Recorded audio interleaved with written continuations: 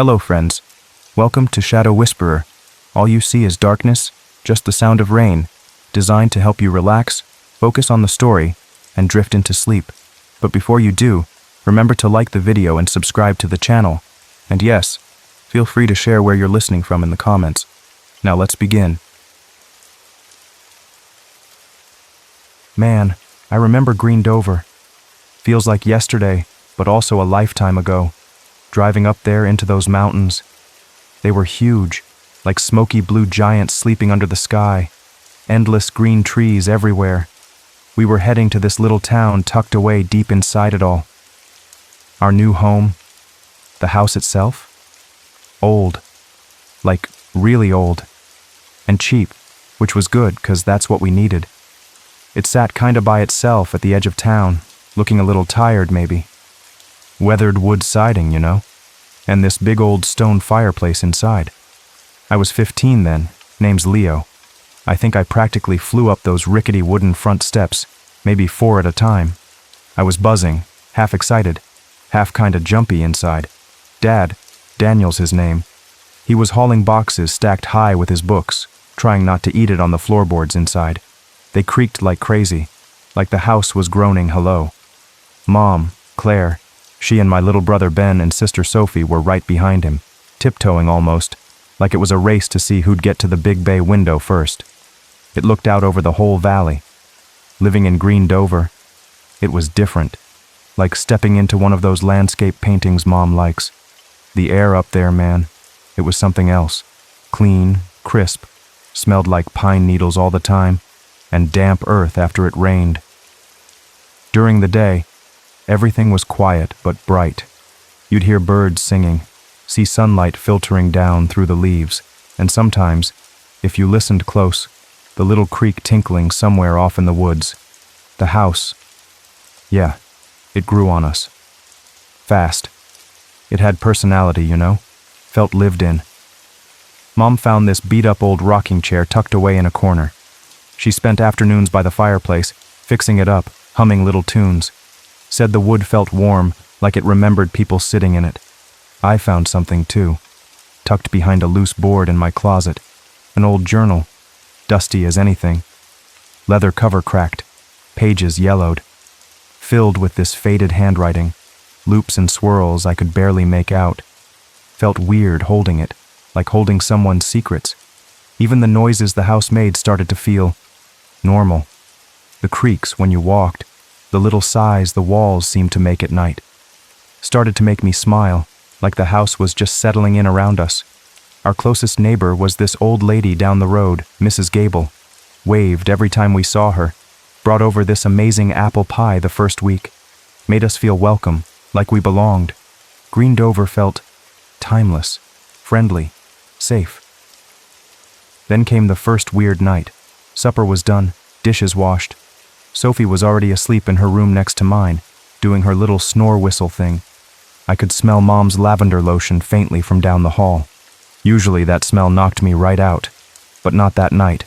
Something felt off. The air in my room turned cold, like weirdly cold for a summer night. Goosebumps popped up on my arms. I sat bolt upright in bed, my heart suddenly doing a drum solo against my ribs, and that's when I heard it. Just outside my door, in the hallway, a whisper, faint, like someone breathing out words, but not words I could understand. It wasn't the wind rattling the window. I knew the sound of the wind in this old house. This was different, softer, like someone humming a tune they couldn't quite remember, or maybe calling a name, real quiet. I froze, just sat there, clutching my blanket, listening so hard my ears hurt. It faded after a minute, just melted back into the normal night sounds of the house settling. I finally made myself lie back down, pulled the covers up tight. Tried to tell myself it was nothing, maybe pipes gurgling, maybe the house groaning again, but my heart wouldn't slow down. Sleep took a long, long time to come that night. Morning came, thank God. Sunlight streaming into the kitchen, smell of pancakes and bacon. Felt normal again. Dad had flour dusting his hands. Mom was humming while she poured syrup. Sophie was meticulously licking jam off her spoon. Even Ben, who's usually a grump before his second pancake, was actually smiling over his cereal bowl. I picked up my fork, but hesitated. Looked at them all, so happy, so normal. Should I say something? Tell them what I heard? Just thinking about it made my heart speed up again. It sounded so crazy in the bright morning light. Maybe I did imagine it. Stress from the move, maybe? I decided to keep quiet. Just nodded when Dad asked if the pancakes were okay. Didn't want to spoil the mood. Didn't want them to think I was nuts. But it wasn't just me. Little things started happening. Things you could almost explain away, but not quite. One evening, I was helping Dad fix the loose board on the porch swing. Mom was hanging laundry on the line nearby, the wet sheets snapping in the breeze. The sky was doing that amazing sunset thing, all oranges and pinks painting the clouds. I went inside to grab a rag and decided to dust the mantelpiece above the fireplace while I was there. It was old wood, dark and worn smooth in places. There was this tarnished silver candlestick sitting there, heavy thing. Looked like it hadn't been moved in years. I wiped the dust off its base, kinda lazy about it. And then, it moved. Rocked back and forth, just a tiny bit, like someone had blown on it real gentle. I straightened up fast, eyes wide. Dad came in right behind me, asking if I found the rag. He saw it too. He stopped, looked at the candlestick. It stopped moving the second he looked. Dead still. Huh, Dad said slowly. Must be a draft. He looked over at the window. But the window was shut tight. Latched. He didn't sound convinced. And neither was I. My skin went cold again. That prickly feeling crawling up my neck. That night I definitely slept with my door cracked open and the hallway light on. It felt like the house was waking up day by day. Ben started complaining about hearing footsteps upstairs in the afternoon, when everyone was downstairs or outside. Said it sounded like someone walking back and forth. Real slow. Sophie woke up one morning giggling, telling Mom that a nice lady sang her a song in her sleep. A lullaby, she said. Mom just smiled and ruffled her hair, but I saw the look she exchanged with Dad later. Uneasy. The rocking chair Mom fixed. It started creaking sometimes, all by itself, usually around dusk when the light got all shadowy. Just a slow rhythmic sound from the empty living room. Once, I was washing dishes, looking out the kitchen window. I saw movement out of the corner of my eye. A shadow, dark and quick, flitting past the edge of the window pane outside. I spun around, heart jumping, but it was just Mom, walking past on the path, heading to her little rose bushes she'd planted. Her feet. That's all. But for a split second, it hadn't looked like Mom. We started making jokes about it. Old house quirks, Dad would say with a forced chuckle. Guess the house has character, Mom would add, her smile a little too tight. But underneath the jokes, I could feel it.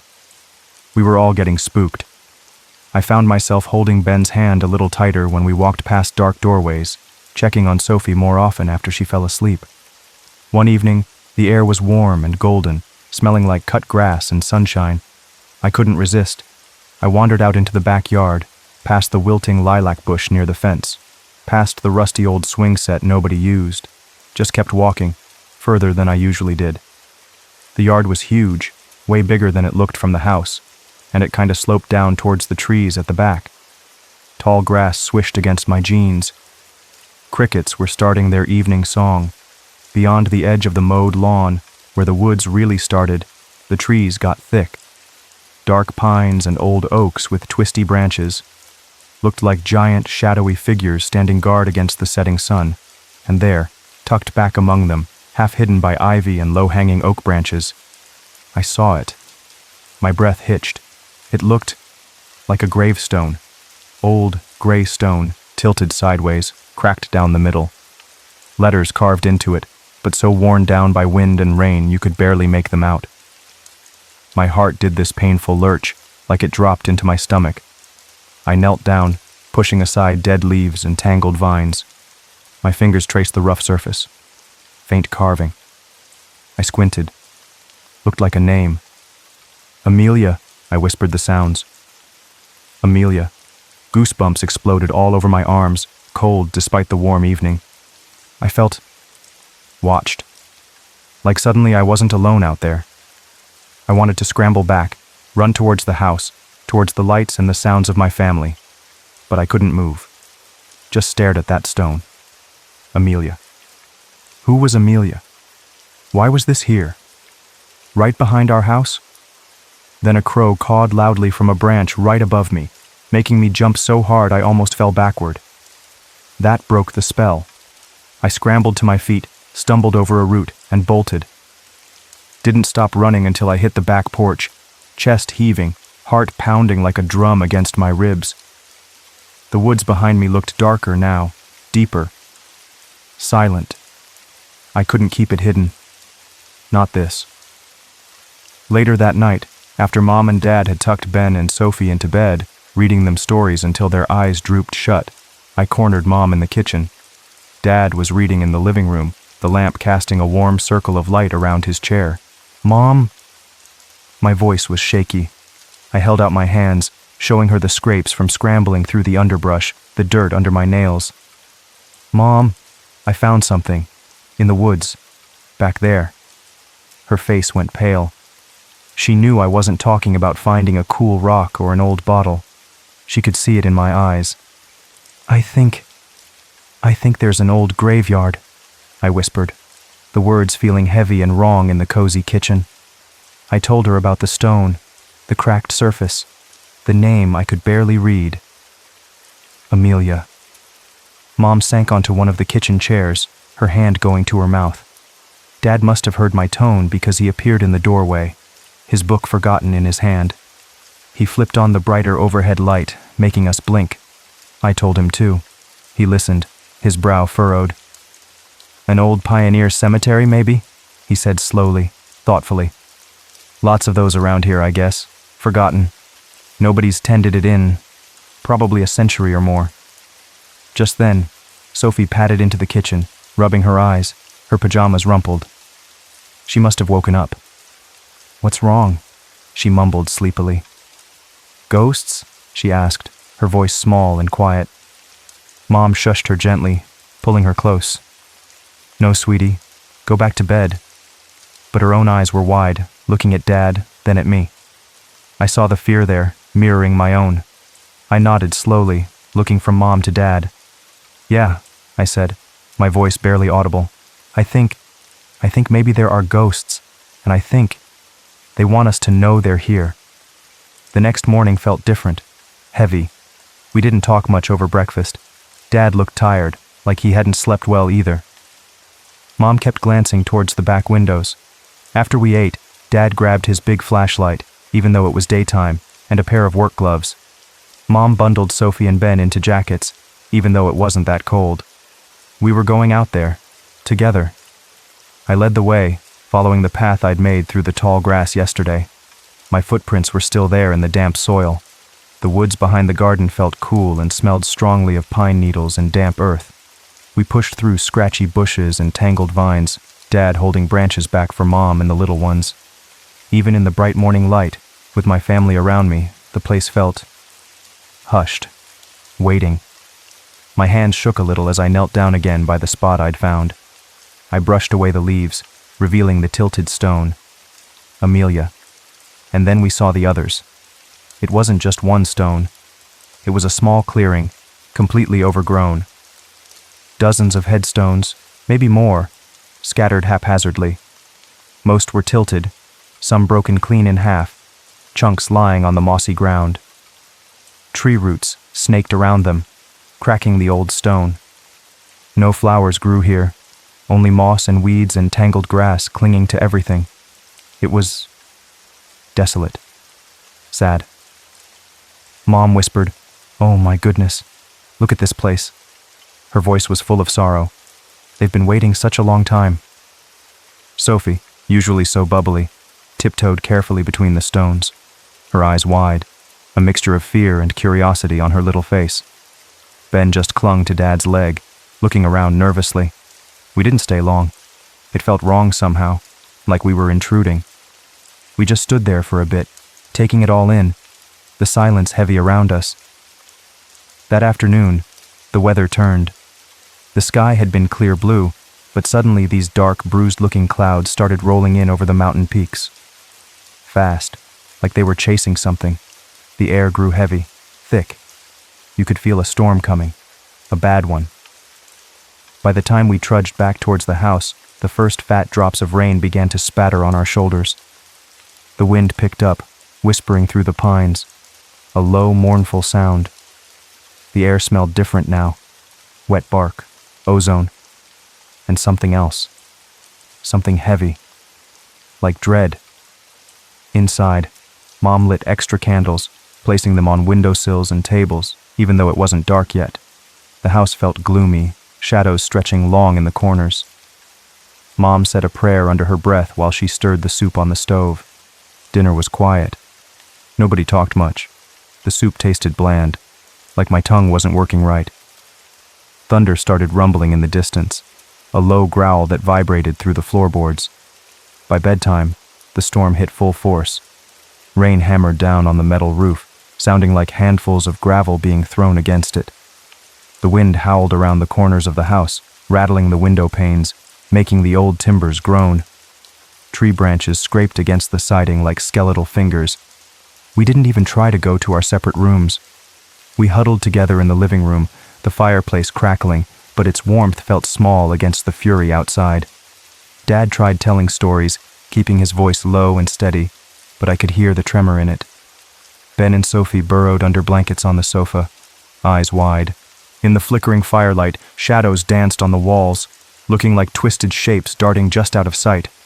A cold draft snaked through the room, coming from nowhere, making the candle flames dip and weave. Sophie whimpered. Then we heard it. A tapping on the back door. Slow, deliberate, like someone heavy, maybe wearing gloves, was running a single finger along the wood. Then silence. Then again. My breath hitched. Dad stood up slowly, peering towards the back of the house. Mom grabbed my arm, her nails digging in slightly. Every creak of the floorboards, every gust of wind, made me jump. My hand was clamped tight around Mom's arm, knuckles white. And then, right when the storm seemed to reach its peak, when the thunder cracked directly overhead, shaking the whole house, everything went silent. Not gradually, instantly. The rain stopped hammering, the wind died down to nothing. A terrible, heavy silence fell, broken only by the sound of our own ragged breathing and the crackle of the fire. The candle flames burned steady now, casting long, still shadows. That's when I saw them. Not shadows this time. In the corner of the room, near the fireplace mantel where the candlestick sat, two small flickers of light appeared, like tiny candle flames, but blue-white, cold-looking. I thought maybe it was lightning reflecting weirdly, but the storm was silent now. As I watched, frozen, the flickers grew brighter, shimmered, and began to take shape. Two figures, a boy and a girl. They looked translucent, like they were made of moonlight or smoke, but somehow solid too. You could almost see the wall through them, but they were definitely there. My breath caught in my throat. I couldn't look away. The boy looked maybe a little older than me, maybe 16 or 17. The girl was younger, maybe Sophie's age, 7 or 8. They wore old-fashioned clothes, the boy in rough trousers and a simple shirt, the girl in a long, plain dress. Their faces were pale, their eyes huge and dark. But they didn't look scary, not really. They looked sad, lost. The boy's lips moved, but no sound came out at first. Then we heard it, soft as rustling leaves. A whisper, but clear this time. "We're friends," he said, his voice like the echo of wind through autumn trees. His eyes, shining with a faint, unearthly light, looked right at me. "We lived here," the little girl said, her voice just as soft, like tinkling bells far away. "A long, long time ago." She looked around the room, then at us. "We know your names. Leo, Claire, Daniel, Sophie, Ben." My skin prickled. How did they know our names?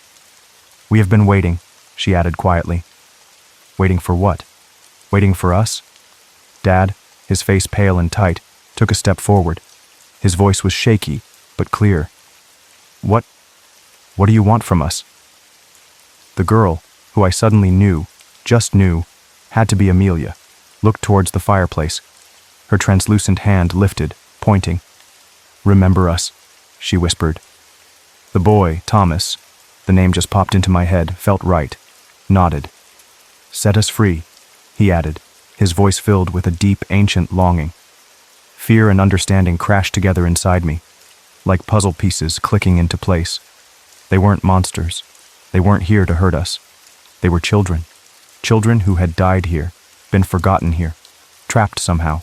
All the weird happenings, the whispers, the footsteps, the lullaby. It was them, trying to get our attention, trying to tell us they were still here. Their ghostly fingers drifted towards the fireplace hearth, towards the gray ashes from last night's fire. Something glinted faintly among the embers. Dad fumbled for the matches on the mantel, struck one, the flare making the ghosts shimmer. He angled the flashlight beam down low. We all gasped. Lying there, half buried in the ashes, were scraps of old, brittle paper. Looked like they'd been partly burned long ago. One of the ghostly children, Thomas, reached down. His hand passed right through the flames, seemingly unfelt. He gently retrieved a small, torn piece of parchment.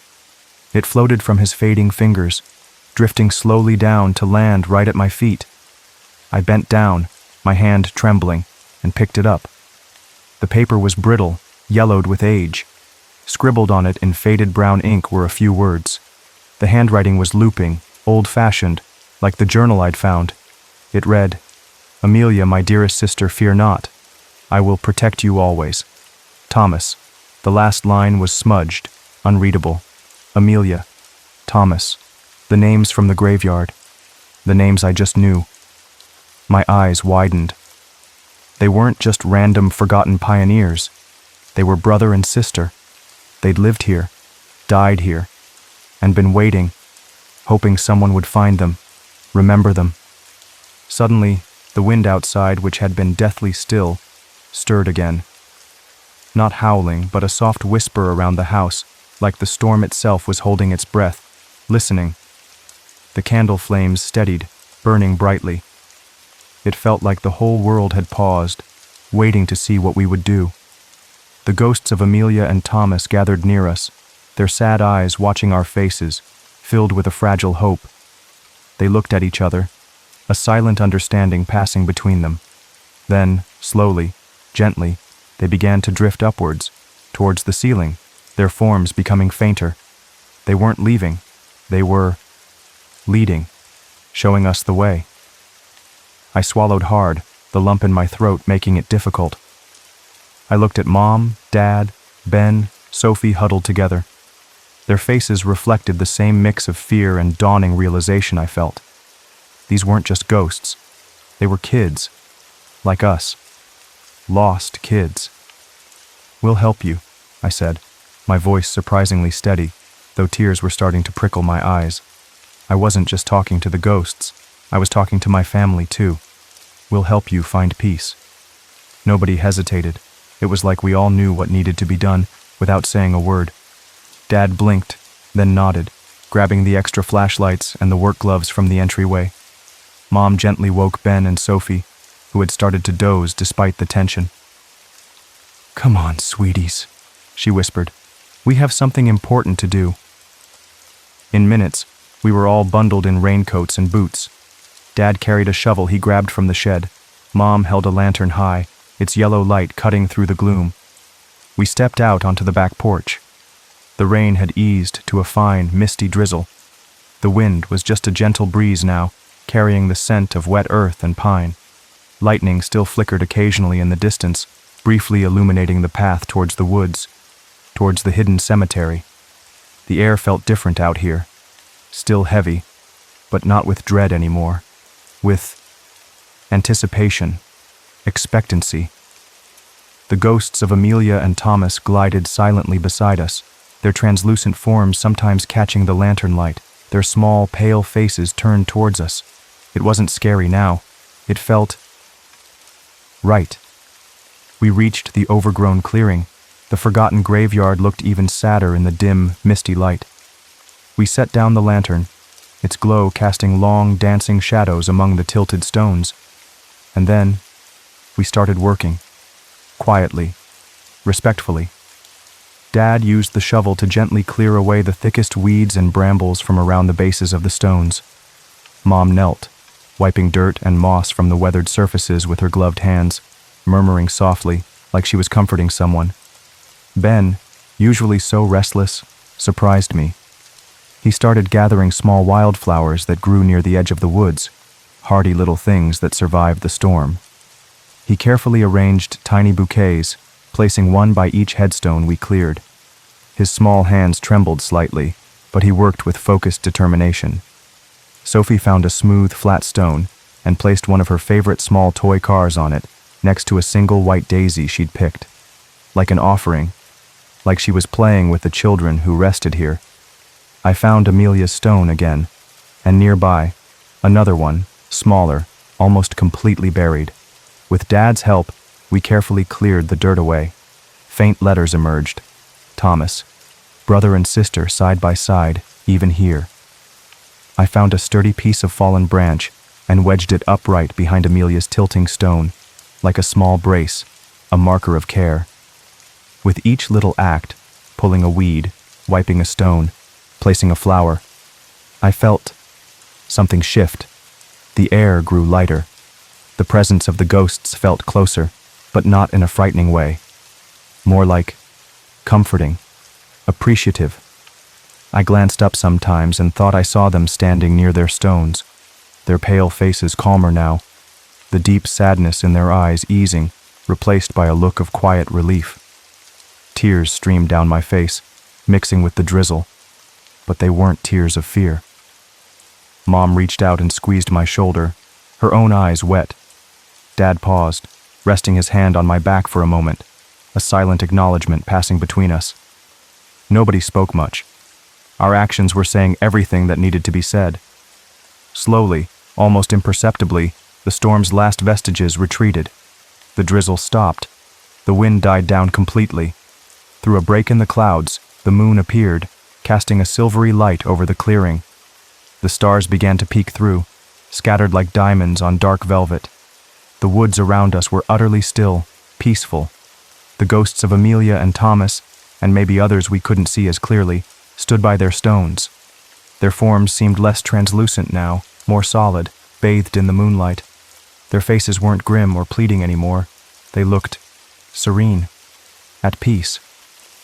The lantern sputtered, its fuel running low, and finally went out. We stood there in the quiet moonlight, the only sound our own breathing and the gentle drip of water from the leaves. A warmth filled the little clearing, soft and gentle, like gratitude made visible. We stayed for a little while longer, just standing there, sharing the quiet peace.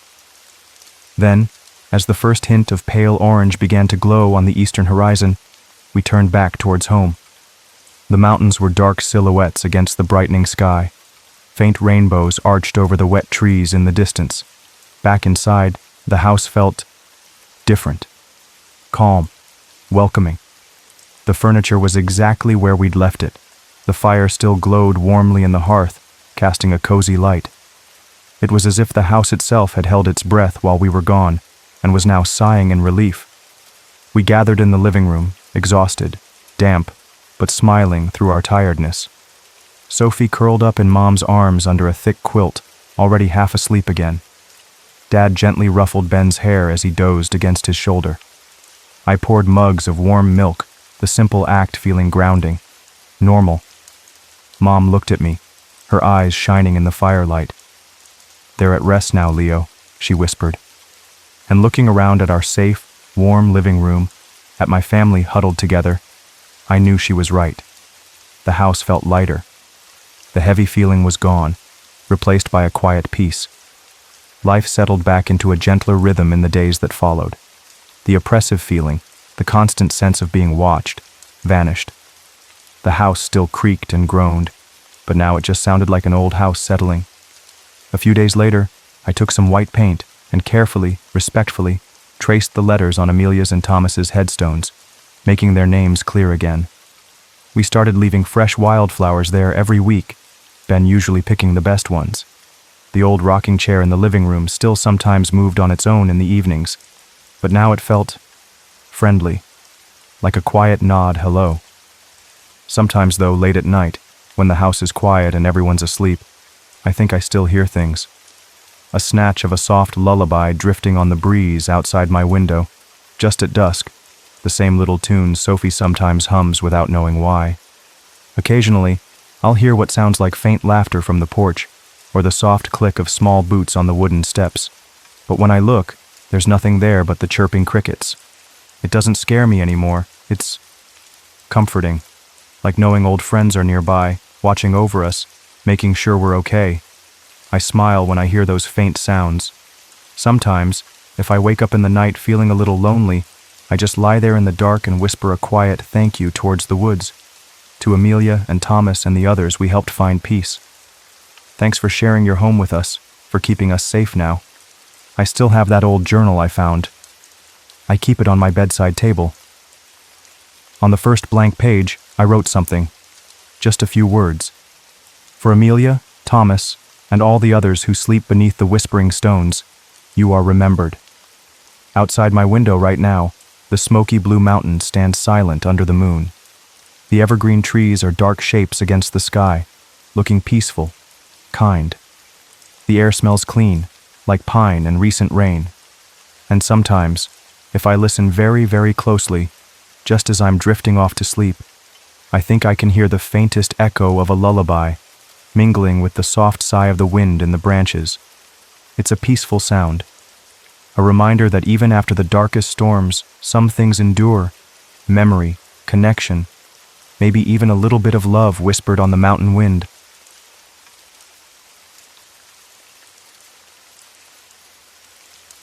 It's funny, the things you remember and the things you don't.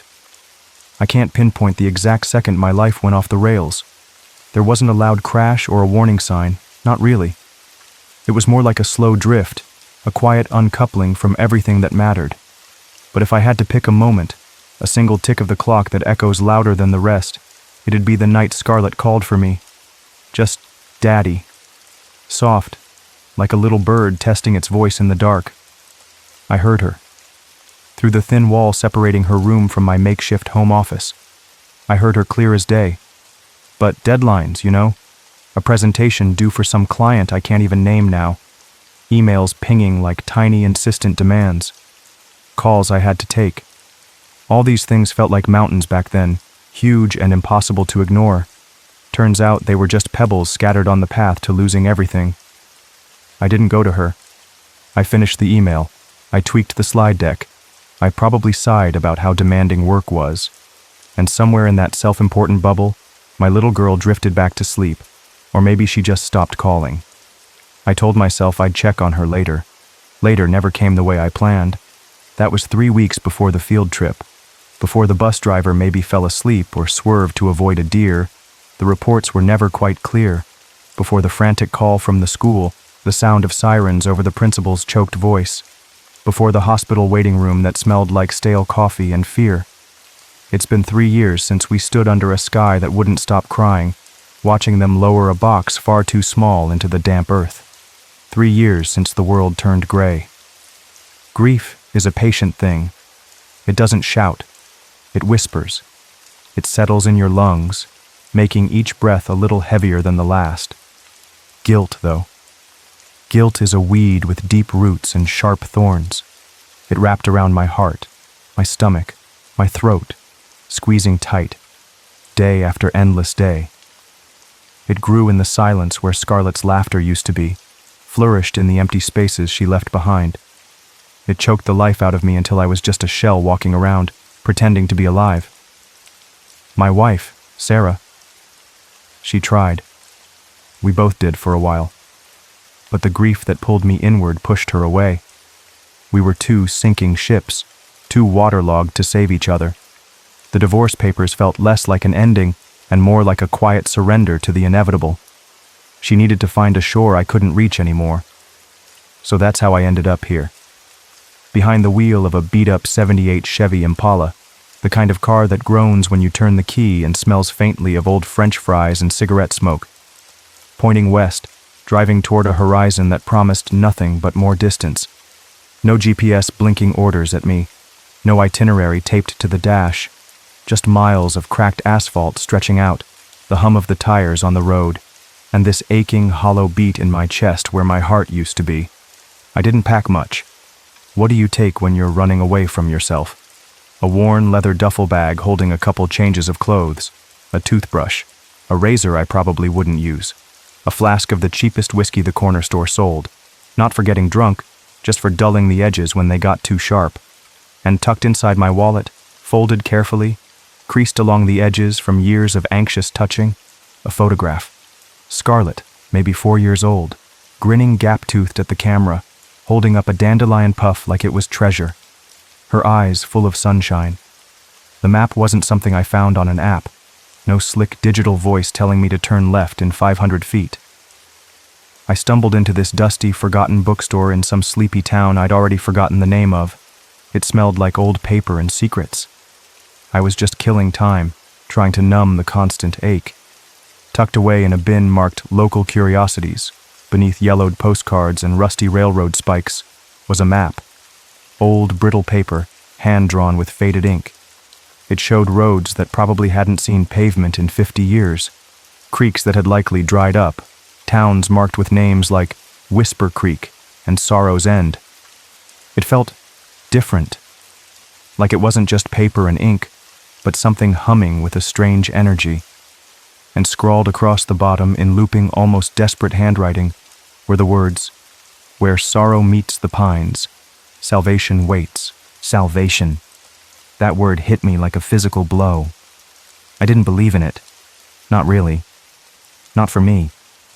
But standing there in that quiet bookstore, with the dust motes dancing in the slivers of afternoon light, a flicker of something stupid and stubborn sparked inside me. Hope. It's a sickness, hope is, especially when you've got nothing left to lose.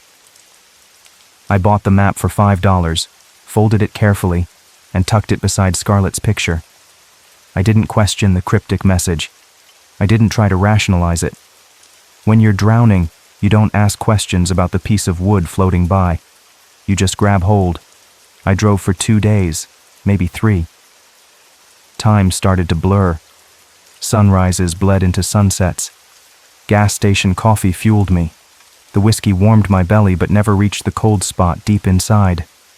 I followed the map, turning onto roads that looked like they hadn't been used since horse and buggy days. Pavement gave way to gravel. Gravel gave way to dirt tracks, swallowed by encroaching weeds. The Impala complained, sputtering and rattling, but kept going, like it understood this wasn't just a joyride. The first truly strange thing happened somewhere just over the Idaho border. Felt like hours outside of Spokane, though the map was getting harder to follow. The gas gauge was kissing empty, so I pulled into this relic of a station. Pumps rusted, paint peeling, a sign swinging crookedly on one hinge, reading just gas.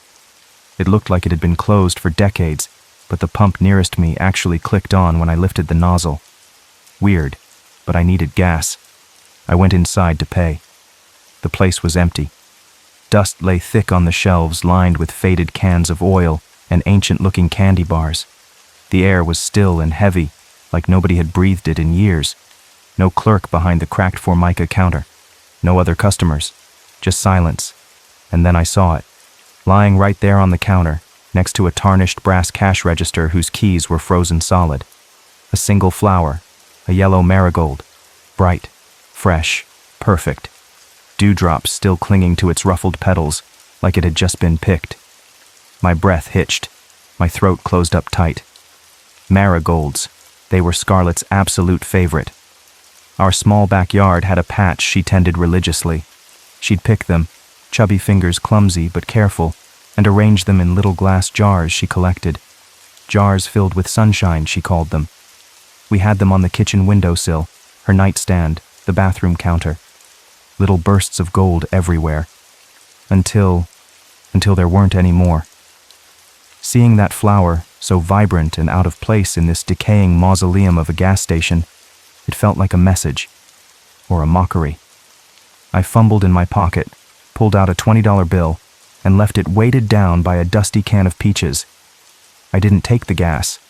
I couldn't. I backed the Impala out slowly, my heart pounding a sick rhythm against my ribs.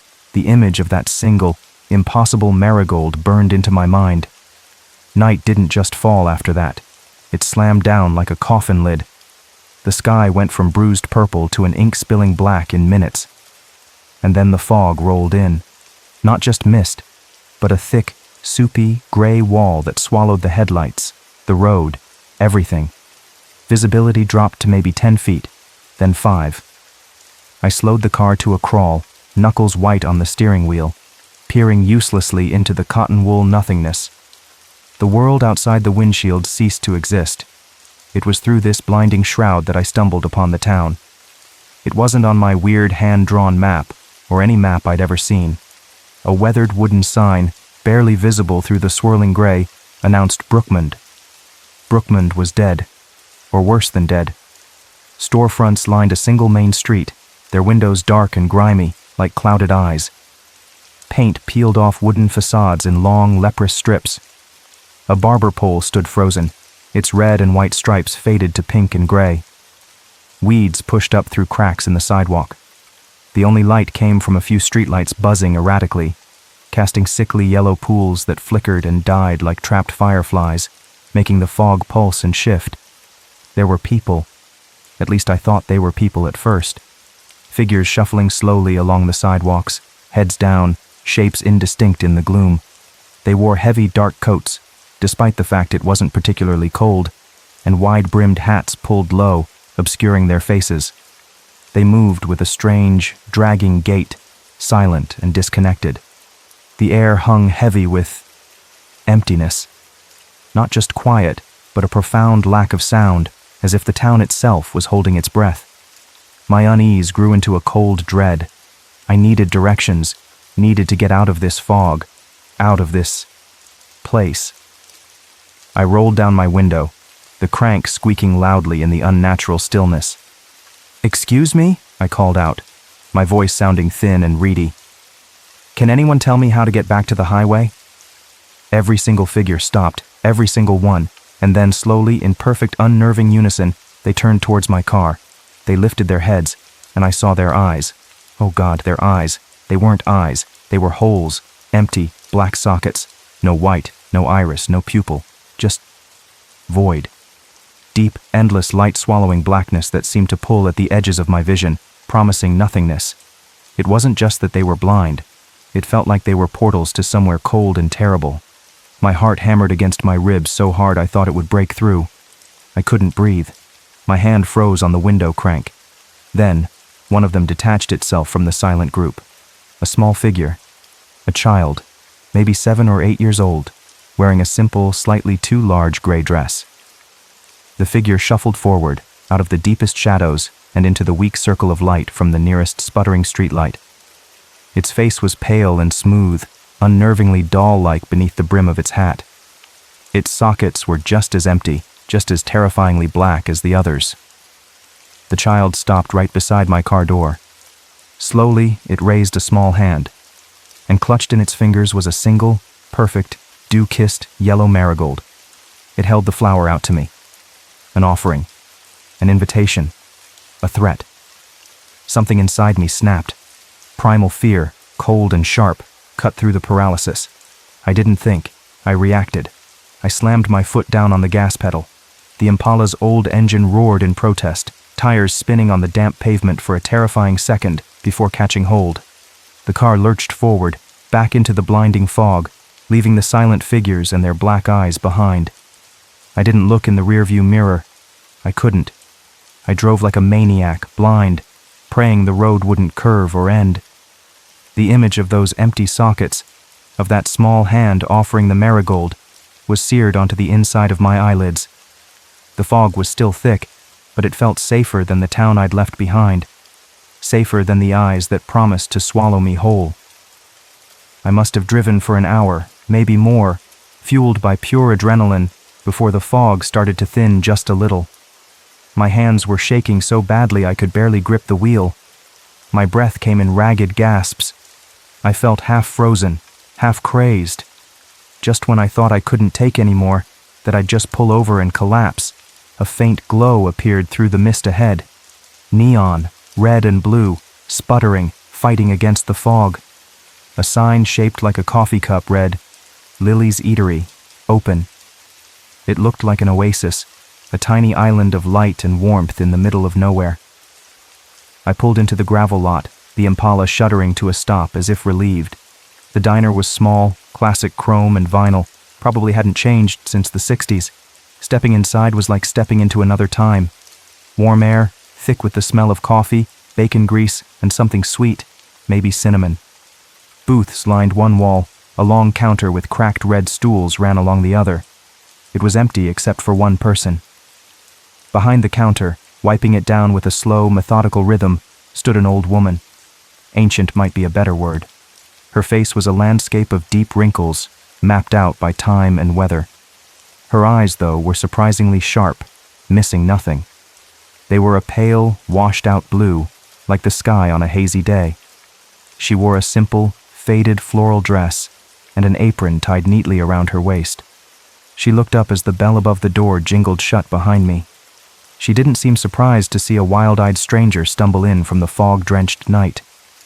"You look like you've seen the Hollow," she said, her voice low and raspy, like stones tumbling in a dry creek bed. She didn't wait for an answer, just reached for a thick ceramic mug, turned to the coffee pot, and poured.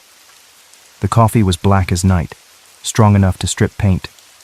She slid the mug across the counter towards me. I sank onto the nearest stool, my legs suddenly weak. "The Hollow?" I managed, my voice hoarse. "Brookmond," she clarified, her gaze steady. "That's what the lost ones call it, the ones who linger." She picked up her rag again, resuming her slow wiping. "They knew you were coming." I stared at her, my exhaustion battling with a fresh wave of unease. How could she know? "You're carrying a heavy sorrow, son," she interrupted, her voice softening just a fraction, though the gravelly edge remained. "Real heavy, like a beacon in the dark. It sings to them, the hollow ones. Draws them in, they feed on it." My blood ran cold. Sorrow. The word echoed the scrawl on the strange map tucked in my wallet. I didn't deny it. Couldn't. The weight of my grief felt suddenly tangible, a physical cloak wrapped around me. She turned away, shuffling over to a glass display case holding a few lonely-looking pies. She cut a generous slice of lemon meringue, the topping piled high and slightly browned. She slid the plate across the counter next to my coffee. "On the house," she murmured. "You look like you need it." I stared at the pie, then back at her sharp, knowing eyes. "What are they? Those people?" She shrugged, a tiny movement of her frail shoulders. "Lost souls, trapped between worlds. Some folks say they're waiting for something. Others say they're just hungry." She paused, letting the word hang in the air. "Best not to linger in Brookmond, especially not someone carrying what you carry." She leaned slightly closer, her voice dropping even lower. "This road you're on, the one on that map of yours, it leads up the mountain. Mount Sorrow, some call it now, though it had older names. The mountain tests folks, especially folks running from something inside themselves." She tapped a wrinkled finger on the counter. "It won't let you leave easy, not until you face what you came here to find. Or maybe," she added, her pale eyes seeming to look right through me, "find what you lost. Find what you lost." The phrase snagged in my mind, sharp and painful. Scarlet. A shiver traced its way down my spine, colder than the night outside. This was too much. The town, the eyes, this cryptic old woman in a diner that felt suspended in time. I pushed the pie away, untouched. The coffee suddenly tasted bitter. I should go," I stammered, sliding off the stool, fumbling for my wallet. "How much do I owe you for the coffee?" "No charge," she said, waving a dismissive hand. "Just advice. Be careful on the mountain path. It asks a price." I mumbled a thank you, turned, and pushed through the diner door. back out into the damp, clinging fog. The cold air felt good against my hot face. I took a few steps toward the Impala, needing to put distance between me and Lily's eatery, between me and her unsettling words. Then, a thought struck me. The map.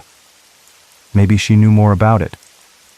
I turned back towards the diner, ready to ask, ready to push past the weirdness for a scrap of real information. But the diner was gone. Where Lily's eatery had stood just seconds before, there was nothing. Just an empty patch of gravel surrounded by the swirling gray fog. No building, no sputtering neon sign, no warm light spilling from windows. Nothing. Like it had never been there at all. Like I'd imagined the whole thing, the coffee, the pie, the ancient woman with her gravelly voice and knowing eyes. Except I hadn't.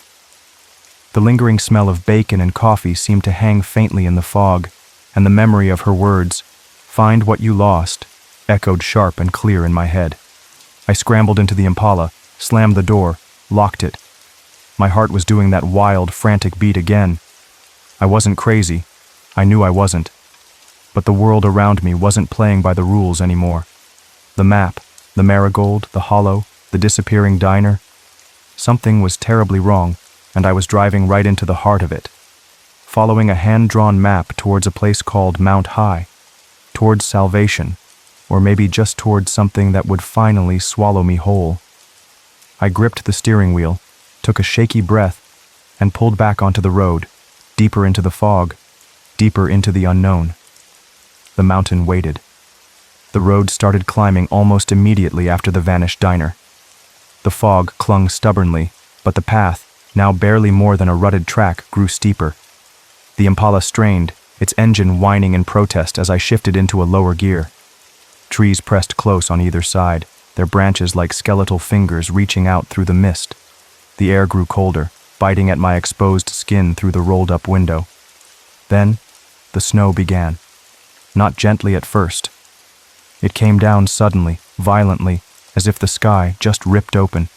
Thick, heavy flakes swirling in the already blinding fog, instantly coating the windshield. The wipers struggled, smearing the wet snow, making visibility even worse. Within minutes, the ground was covered, the track disappearing beneath a blanket of white. The Impala, bless its rusty heart, wasn't built for this. The rear wheels started to fishtail on the slick, hidden surface. I fought the wheel, trying to keep it steady, my knuckles aching from the tight grip. The incline grew steeper. The tires spun, whined, found purchase for a second, then spun again. It happened fast. A sudden, sickening slide. The back end swung wide, the tires finding no traction at all. I spun the wheel, trying to correct, but it was useless. The car slid sideways, off the barely there track, and slammed with a heavy crunch into something solid hidden by the snow, probably a tree stump or a large rock. The engine sputtered, coughed, and died. Silence. Absolute, deafening silence, broken only by the sound of my own ragged breathing and the soft, relentless hiss of falling snow. I tried the ignition. Nothing, just a weak clicking sound. Tried again. Dead. Completely dead. Panic, cold and sharp, clawed its way up my throat. Stranded. On a mountain I didn't know, in a blizzard, in a car that wouldn't start, with things, possibly lurking in the woods. The memory of Brookmond, of those black eyes, flooded back. I had to get out.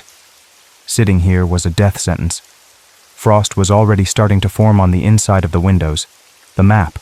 Lily's words. Find what you lost. It felt less like a choice now, and more like the only path forward, however insane. I grabbed the flask of whiskey, took a long swallow that burned its way down, shoved it into my coat pocket, checked my wallet, Scarlett's picture was still there, zipped up my thin jacket, pathetic protection against this sudden blizzard. I pushed the car door open against a drift of snow that had already accumulated. Stepping out was like stepping onto another planet. The snow was deeper than I thought, already past my ankles, and coming down so thick I could barely see the outline of the Impala just feet away. The wind howled through the trees, whipping snow into stinging vortexes. It was brutally cold, a penetrating chill that went straight to the bone. Which way? The map was useless now. The track was gone. I squinted into the white chaos. Uphill seemed the only logical direction, following the original path, towards whatever waited at the top of Mount High, towards the pines, where sorrow supposedly met salvation. I started walking, or rather wading. Each step was an effort, plunging my boots into the deep, powdery snow. The wind tore at me, trying to push me back. Snow caked my eyelashes, melted on my face, soaked through my jeans. Within minutes, I was shivering uncontrollably. Then I heard it, over the shriek of the wind. A low sound, a growl, deep, guttural, vibrating through the frozen air. I froze, straining my ears. There it was again, closer this time, and answered by another growl from a different direction. Wolves. My heart leaped into my throat.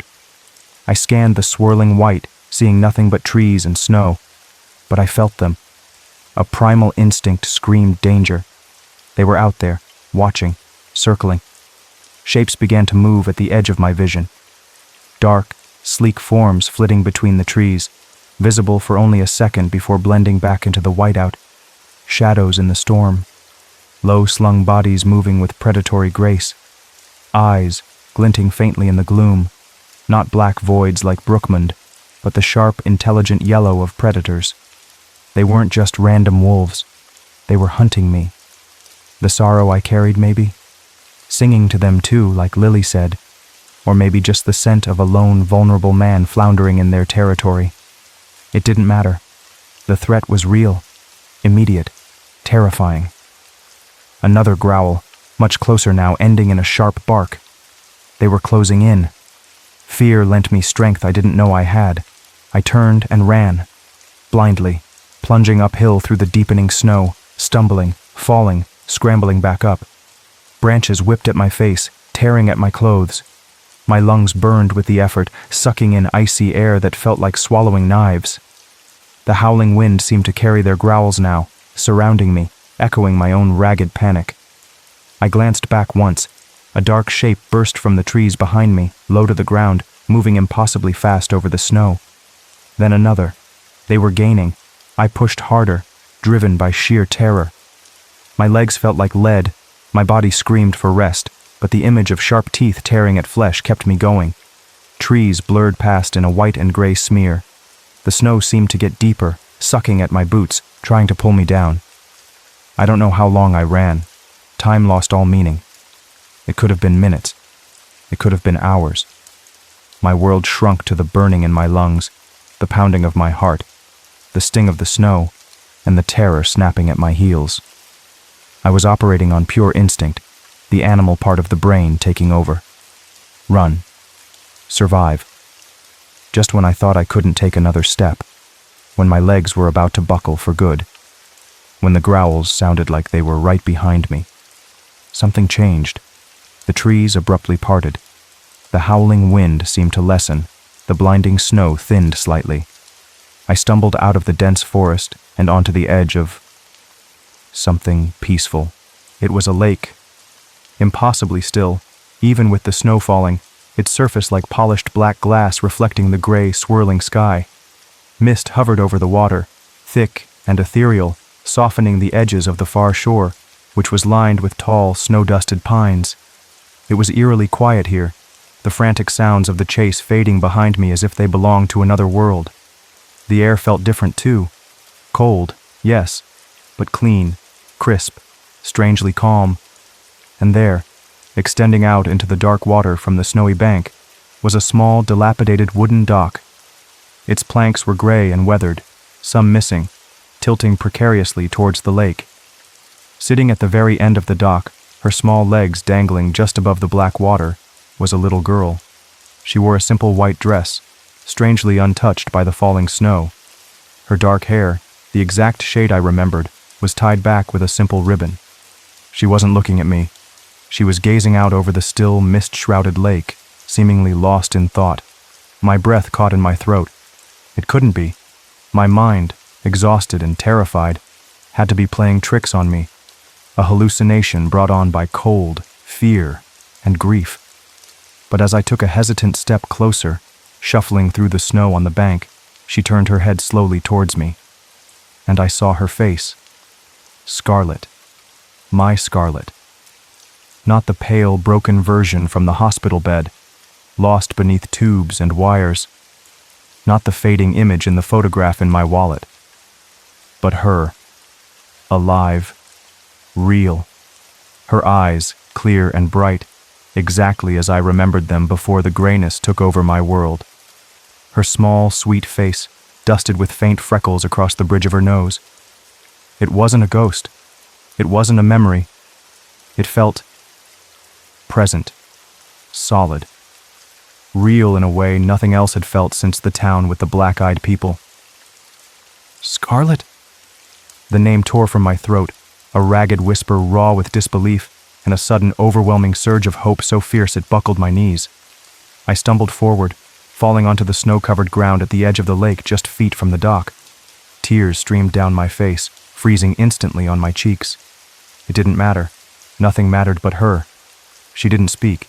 She didn't need to. Her expression wasn't sad or angry or accusatory. It was just calm, understanding.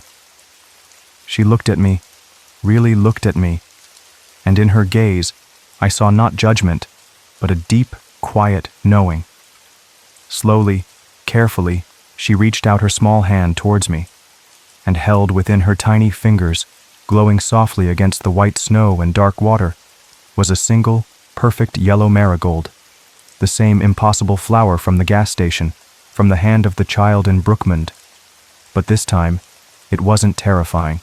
It felt like an offering, a connection. Something inside me shattered then.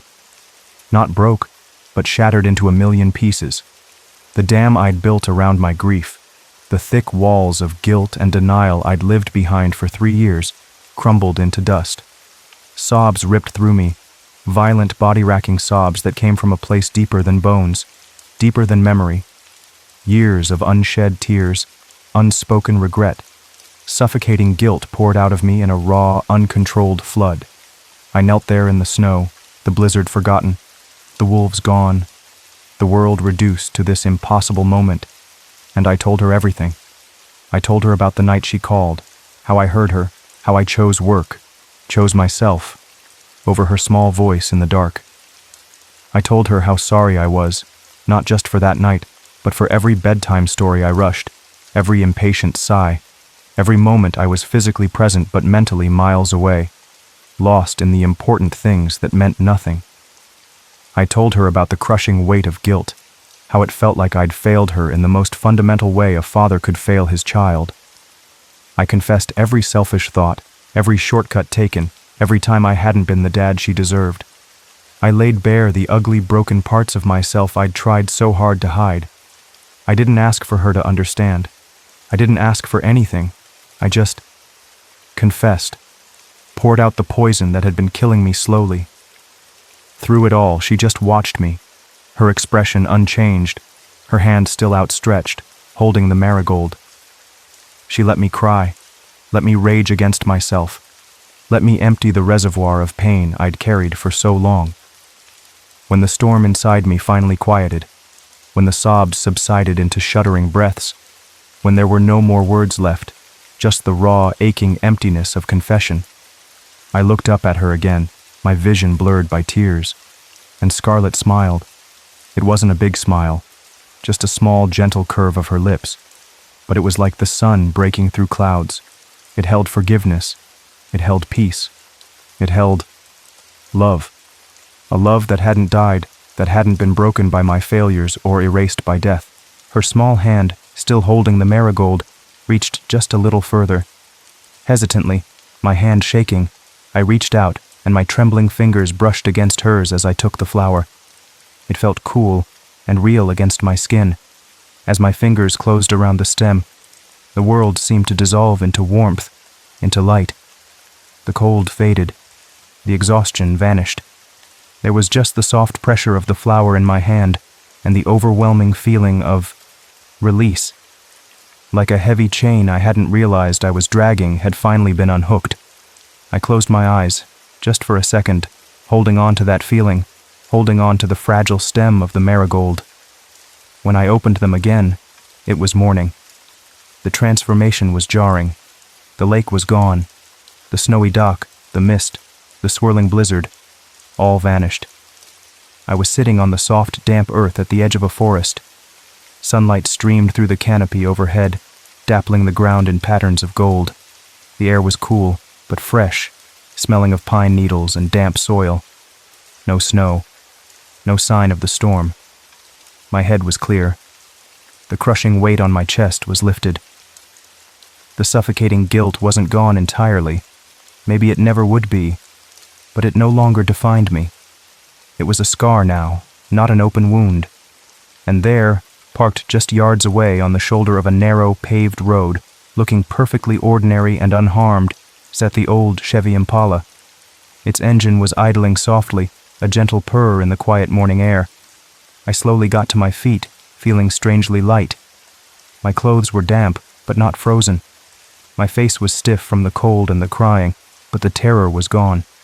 I walked over to the car, half expecting it to vanish like the diner, but it stayed solid. I opened the passenger door. Resting carefully on the worn vinyl seat, catching the morning sun, was a small glass jar. The kind Scarlett used to collect, and inside it, bright and cheerful, was a small bouquet of fresh yellow marigolds. I stood there for a long time, just looking at them. Proof. A reminder. A promise. I never told anyone the whole story of that drive, of Brookmund, of lilies, of the blizzard that wasn't, and the lake that was. Some things are too strange, too personal. Some experiences reshape you in ways words can't capture. They become part of your quiet, internal landscape. I drove away from Mount High, leaving the hand-drawn map tucked away somewhere I wouldn't find it again. I didn't need it anymore. I sold my shares in the company back east, the one that had stolen so much of my time, my focus. It felt good to let it go. I gave away most of the money, keeping only enough to start over. I ended up moving out here to a small, quiet town nestled in the green hills of Oregon, close enough to the pines, but far enough from the deep, lingering sorrow of the mountain. It's peaceful here. Now, my days are different. I volunteer at the local children's hospital.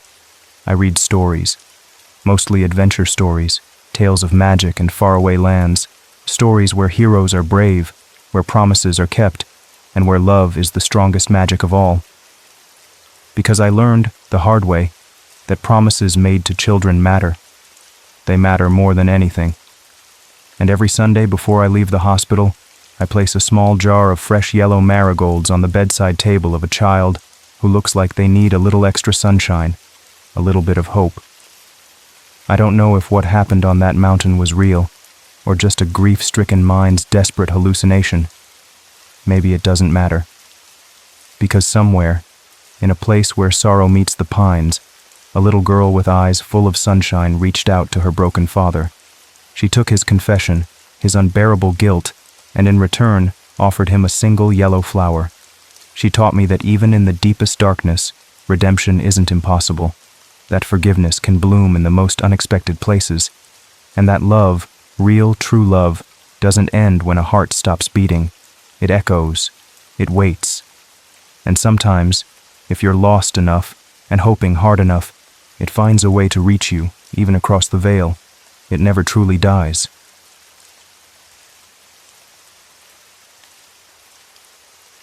They say the sea doesn't forget. That's something fishermen mumble over cheap whiskey in dockside bars, something poets write when the tide goes out, leaving the bones of old wrecks bare on the sand. It sounds nice, poetic even, but it's wrong. The sea forgets plenty. It swallows ships whole, washes away coastlines, pulls memories out with the undertow until they're just gone. No, the sea forgets. It has to. But the dead are different. They remember everything. My name is Elliot Granger. I'm 34 now, maybe 35. I lose track sometimes. Doesn't seem to matter much these days. I used to be a photographer, the kind they call a documentary photographer. Sounds fancy, but mostly it meant I took pictures of things nobody cared about anymore. Old buildings crumbling by the shore, forgotten towns where the last coat of paint peeled off decades ago, lighthouses standing like lonely sentinels against the rust-colored spray. Places where time felt thick, slow, like watching rust grow. I liked the quiet decay, the stories whispered by the wind whistling through broken window panes. But there's one story I never told, one set of pictures I never developed, never showed anyone. Not the magazines, not the galleries, not even Sarah, back when, well, back before. It's about a place called Gull's Holm, a patch of godforsaken coast up in Maine that chewed something out of me and left a hollow space behind. Even now, years later, I wake up sometimes, heart hammering against my ribs like a trapped bird. Always the same time, 3:13 a.m. The air feels cold, smells like salt, and something else, something like wet earth, like an open grave. The nightmares don't always have pictures. Sometimes it's just a sound, a feeling, a waiting. This is what happened there. This is the story I buried deep, like driftwood under shifting sands. The story of Gull's Holm and the widow who waited. And waited. It kicked off simple enough, the way bad things often do. Just an email popping up in my inbox one gray Tuesday morning. Subject line, research opportunity, New England maritime history. Sounded dry, academic. Usually I ignored stuff like that, preferring to find my own ruins, follow my own nose. But this one was different. It was from a Professor Alistair Finch, Blackridge University up in Maine. Said he'd seen my series on the Outer Banks ghost towns, liked my eye for atmospheric desolation. Flattery gets you everywhere, I guess. He offered good money, enough to keep me afloat for months, maybe even upgrade my beat-up camera lens. The job? To photograph a string of abandoned lighthouses and coastal villages scattered along the more remote stretches of the Maine coastline, places tied to old sea shanties and spooky folklore from the 1700s. Sounded right up my alley. Salt spray, shipwrecks, maybe a good ghost story or two to spice up the captions. But there was one place he was really interested in, Gull's Holm. He mentioned it almost casually, sandwiched between descriptions of crumbling wharves and forgotten fishing fleets. Said it was peculiar, vanished from all official records, census, maps, tax rolls, sometime after 1952. Just blinked out of existence. No big storm mentioned in the archives, no fire, no documented plague sweeping through. No stories of people packing up and leaving for brighter shores. Just silence. An empty space on the map where a town used to be. Fascinating, the professor called it. A potential case study in localized historical amnesia. Me? I just thought, perfect subject matter. Ghosts, ruins, salty air thick with untold stories. What more could a photographer like me ask for? So I emailed back, said yes. Packed my bags, cameras, lenses, tripods, plenty of memory cards, rain gear, flashlight, the usual kit. Threw it all in the back of my rented Jeep, a sturdy thing that felt like it could handle rough roads, and I drove, headed northeast, leaving the familiar highways behind, pushing deeper into the winding coastal roads of Maine. The sky turned a bruised purple, the trees grew thicker, closer to the road. Towns got smaller, farther apart. The radio crackled, sputtered, and finally gave up, leaving only the hiss of static. My phone lost signal bars one by one until the screen just showed no service. Even the GPS started acting funny, the little arrow spinning in confused circles before the screen went blank. It felt like driving off the edge of the known world. The air changed, too. Got heavier, wetter. Salty, yeah, but with an undertone of something else. Something stagnant, like a pond that never sees the sun. Even the crows seemed different up here.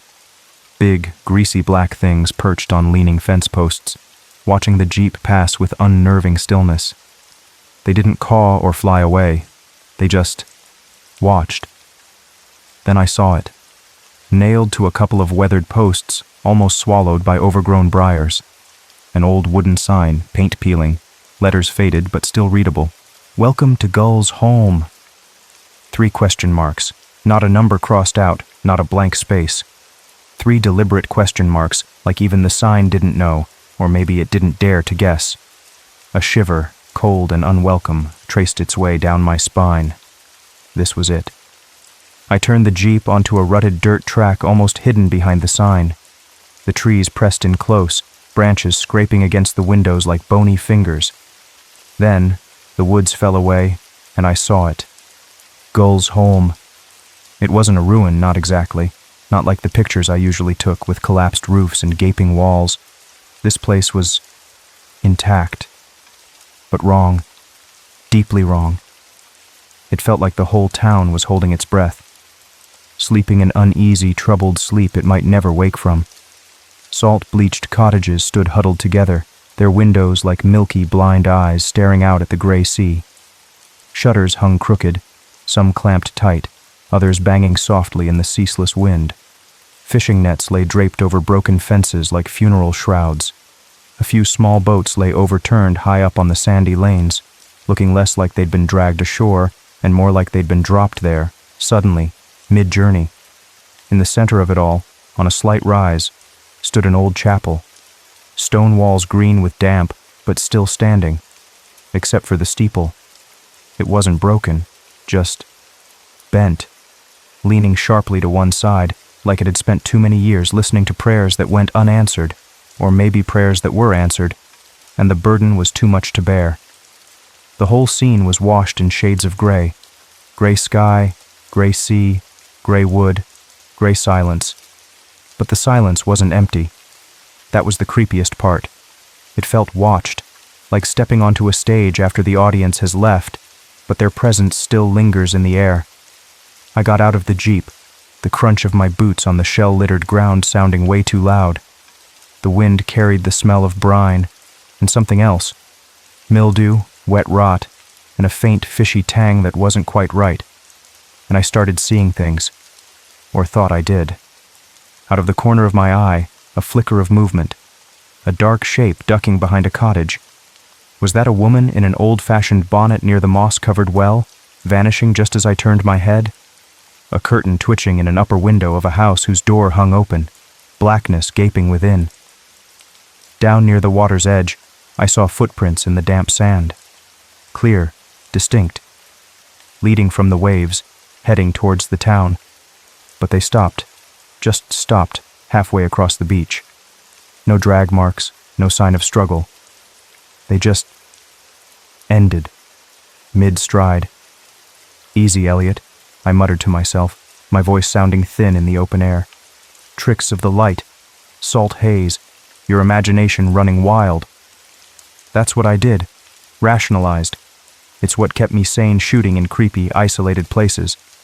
Blame the shadows, blame the wind, blame fatigue. Anything but admit the cold dread coiling in my gut. I needed a place to stay, somewhere to dump my gear and maybe get a few hours of sleep before starting work in the morning. Most of the buildings looked ready to collapse if you leaned on them too hard, but one structure, near the crooked chapel, looked slightly less derelict than the others. A 2-story building with another faded sign swinging crookedly from rusty chains. The Seafarers Inn.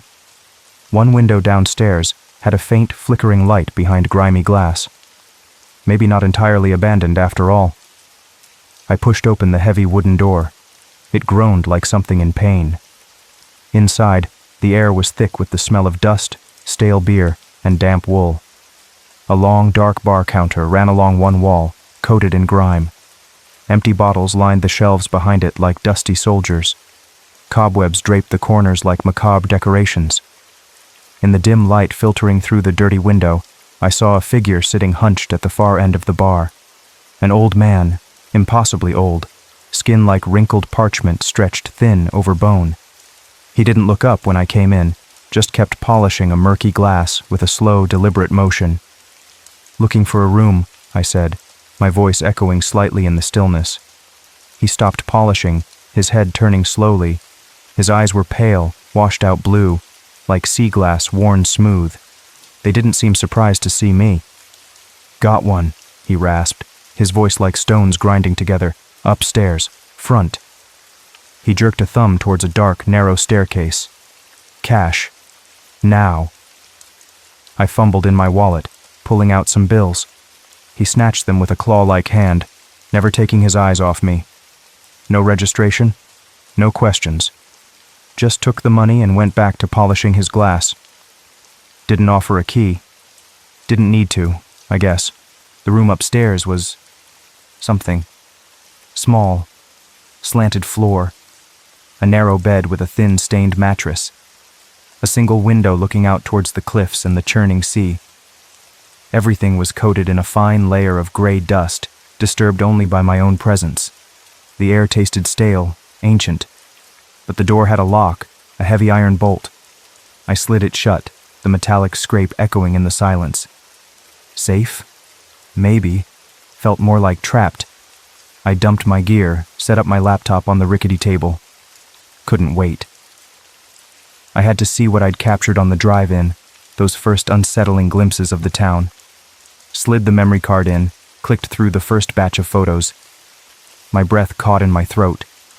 The pictures were sharp, clear, the decaying cottages, the leaning steeple, the overturned boats, all there. But there was more. In the background, half hidden in doorways, peering from behind those blind windows. Figures, shapes I hadn't seen through the lens. Vague, blurred, like smudges on the image. A woman in a long dress near the well. A man in fisherman's oilskins near the beached boats. Not clear enough to be sure, but definitely there, and something else.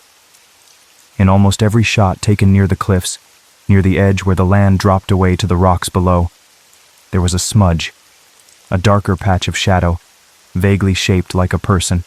A woman, maybe, standing facing the sea, always in the same spot, no matter the angle I'd shot from, like a permanent stain on the landscape itself.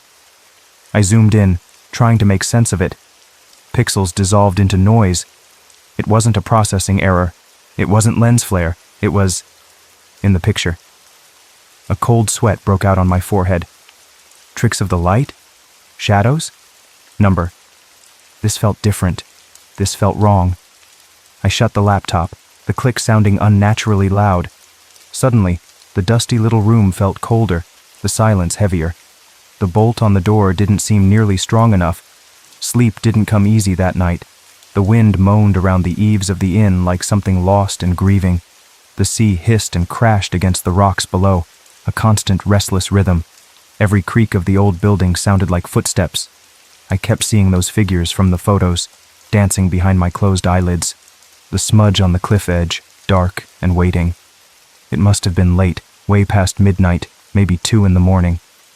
I finally drifted off into a shallow, uneasy sleep, only to be jolted awake by a sound that cut through the wind and the waves, chilling me to the bone.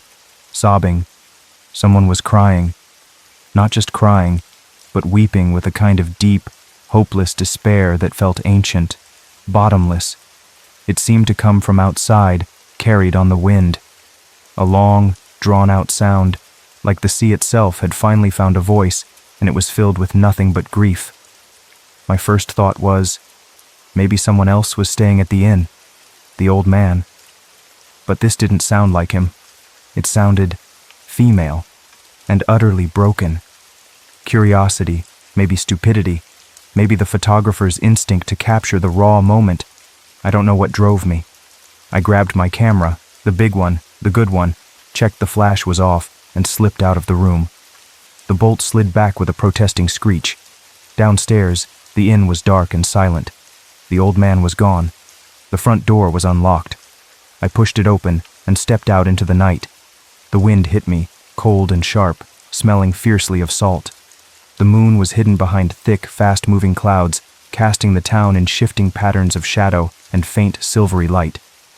The sobbing sound was clearer now, pulling me towards the cliffs, towards the edge of the world. I walked through the sleeping, silent town, past the blind-eyed cottages, past the leaning chapel. The only sound was the wind, the sea, and that heartbreaking weeping. It led me right to the cliff edge, the same spot where I'd seen that dark smudge in my photos. And there she was, standing right at the precipice, her back to me, facing the turbulent black water below. A figure dressed entirely in black, a long, old-fashioned dress, heavy-looking, even in the wind that whipped around her, pulling strands of dark hair loose from beneath a black veil that covered her head and face. The veil fluttered wildly, like a trapped bird trying to escape. The sobbing came from her, muffled by the cloth, raw and terrible. My photographer's brain took over. This was it. The grief, the atmosphere, the mystery, the perfect shot. Instinctively, without thinking, I lifted my camera, framing her against the stormy sea and sky. My finger hovered over the shutter button. Just as I was about to press it, she stopped crying. The sound cut off abruptly, leaving an unnerving silence filled only by the wind. And then slowly, deliberately, she turned. The wind ripped at her veil, plastering it against nothing. There was no face beneath the black cloth, not darkness, not shadow, just absence, a void, a sucking emptiness where features should have been. It felt like looking into a hole punched through reality itself. My blood ran cold, colder than the wind, colder than the sea spray. My camera felt impossibly heavy in my suddenly numb hands. I couldn't breathe, couldn't move. My mind just screamed one word: run. I don't remember turning. I don't remember the path back through the town. It was all a blur of blind panic, stumbling over unseen roots, heart slamming against my ribs so hard I thought it would break free. The sound of the wind seemed to twist into mocking laughter behind me. I burst back into the inn, slammed the door, fumbled with the lock. Then up the stairs, two at a time, bursting into my room, slamming that door too, ramming the heavy iron bolt home. I collapsed against the door, gasping for air, shaking uncontrollably. My eyes darted around the room, looking for, I don't know what. Shadows? Movement? Then they landed on the small, cracked mirror hanging on the wall opposite the bed. It was fogged over, clouded with condensation from the damp night air, or maybe from my own panicked breathing. But someone, or something, had written on it, traced into the fog with a fingertip. 5 clear, chilling words: "Do not photograph the dead." I stared at the message, the letters already starting to drip and blur, the emptiness under the veil, the sobbing, the figures in my photos. It wasn't tricks of light, it wasn't my imagination. Gull's home wasn't just forgotten, it was haunted, deeply, profoundly haunted. That was it. Assignment be damned. Professor Finch could find someone else to photograph his spooky ruins. I wasn't staying another minute in this god-forsaken place. Forget waiting for morning. I was packing now. I threw my clothes back into my bag, shoved the laptop in, started gathering my camera gear. My hands were still shaking, fumbling with lenses and batteries. Every creak of the floorboards outside my door made me jump. The wind howled, rattling the window pane. Was that just the wind? Or was something trying to get in? I had to get out, had to get back to the Jeep, back to the main road, back to somewhere with streetlights and people and noise, back to the world where the dead stayed dead. But just as I was about to wrestle my main camera bag shut, a thought struck me. The chapel. The leaning steeple. It was the center of the town, the place everything seemed to pivot around. Maybe there was something there. An answer? An explanation? It was stupid, reckless. Every instinct screamed at me to just leave. But the reporter, the photographer in me, that damn curiosity, wouldn't let it go. One last look. Maybe grab a quick photo of the inside, something to show the professor, proof I'd at least tried. Dawn was breaking, painting the thick clouds a sickly gray-pink color as I slipped out of the inn. The old man wasn't downstairs. The place felt colder, emptier than before. Outside, the wind had died down slightly, but the air was heavy, damp, tasting of brine and decay. The town was utterly still. No figures in the windows this time, no vanishing footprints. Just silence. A heavy, waiting silence. I walked quickly towards the chapel on the rise, my boots crunching on the shell path. The heavy wooden door was slightly ajar. I pushed it open and stepped inside. Dust motes danced in the faint light filtering through a grimy, stained glass window high above.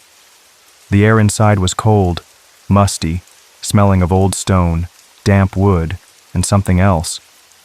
A faint, lingering scent, like dried flowers, brittle and sad. Empty wooden pews lined the small space, covered in dust. At the front, a simple stone altar, and beside it, a carved wooden pulpit. Everything was coated in that same layer of undisturbed dust, except for one thing. Sitting squarely on the pulpit, placed as if waiting for me, was a book, not a Bible. Something older, bound in dark, cracked leather, stained with age and damp. No title on the cover. The pages were thick, yellowed, brittle-looking, tied shut with a faded black ribbon. My heart gave a little jump. This felt important. My hands trembled slightly as I reached out and untied the ribbon. I opened the book carefully, the stiff spine creaking in protest. The pages were filled with handwriting. Spidery, black ink, faded in places, written in an old-fashioned script. A date at the top of the first page, October 17th, 1782. It was a journal, or a logbook, kept by the town priest. I started reading, standing there in the cold, dusty silence of the abandoned chapel. The priest, Father Michael, wrote about his parish, about births and deaths, storms and catches, the small joys and sorrows of a remote fishing village clinging to the edge of the unforgiving sea. His early entries were calm, routine, but then the tone started to change. Around 1784, he wrote about Ilara Vance, the young wife of a fisherman named Thomas, whose boat, the Sea Lark, was lost in a sudden violent storm. Lost with all hands. A tragedy, yes, but sadly common in a place like Gull's Holm. The sea gave, and the sea took away. But Ilara refused to accept it, refused to mourn, refused to wear widow's black, not properly anyway. She insisted Thomas wasn't dead. He was just delayed, his ship blown off course. He was still out there sailing, trying to get back to her. She started spending all her time on the cliffs, staring out at the empty horizon, waiting. Day after day, week after week, month after month. The townsfolk pitied her at first, tried to comfort her, tried to gently make her see reason. But she wouldn't listen. Her waiting became an obsession. Father Michael wrote of his concern, his visits to her small cottage by the cliffs, his prayers for her soul. He described her eyes growing distant, her manner becoming strange, secretive. Then, the journal entries turned darker. Ilara stopped talking to the living. She started talking about Thomas, not as someone lost, but as someone communicating with her, whispering to her, in her dreams at first. Then, she claimed, she heard his voice in the wind, in the crash of the waves, even in the walls of her cottage. He wasn't just lost at sea, he was trapped somewhere between the tides, he told her, between life and death, and he needed her help. He told her how to open the door. The priest's handwriting grew more agitated, scratchier. He wrote of whispers spreading through the town, talk of strange lights seen near Ilara's cottage late at night, of unsettling sounds, of livestock found dead, drained of blood, near the cliff edge. Sacrifices, he feared. Rituals learned from dark, forbidden texts that sailors sometimes brought back from distant, godless ports. Texts he thought long destroyed. The town grew afraid. They weren't just worried for Ilara anymore. They were worried about her. What was she meddling with? What door was she trying to open? They pleaded with her, then threatened her. Father Michael tried to intervene, to reason with her, to perform rites of cleansing around her cottage. But she wouldn't be stopped. The journal described a confrontation. The townsfolk, led by the priest, marching to her cottage one stormy night, intending to put an end to her dangerous obsession. But they were too late. She met them at the door, her eyes burning with a terrifying light. She wasn't trying to bring Thomas back to the land of the living. She shrieked at them, her voice hoarse and unnatural. That wasn't the point at all. She was trying to join him, to cross over, to open the door wide enough for her to pass through, and then the journal ended. Abruptly. Just one final entry, dated November 4th, 1784. The handwriting was barely legible, scrawled frantically across the page, ink smudged as if by trembling hands or maybe seawater. It read, "The ritual." She finished it. The sea screamed. The fog. Oh God, the fog. She didn't just cross over. She took the town with her. A chill, deeper than any I'd felt before, settled over me. Took the town with her. Not physically, not then. But spiritually? Trapped them? Condemned them to repeat their last moments, caught in the echo of her terrible ritual? The figures I'd seen, the footprints ending mid-stride, were they the spectral remnants of the original inhabitants, caught in Alara's wake? I closed the book slowly. The silence in the chapel felt suffocating now. I had to get out, not just out of the chapel, but out of Gull's home. Right now. I tucked the journal carefully inside my jacket. Proof, maybe? Evidence? Or just a terrible souvenir? As I stepped back outside, the world had changed. Fog. Thick, white, impenetrable fog had rolled in from the sea, swallowing everything. It wasn't natural fog. It clung to the ground, swirled in thick, greasy tendrils, muffling all sound except for the distant rhythmic crash of waves. I could barely see 10 feet in front of me. The air was cold, clammy, and carried that faint, wrong smell, decay and something else, something metallic, like old blood. Panic clawed at my throat again. I turned, trying to get my bearings, trying to remember the direction of the inn, the path out of town. Everything looked alien in the swirling whiteness. Shapes loomed and disappeared.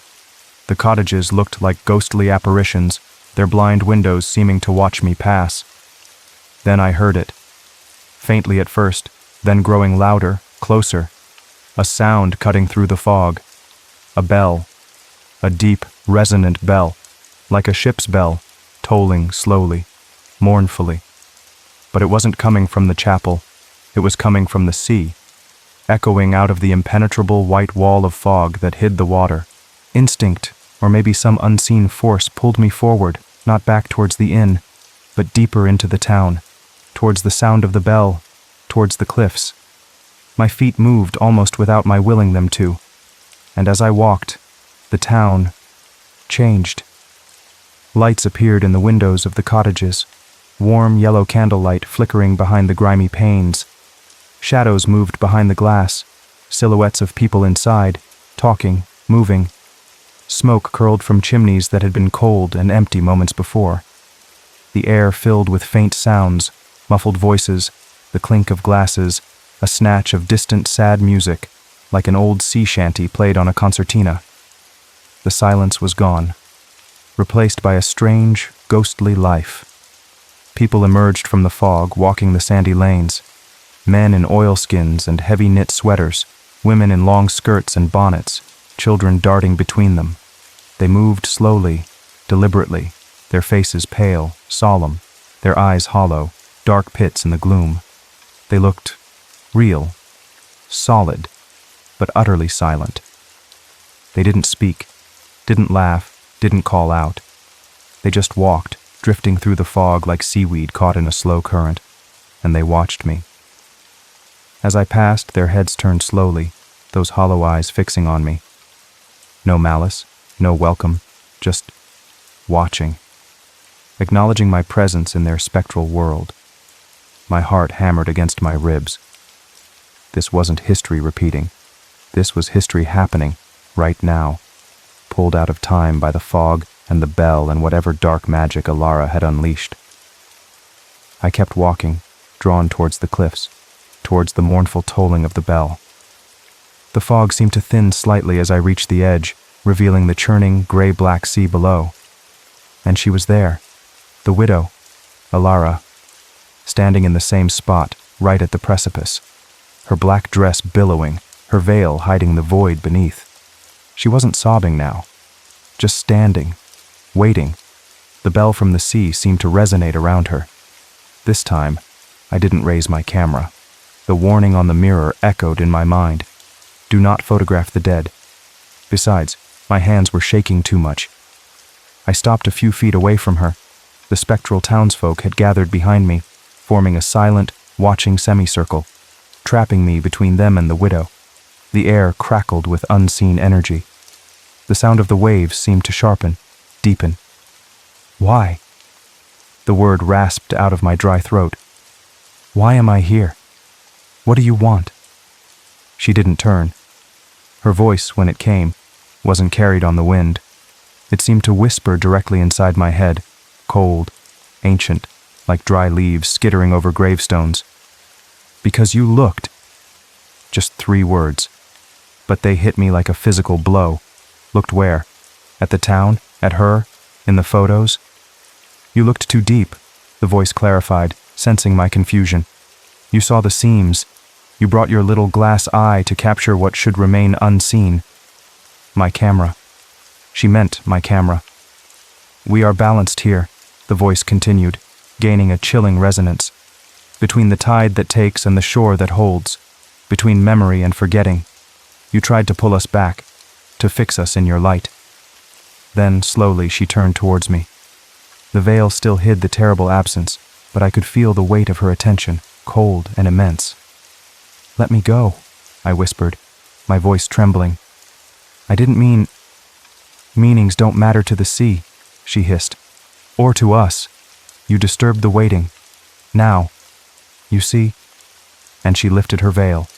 There were no eyes, no face, just that terrifying blackness, that void. But this time it wasn't static. It was pulling, swirling inward like a whirlpool, like a dying star collapsing on itself. It exerted a force, a dreadful gravity that tugged at my senses, at my very soul. The sound of the ocean, the crashing waves, twisted, warped, rising in pitch until it wasn't the sea anymore. It was a scream, a vast, unending scream that seemed to come from the throat of the world itself. The ground beneath my feet felt like it dissolved. The pull from the void under the veil intensified, yanking me forward. The faces of the silent townsfolk blurred around me. The cliff edge rushed up, and then I was falling, tumbling down into the blackness, the scream of the sea swallowing me whole. Darkness, cold, the taste of salt and grit. I woke up coughing, spitting out sand and seawater.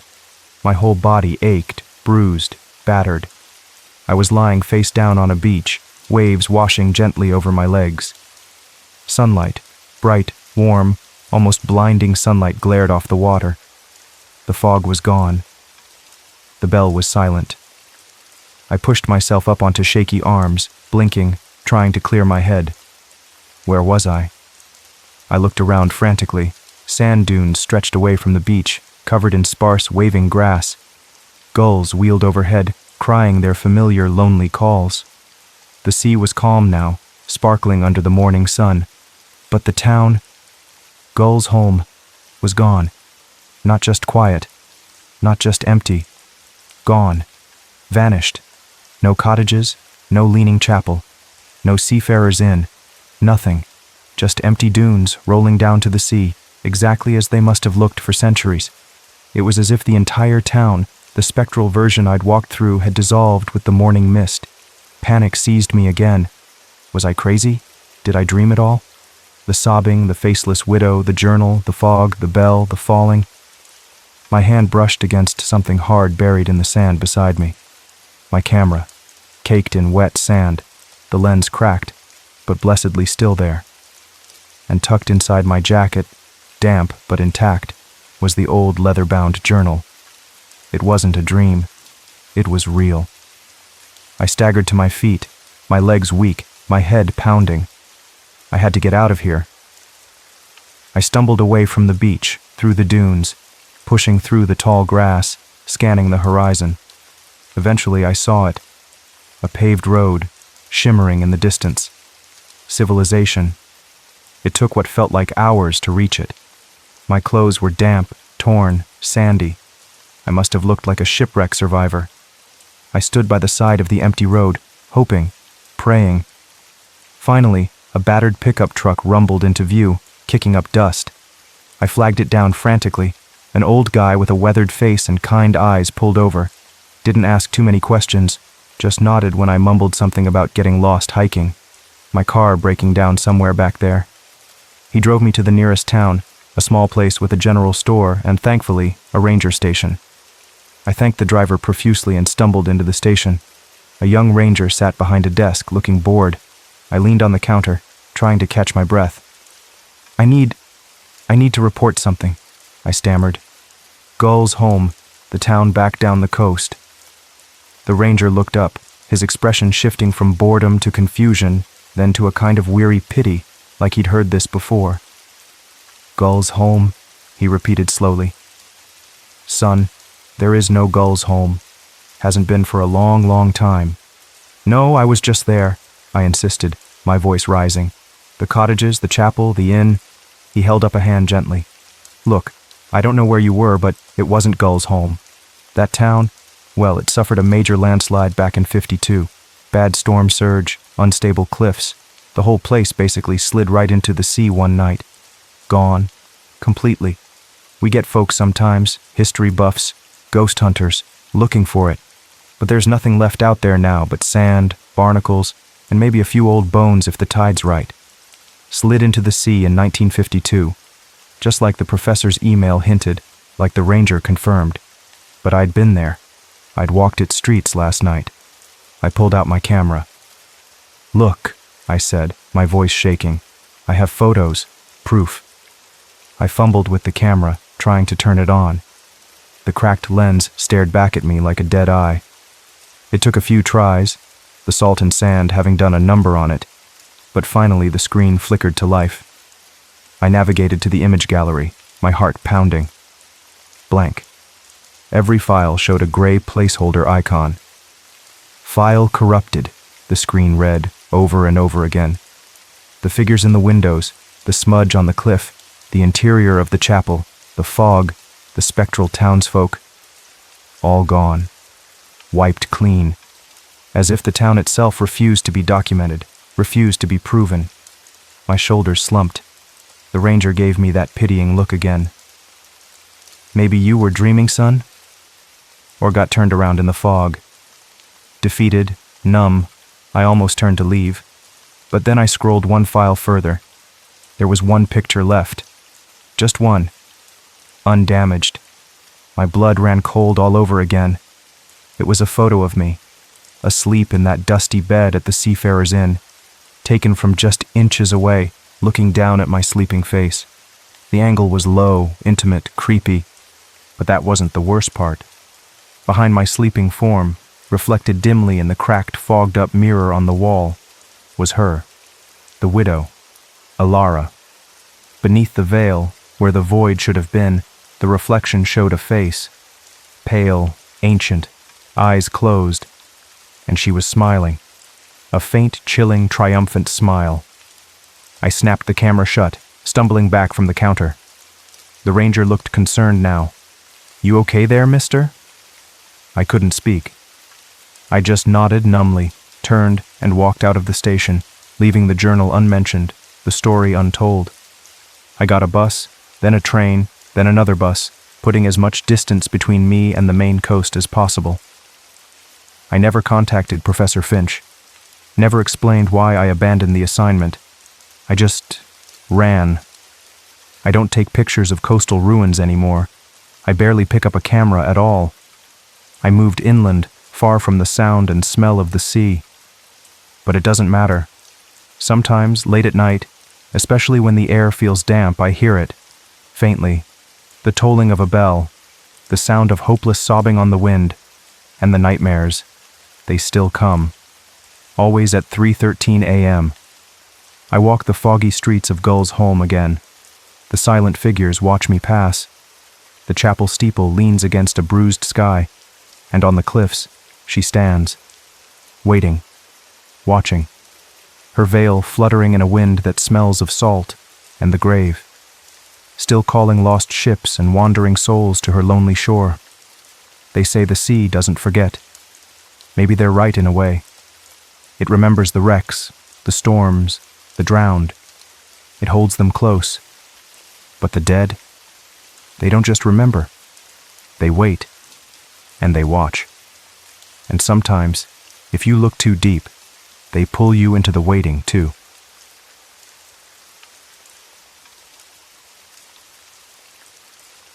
My name's Sam.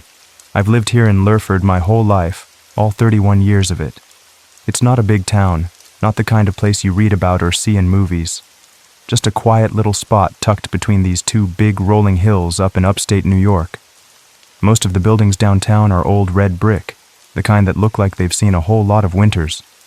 We've got a couple of cemeteries, too, the really old kind with leaning headstones and names you can barely read anymore. Nobody really talks about them much. Lurford's the sort of place where folks know your business, or think they do. The streets pretty much empty out by 8 o'clock at night, especially on weeknights. If you want excitement, you wait for the fall fair, with its Ferris wheel and sticky cotton candy. That's about the peak of our year. I live out on Maple Road, in the house that belonged to my grandparents. It's a little cottage, kinda crooked looking if you stare too long, like it's settling into its old bones. The floors inside creak no matter how careful you step, and the front porch groans like an old man whenever the wind kicks up something fierce. I work nights as an EMT, patching people up after accidents or sudden sicknesses. It's a job that shows you things, makes you appreciate the quiet moments. I always thought I liked the stillness of this town, the way the night would wrap around you like a heavy blanket. But sometimes, silence isn't empty. Sometimes it's just holding its breath, waiting. I learned that the hard way. I learned that some things buried deep beneath that quiet should never, ever be woken up. It all kicked off on a Tuesday. I only remember the day because Mark, one of the guys on my shift, had sprained his ankle playing softball, so I got called in to cover for him. That night felt different, colder than it should have been for that time of year, with a fog so thick and wet you could almost taste it on your tongue. It clung to everything, muffling sounds, making the world feel small and close. Dispatch crackled over the radio around 11. Report of a man down, possible collapse, near the St. James Cemetery. That's the really old one, perched up on the hill overlooking the north end of town. Founded way back in 1832, the sign says, full of names nobody living remembers anymore. I drove the ambulance up the winding cemetery road, the fog swirling in my headlights like ghosts dancing just out of sight. The air got heavier the higher I climbed, colder too. When I pulled up to the main gate, my breath hitched. It was wide open. The big, heavy iron gate, usually chained shut tight after dusk, stood gaping. That wasn't right. Nobody just leaves the cemetery gate open, especially not St. James. It felt wrong. Like walking into a house and finding the front door hanging off its hinges. I parked the rig, leaving the emergency lights flashing, cutting slow, lazy circles through the dense fog. Grabbed my jump kit and a flashlight. The beam cut a shaky path through the mist, catching on wet leaves and the dark shapes of headstones leaning at odd angles. "Hello?" I called out. My voice sounded small, swallowed by the fog. "Ambulance, anyone here?" Silence. Not even crickets. Just the low hum of the ambulance engine and the soft tick-tick of cooling metal. I stepped towards the open gate, the flashlight beam dancing ahead. That's when the smell hit me. It wasn't just damp earth or rotting leaves. This was different. Thick. Raw, like turned soil mixed with something metallic and spoiled. Like old pennies and bad meat left out in the sun. It made my stomach clench. Right inside the gate, the ground was a mess. Not just disturbed, but churned. Like something big had clawed its way up from below. Piles of dark, wet earth were heaped beside a ragged hole that wasn't quite a grave, but looked like the start of one, or maybe the end. The air hung heavy with that awful, moldy, bloody stench. I swung the flashlight around. No sign of a collapsed man, no sign of anyone.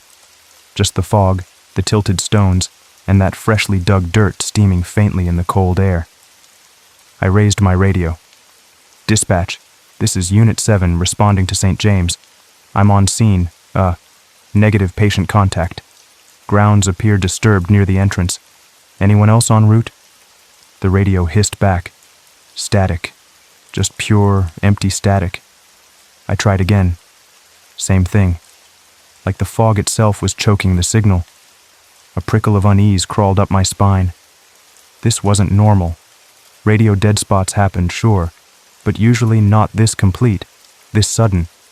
I took a few hesitant steps past the gate, onto the cemetery grounds proper. My boots crunched on damp gravel. The air felt heavy, charged. The silence pressed in. The smell got stronger, and then I heard it. It wasn't loud, just a wet, rattling sound, like someone trying to clear their throat when they're really sick. Cough. It came from low down, from near that patch of torn-up earth, from beneath the ground. My blood went cold. Every hair on my body stood on end. My training, my logic, everything screamed animal. A raccoon, a fox trapped maybe, or maybe some kids pulling a stupid, sick prank. But it didn't sound like any animal I knew. And the feeling was ice in my veins. Pure, primal dread. I didn't think. I just reacted. I stumbled backward, almost tripping over my own feet. My heart hammered against my ribs like it wanted out. I scrambled back towards the ambulance, fumbling with the door handle. Get out. Get out now. I threw myself into the driver's seat, slammed the door, locked it. My hands were shaking so bad I could barely grip the steering wheel. I didn't look back. I just put the rig in reverse, backed out onto the road, and drove away from that fog-shrouded hill as fast as I dared. All the way back to the station, I kept telling myself it was nothing, an animal, wind whistling through a broken pipe, a prank, anything but what it sounded like, anything but the impossible. But the memory of that sound, that wet, desperate cough from the earth, it wouldn't leave me. It burrowed under my skin. The next few days were weird. The fog lingered, unusual for this time of year, hanging low over Lurford like a shroud. People seemed subdued, quieter than usual, even for our town. There were whispers, strange little things you'd overhear at the diner or the post office. Friday morning, the calls started getting stranger. We got dispatched out to Route 9, near the edge of town. Report of a woman wandering in the road. Found her standing near the shoulder, just staring into the woods. She was wearing a thin, old-fashioned white nightgown, the kind my grandma used to wear. Her feet were bare and caked with mud. Her hair was long and tangled, plastered to her head like she'd been out in the rain, though it hadn't rained. But the worst part? Her eyes. She didn't have any, just dark, empty sockets, sunken and shadowed. She didn't respond when we talked to her, didn't even seem to know we were there. Just stood there swaying slightly, facing the trees. We got her to the hospital, but nobody knew who she was. No missing persons reports matched her description. It was unsettling. Then later that day, another call. Old Mrs. Gable's prize-winning poodle, Fifi, had gone missing from her backyard. She was frantic. A few hours later, a kid found the dog near the edge of the second town cemetery, the Methodist one down by the river. The kid said Fifi was just sitting there, chewing on something. When animal control got there, the dog was growling, wouldn't let anyone near. They finally managed to coax it away. What was it chewing? The report just said, organic matter, but the animal control officer, a guy named Pete I knew from high school, looked pale when he dropped off the paperwork later. He wouldn't meet my eye. Said it looked bony, like fingers, and the graves. That was the thing people started noticing but didn't want to talk about out loud. Open graves. Not just at St. James anymore. Now at the Methodist cemetery too. And then by Sunday morning, reports came from the small Catholic cemetery behind the old St. Augustine church. Dirt piled up, empty holes gaping in the ground. Not dozens maybe, but enough. A few here, a few there. Like something was digging its way out, or maybe letting itself out. People tried to rationalize it. Vandals, they said. Sick kids with nothing better to do. Grave robbers, though who would rob graves in Lurford? There was nothing valuable buried there. But nobody, absolutely nobody, said the word. Nobody said, the dead. Because that was crazy talk. That was stuff from horror movies, not real life in quiet, boring Lurford. We all pretended it was something else. We had to. Until Monday night. Monday night. It burns in my memory like a brand. I was home, finally off shift. The fog was still thick outside, pressing against the windows of my grandparents' old house. I couldn't shake the feeling of unease that had been clinging to me since that night at St. James. I made myself a pot of strong black coffee, the bitter taste usually grounding me. I sat at the kitchen table trying to distract myself by reading through some old emergency case notes. Boring stuff usually helps me unwind. It was late, probably around 2:30 in the morning. The house was silent except for the familiar creaks and groans of old wood settling. The wind sighed around the eaves, making the porch moan its usual lonely song. Then, a knock. Not loud, just a distinct tap on the front door. My heart jumped into my throat. Nobody comes calling at 2:30 a.m. in Lurford. Not unless it's bad news. I pushed my chair back slowly, the legs scraping softly on the worn linoleum floor. I moved through the small living room, my footsteps muffled by the braided rug. I didn't turn on any lights, just peered through the little peephole in the center of the door. My blood turned to ice water.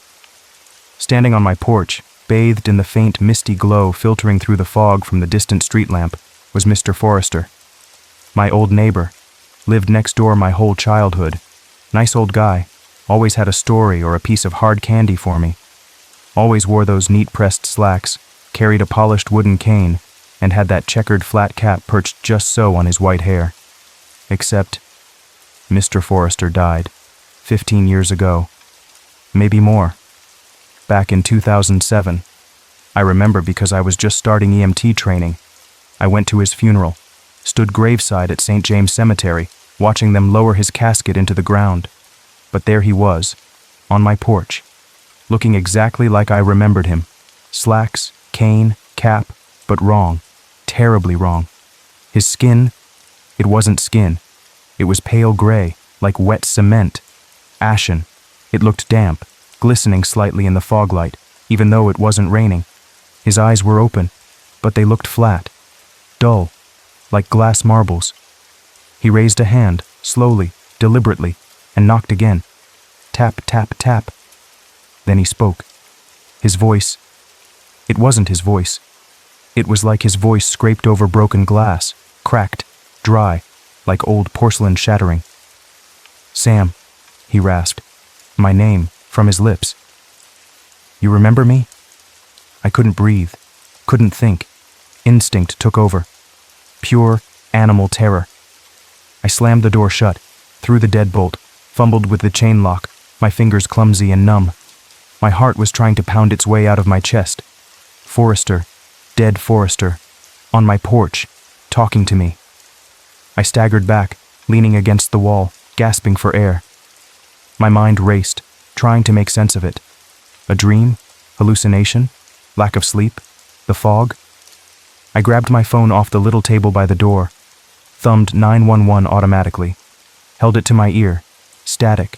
Thick, loud static, like the radio in the ambulance that night. Nothing else. No dial tone. No connection. Just noise. Outside, the porch creaked.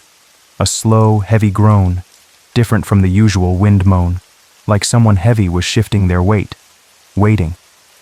Another knock came. Lower this time.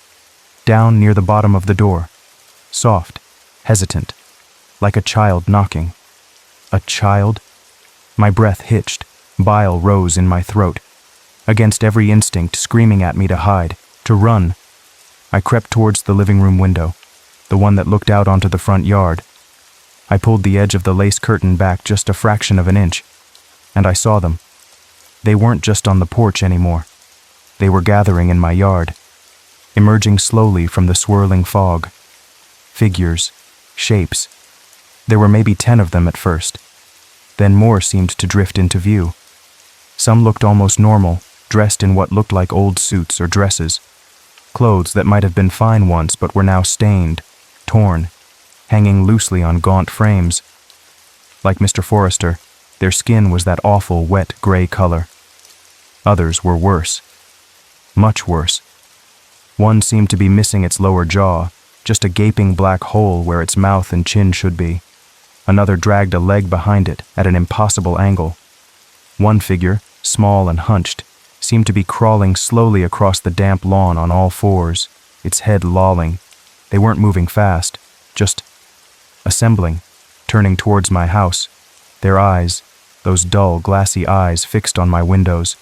Their mouths weren't moving, not a single one, but I could hear them, not with my ears, inside my head.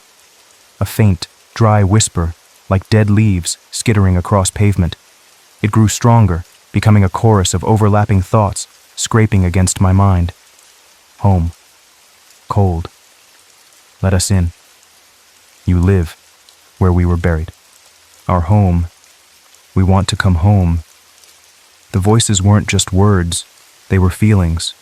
Coldness, dampness, a crushing weight of earth, centuries of silence, and hunger, not for food, for warmth, for life, for belonging. They wanted in, into my house. The house built on land near where some of them lay buried for decades, centuries maybe. My grandparents' house, my home. I let the curtain fall, stumbling back. My hand clamped over my mouth to stifle a scream. They were out there, the dead. They were awake, and they were coming home. By the time the first hint of gray dawn filtered through the oppressive fog, all hell hadn't just broken loose in Lurford. Hell had moved in and made itself comfortable. The whispers in my head hadn't stopped, a constant, faint, dry rustling behind my own thoughts. The figures in my yard hadn't left, just stood there, waiting patiently in the gloom. I stayed huddled in my kitchen, phone useless, every creak of the old house making me jump. Then, the sound started from town. Faint at first. Shouts. A scream cut short. Car alarms blaring erratically. A dog barking frantically, then abruptly silenced. The noises grew, weaving a tapestry of chaos that the fog couldn't completely smother. Reports started trickling in later, passed by word of mouth, by neighbors banging on doors, faces pale with terror. The town's funeral homes, the ones that prepared bodies for burial, empty, caskets splintered open, preparation rooms ransacked.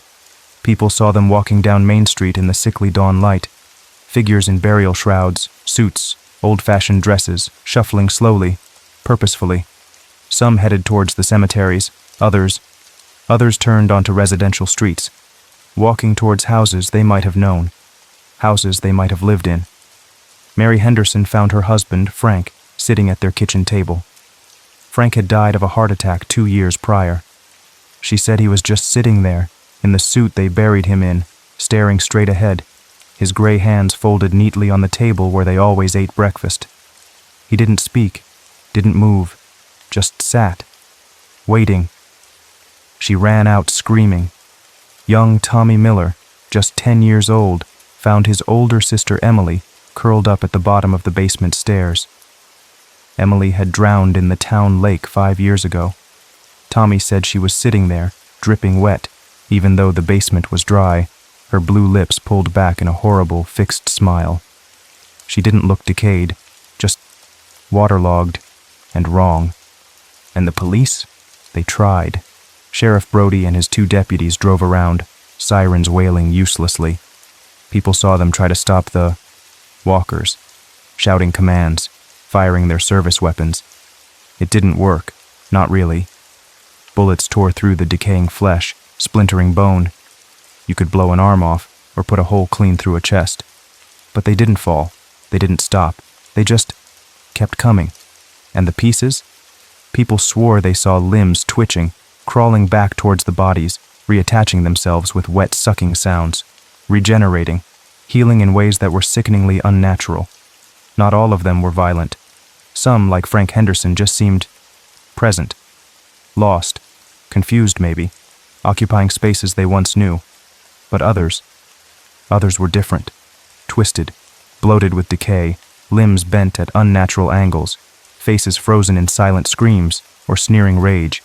Some moved with a terrifying speed, scrabbling, clawing, driven by something dark and hungry. They weren't just dead people anymore. They were vessels for something ancient and angry. Nobody knew why. Why now? Why Lurford? Theories flew around like panicked birds. A virus, toxic gas from the old mines, mass hysteria. Anything but the impossible truth staring them in the face. Until Sandra called. Sandra Bellwether. We grew up together. She was the quiet, bookish girl who always had her nose stuck in a dusty volume. Now she was Lurford's head librarian, probably the smartest person in town. The landline at the library was still working somehow. Her voice was shaky, breathless. Sam? Sam, are you okay? Are you home? Sandra? Yeah, I'm home. What the hell is going on? I think I found something, she whispered.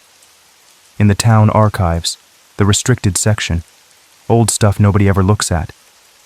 She told me to meet her, carefully, quietly. The library was downtown, usually a 10-minute drive. Today, it felt like crossing a war zone. I waited until the fog thickened again mid-morning, providing some cover.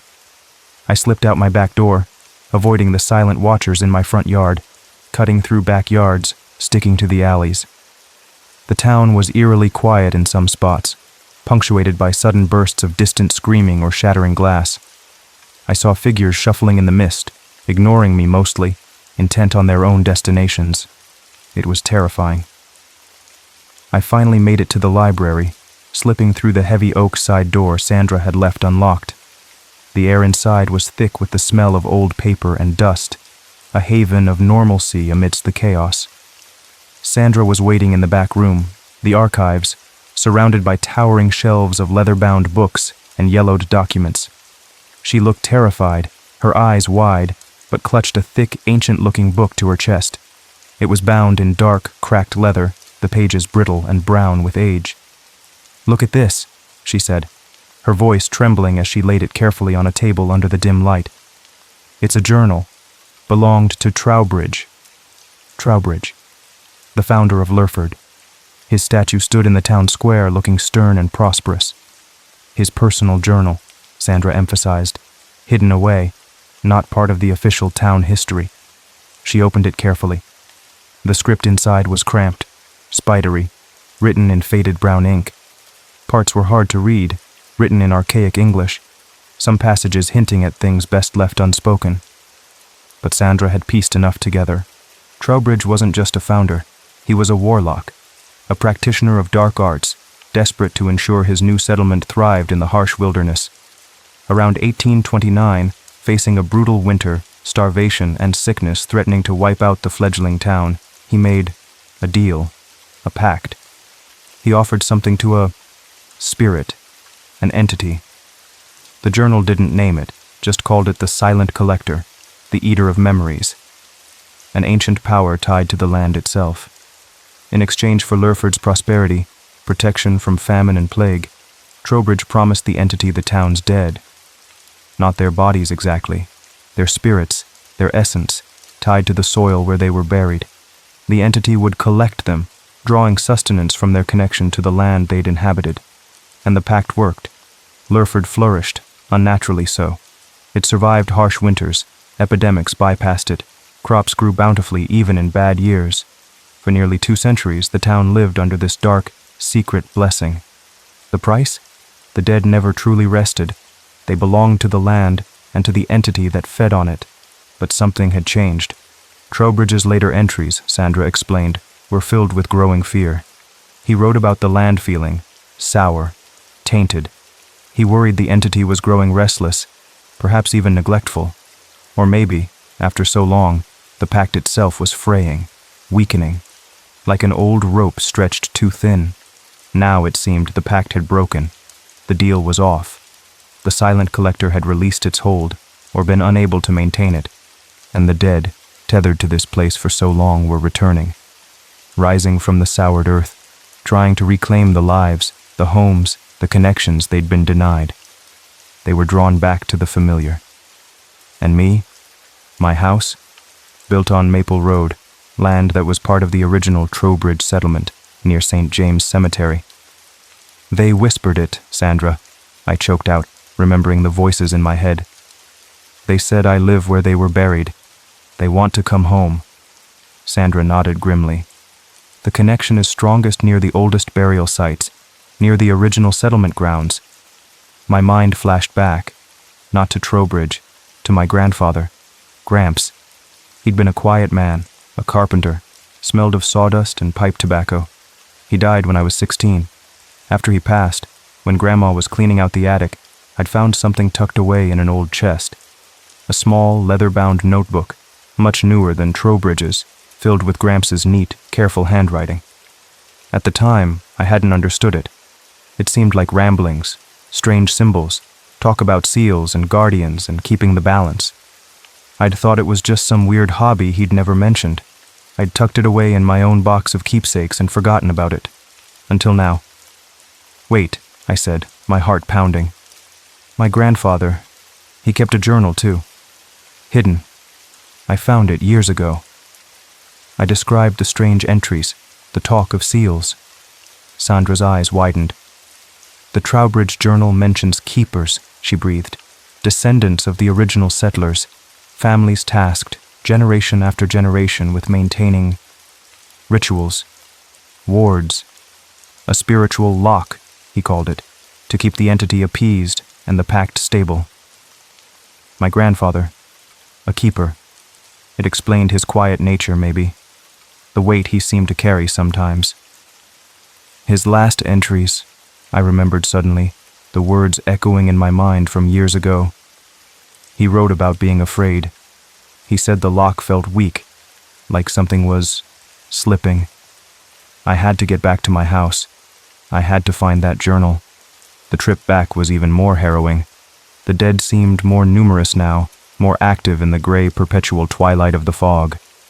We dodged shambling figures, hid in darkened doorways as groups shuffled past, their empty eyes seeing nothing, yet sensing everything. Back in my grandparents' house, the watchers were still there, silent sentinels in the mist. I ignored them, adrenaline surging, and tore through the attic, finally finding the dusty box. Inside, beneath old photos and childhood drawings, was the small leather notebook. My hands shook as I opened it. Gramps' familiar script. But reading it now, with the horrors outside, it made chilling sense. He was a keeper. He wrote about the burden, the secret passed down, and he wrote about the failsafe, a last resort if the pact ever broke completely. There was a place, the old, abandoned Episcopalian church on Vine Street, forgotten, boarded up for decades. Beneath it, hidden, sealed, was a catacomb, not for burials, but for the ritual. At its center, a stone altar, the focus point of the original pact, the anchor tying the town's dead to the entity. According to my grandfather's careful notes, destroying that stone, performing a specific severance ritual described in his journal, could break the connection, sever the tie between the dead of Lurford and whatever dark power held them, freeing them, or perhaps just banishing them from our world, sending them back to true dust. It was insane. Warlocks, pacts, entities, ritual stones. It sounded like a cheap fantasy novel. But Mr. Forrester had been on my porch, my dead neighbor. The impossible was already here. "We have to go there, Sandra," I said, my voice hoarse. "Tonight. It's the only way." Sandra looked terrified, but she nodded, her face pale but determined. "Okay, Sam. Okay. What do we need?" Grandfather's journal didn't mention weapons against the dead, but common sense did. We gathered what we could, crowbars from my garage, heavy flashlights with fresh batteries, candles and matches just in case, and the journal itself tucked securely in my jacket pocket. Hope felt fragile, thin as cobwebs, but it was all we had. As dusk bled into another thick, foggy night, we slipped out the back door again. The air was cold, damp, carrying the faint, sickeningly sweet smell of decay. And the whispers. They seemed louder tonight, a constant sibilant chorus just beneath the threshold of hearing. Stay. Join us. Cold. Home. The walk to Vine Street was a nightmare. The dead were everywhere. Shambling figures emerging suddenly from the fog, their faces indistinct masses of shadow and rot. We stuck to alleys, ducked behind overflowing dumpsters, flattened ourselves against brick walls as slow processions shuffled past. Once, a figure detached itself from a group, turning its eyeless face towards us, sniffing the air. We froze, barely breathing, until it lost interest and shambled on.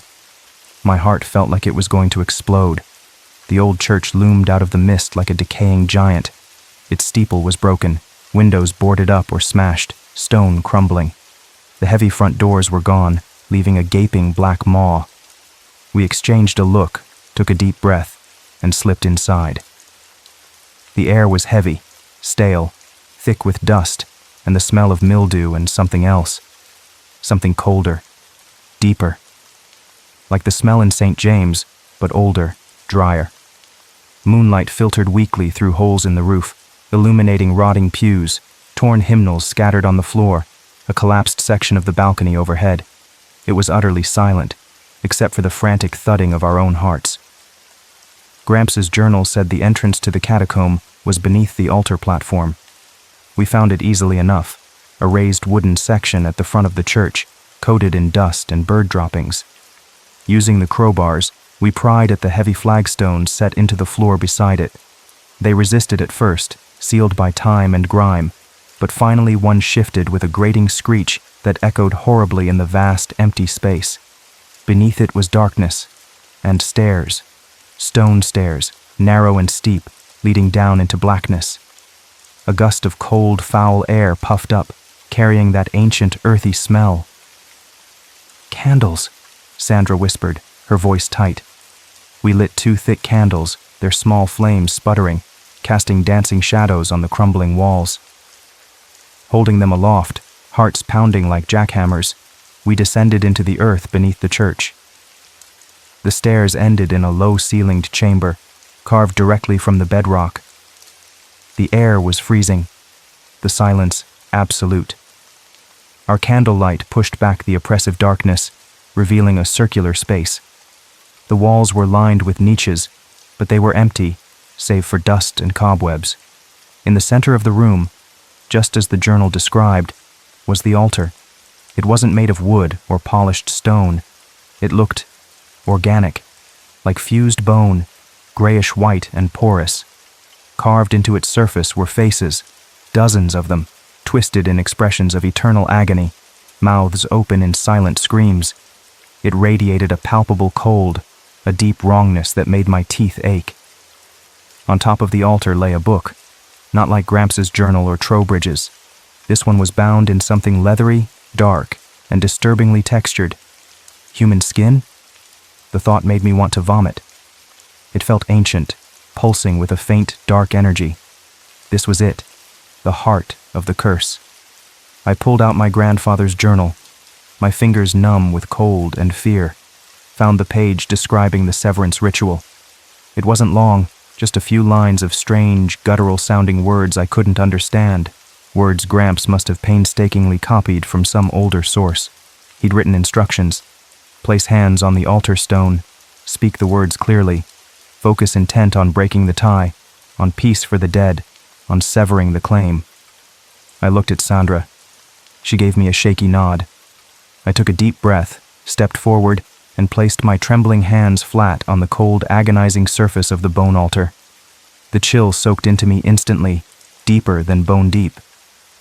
I focused my mind, picturing the shuffling figures, Frank Henderson at his table, the eyeless woman, Mr. Forrester on my porch. I pictured them finding peace, dissolving into dust, their ties to this soured land broken. Then, forcing my voice steady, I began to whisper the words from the journal. They felt alien on my tongue, thick and grating. As the last syllable left my lips, the ground beneath my feet didn't just shake. It roared, a deep, tectonic groan that vibrated up through my bones. The candles flickered wildly, threatening to extinguish. And the sound. Oh God, the sound.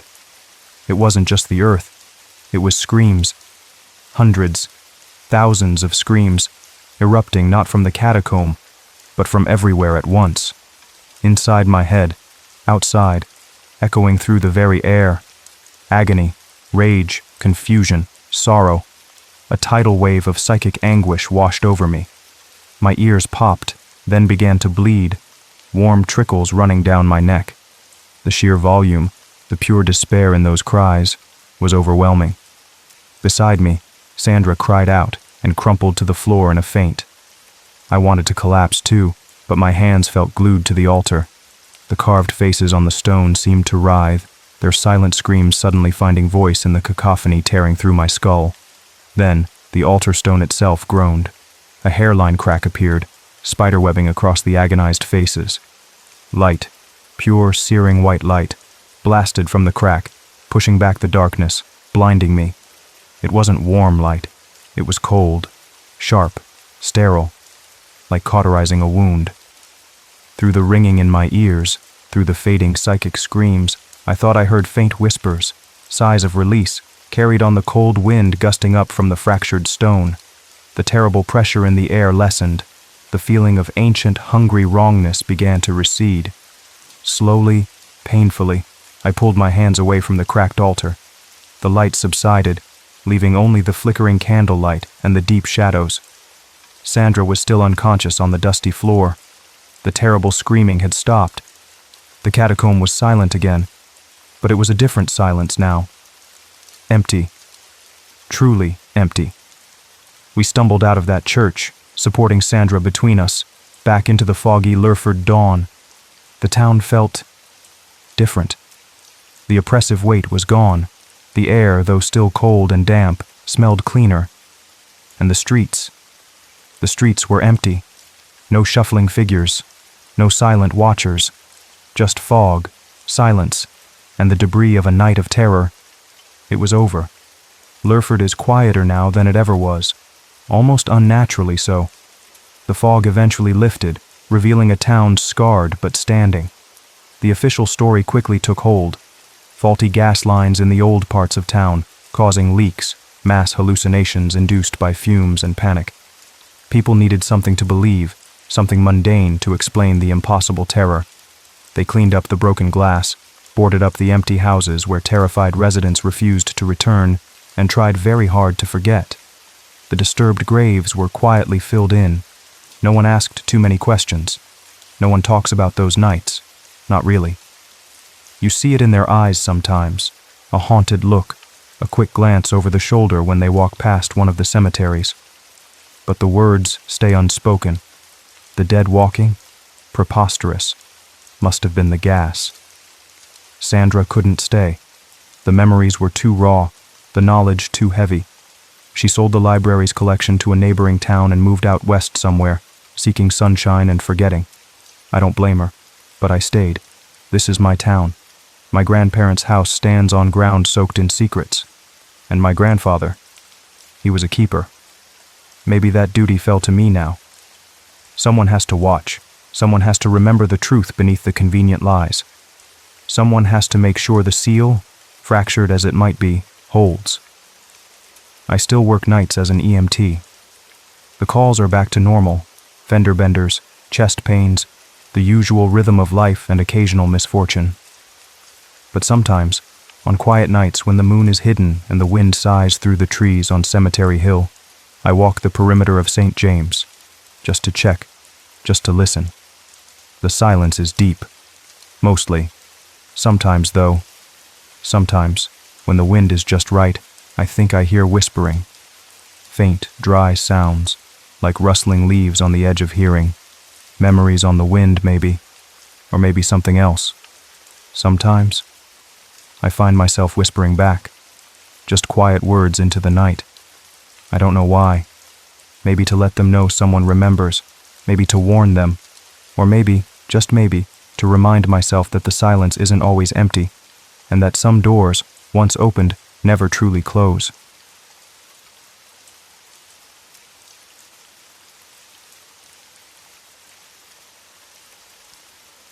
You know, I used to be a big believer in fresh starts, like turning a page, leaving the old stuff behind.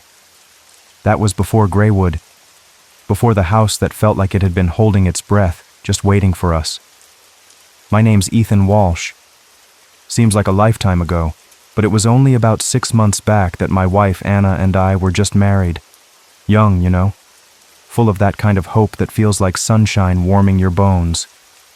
We wanted out of the city noise, the rush, the concrete everywhere. We dreamed of quiet, green, maybe a little garden, country life. Sounded like a storybook ending, or maybe a beginning. A new marriage, a new home. Yeah, a whole new chapter waiting to be written. Then came the letter. Thin, dusty envelope with handwriting I didn't recognize.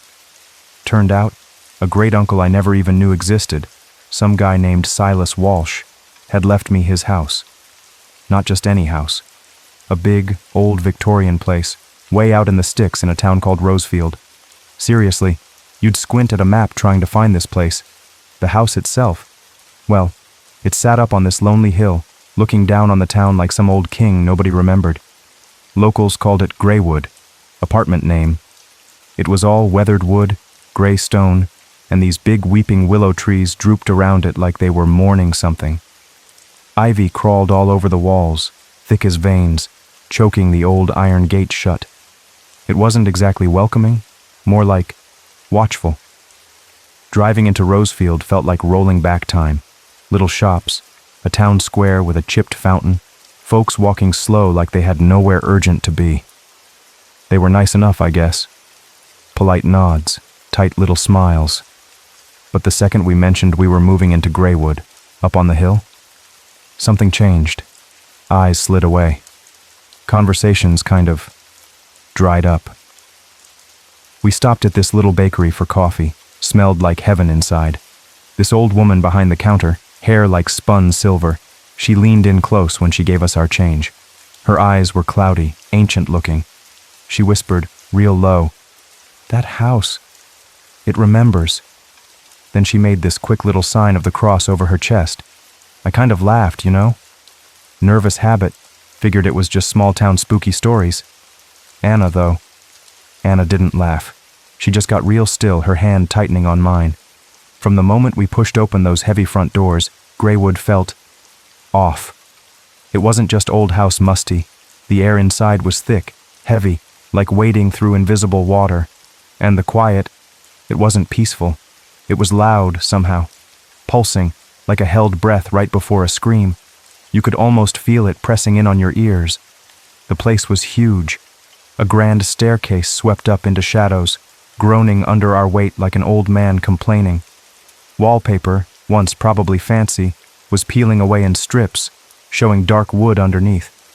Looked like scratches sometimes. And the portraits lined the main hallway, stern-looking folks in stiff collars and dark dresses. Ancestors, I guess. Walsh family members I'd never heard of. Their eyes. Seriously, it felt like they followed you as you walked past. Not in a cool, optical illusion way. More like they'd been waiting, expecting us. We explored, room after room.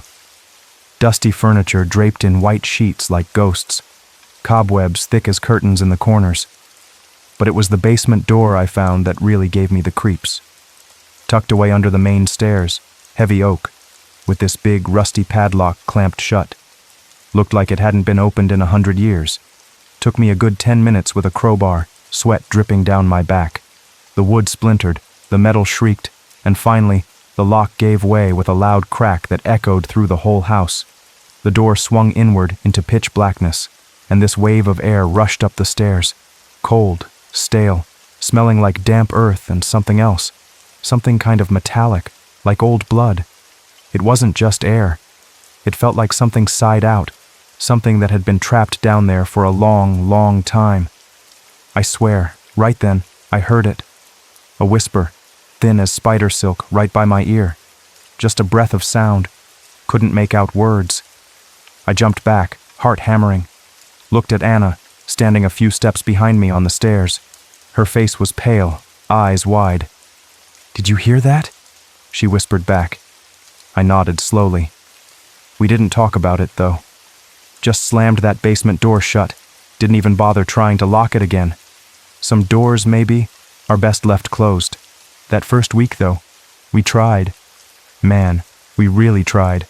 We were high on the whole new life thing. We threw open windows, letting sunlight slice through the dust. We started painting the living room this cheerful yellow color. We laughed a lot, loud, maybe trying to chase away the weird quiet. We unpacked boxes, made plans for the garden, picked out curtains. We were making it ours, you know, putting our stamp on it. Felt good, felt normal. But Greywood, it didn't stay normal for long. The house started pushing back. Little things at first. Lights flickering. Okay, old wiring, right? Except they'd flicker at the exact same time every single night. 3:17 a.m. Exactly. like clockwork. And that's when I started waking up, bolt upright in bed, drenched in cold sweat, heart pounding like a drum against my ribs. 3:17 a.m. every time. The dreams were bad, real bad, always the same fragments. Fire, roaring, consuming fire. The smell of smoke so thick I'd gag even awake. Screaming. Not just one voice, lots of them, filled with terror and pain. And always, somewhere in the darkness behind the flames, a woman crying. Just sobbing, this heartbreaking sound that stayed with me long after I opened my eyes. Anna was having bad dreams too, though she wouldn't talk much about them. She just got quieter, paler, jumped at every creak the house made, and the house made a lot of creaks. Then came the other sounds, not just creaks anymore. Whispers, soft, rustling whispers, like dry leaves skittering across pavement. Sounded like they were coming from just behind closed doors, or maybe inside the walls. You'd turn your head quick, trying to catch it, but there was nothing there. Just that heavy waiting silence. Footsteps, heavy ones, pacing back and forth in the attic directly above our bedroom. We didn't store anything up there. We'd checked it out once, just beams, dust, and dead insects. But night after night, clump, clump, clump, right overhead. Slow, deliberate steps, like someone was walking, thinking, waiting. One morning we woke up, and the big, ornate mirror on Anna's dresser. It was cracked.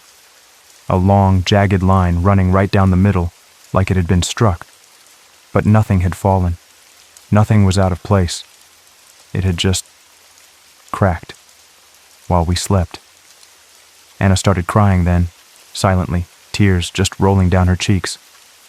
I held her, told her it was okay, maybe the temperature change, old glass. But I didn't believe it. Not really. The house was doing things. It was watching us. It was reacting to us. The joy we'd brought in, it was souring, fast, turning into this constant, low-level hum of anxiety. We started snapping at each other. Little things became big things. The house felt like it was amplifying everything bad, feeding on the tension. The cheerful yellow paint in the living room suddenly looked sickly in the dim light filtering through the grimy windows. I started spending more time in the study. It was this dark, wood-paneled room filled with Silas Walsh's old books, floor-to-ceiling shelves smelling of dust and decaying paper.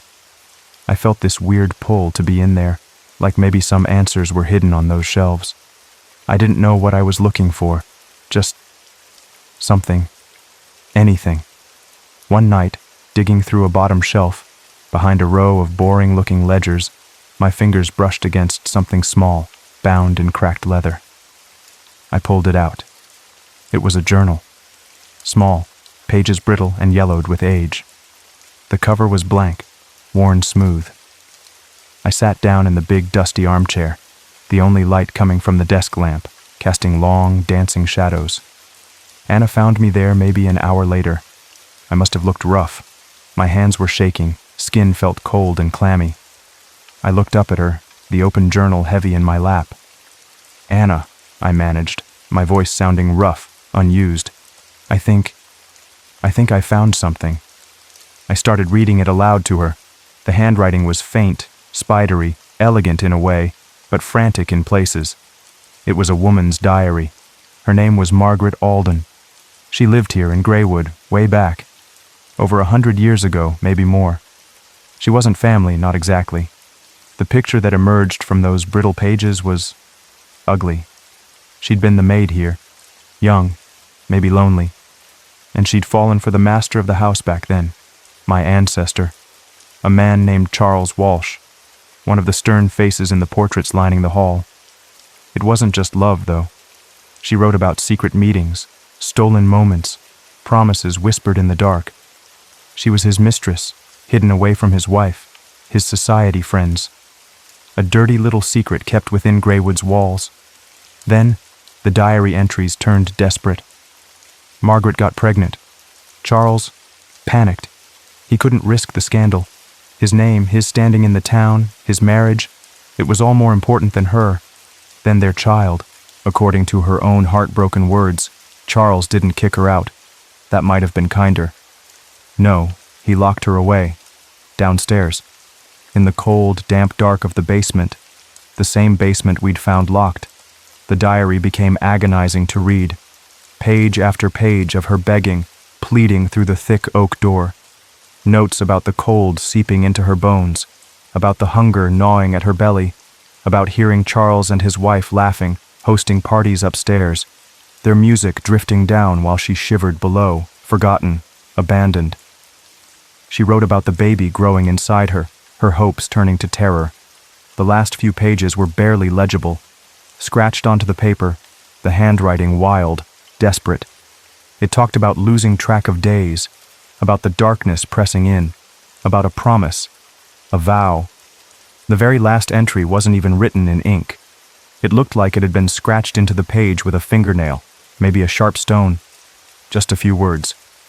He took everything. Laughter above, silence below. I will not rest. Not in this earth. Not until one of his blood feels the cold, feels the dark, feels the waiting. I will wait. This house will wait with me. When I finished reading, the silence in the study was deafening, colder than before. My skin felt like it was crawling with insects. The air tasted like grave dust. We just stared at each other, Anna and I. The portraits on the walls seemed to lean in closer. The house groaned, a long, low sound from deep within its structure. It wasn't just a house. We hadn't just inherited wood and stone and land. We'd inherited a tragedy, a century of bitterness and rage festering in the foundations. We'd inherited Margaret Alden's waiting. That night, everything changed. Anna drifted off into an uneasy sleep beside me, murmuring, tossing. I couldn't sleep. Just lay there, staring up at the ceiling, Margaret's last words echoing in my head. This house will wait with me. Suddenly Anna gasped awake, but it wasn't like waking from a nightmare. Her eyes snapped open wide with a terror that wasn't dreamlike. It was real. She was staring at the foot of our bed. I turned my head slowly. My breath hitched. She was there, standing in the sliver of moonlight coming through the gap in the curtains. Margaret, or what was left of her. She looked like something pulled from the earth, gaunt, skeletal thin. Her dress was ragged, torn, stained with dirt, and God knows what else. Her hair hung in matted clumps around a face that was mostly shadows and sharp angles. But her eyes, oh God, her eyes. They weren't empty sockets. They burned, glowed with this faint, cold light, filled with so much pain, so much loss, so much raw hatred, it felt like it could freeze your soul. We couldn't move, couldn't scream. It was like the air had turned to solid ice, pinning us down. She drifted closer, silent as smoke, until she was right beside the bed, looming over Anna. She leaned down, her face just inches from Anna's. A sound scraped from her throat, like wind whistling through broken glass, dry leaves crumbling. You, the whisper rasped, filling the room, filling my head. You were chosen, not him. You. Then she was gone, just vanished. The cold pressure lifted. Air rushed back into my lungs. Anna let out a choked sob, scrambling back against the headboard, trembling violently. She was soaked in sweat, shaking like a leaf. She turned to me, eyes wild with fear, but I wasn't there beside her. She told me later she found me standing at the top of the basement stairs, just standing there, frozen, staring down into the absolute darkness below. My eyes were wide, vacant, reflecting the dim hallway light. Ethan? Ethan, what are you doing? She'd cried, grabbing my arm. I turned my head slowly, like it took immense effort. My voice, when it came out, didn't sound like mine. It was flat, empty, cold. She's here, Anna, I said, still staring down into the black. She's downstairs, and she wants you. We knew we had to get out. Forget the fresh start, forget the house, forget everything. We just had to leave. The next morning, sunlight streaming weakly through the grimy windows felt like a cruel joke. We didn't talk much, just moved with frantic energy, throwing clothes into bags, grabbing essentials, hearts pounding with a shared unspoken terror. We weren't unpacking anymore. We were fleeing. We practically ran out the front door, bags bumping against our legs. Didn't even bother locking it. Jumped into the car. I jammed the key in the ignition, turned it. Nothing, just a dead click. Tried again. Click. Click. Silence. No, no, no, I muttered, banging my fist on the steering wheel. The battery was fine yesterday. Okay, Anna said, trying to stay calm, but her voice trembled. We'll call a cab, call for help. She pulled out her phone, held it up. Blank screen. No signal? Up here? Mine was the same, stone dead. Not just no signal, dead. Like the battery had been completely drained in an instant. Panic started clawing its way up my throat. We looked back at the house. Graywood loomed over us, windows like dark, empty eyes. As we watched, the heavy front door we'd left wide open began to swing shut. Slowly, deliberately, with a deep, groaning sound, until it clicked firmly into place. Then, one by one, the downstairs windows slammed shut. Bang! Bang! Bang! Like invisible hands sealing the house. It wasn't just haunted. The house itself, it was alive. And it didn't want us to leave. Margaret didn't want us to leave. Not yet. Especially not Anna. After that day, something inside me started to fray, break loose. The fear was still there, yeah, but it got buried under something else. Something cold and hollow. I started feeling distant, like I was watching myself from far away. Anna noticed. How could she not? I stopped talking much. Sometimes she'd find me just standing in a hallway, staring at the peeling wallpaper, muttering to myself. She'd ask what I said, and I'd just shake my head, unable to remember. Or maybe unwilling. Once she found me in the study. I had a piece of sharp metal, maybe a nail file I'd found somewhere. I was scratching names into the dark wood paneling of the wall. Just scratching, over and over. Names I didn't recognize. Old-fashioned names. Thorne. Albright. Davies. Names from the 1800s, maybe? They felt familiar somehow, like ghosts whispering them in my ear. When Anna touched my shoulder, I flinched away, dropping the metal thing like it burned me. I couldn't explain why I was doing it. It just felt necessary.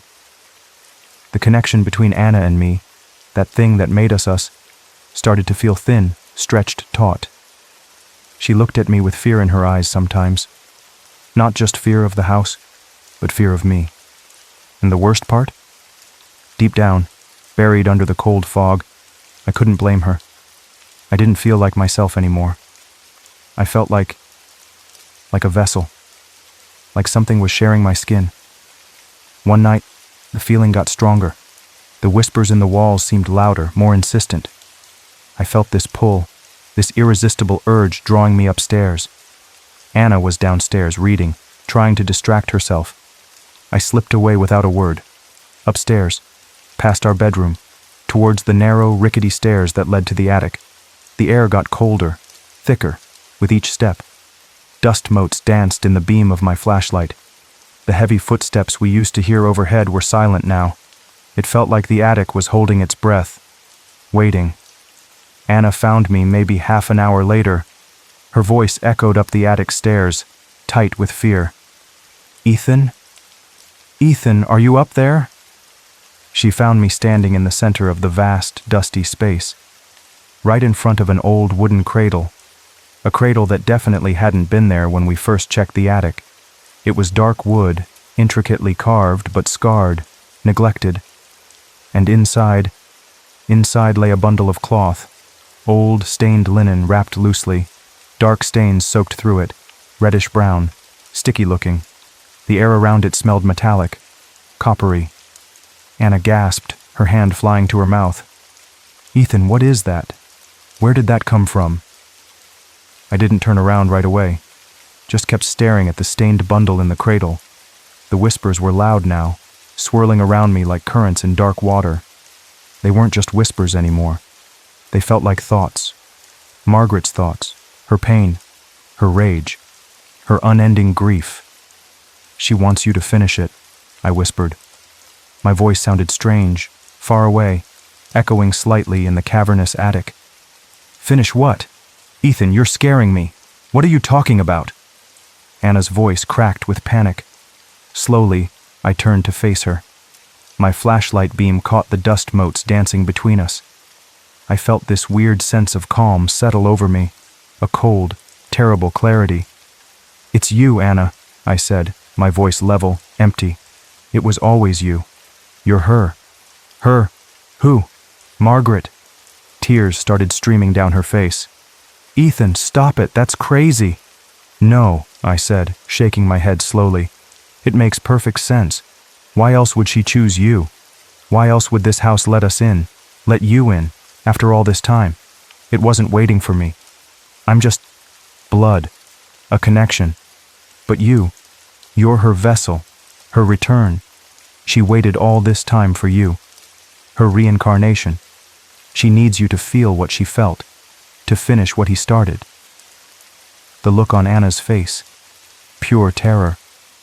She didn't say another word, just turned and fled.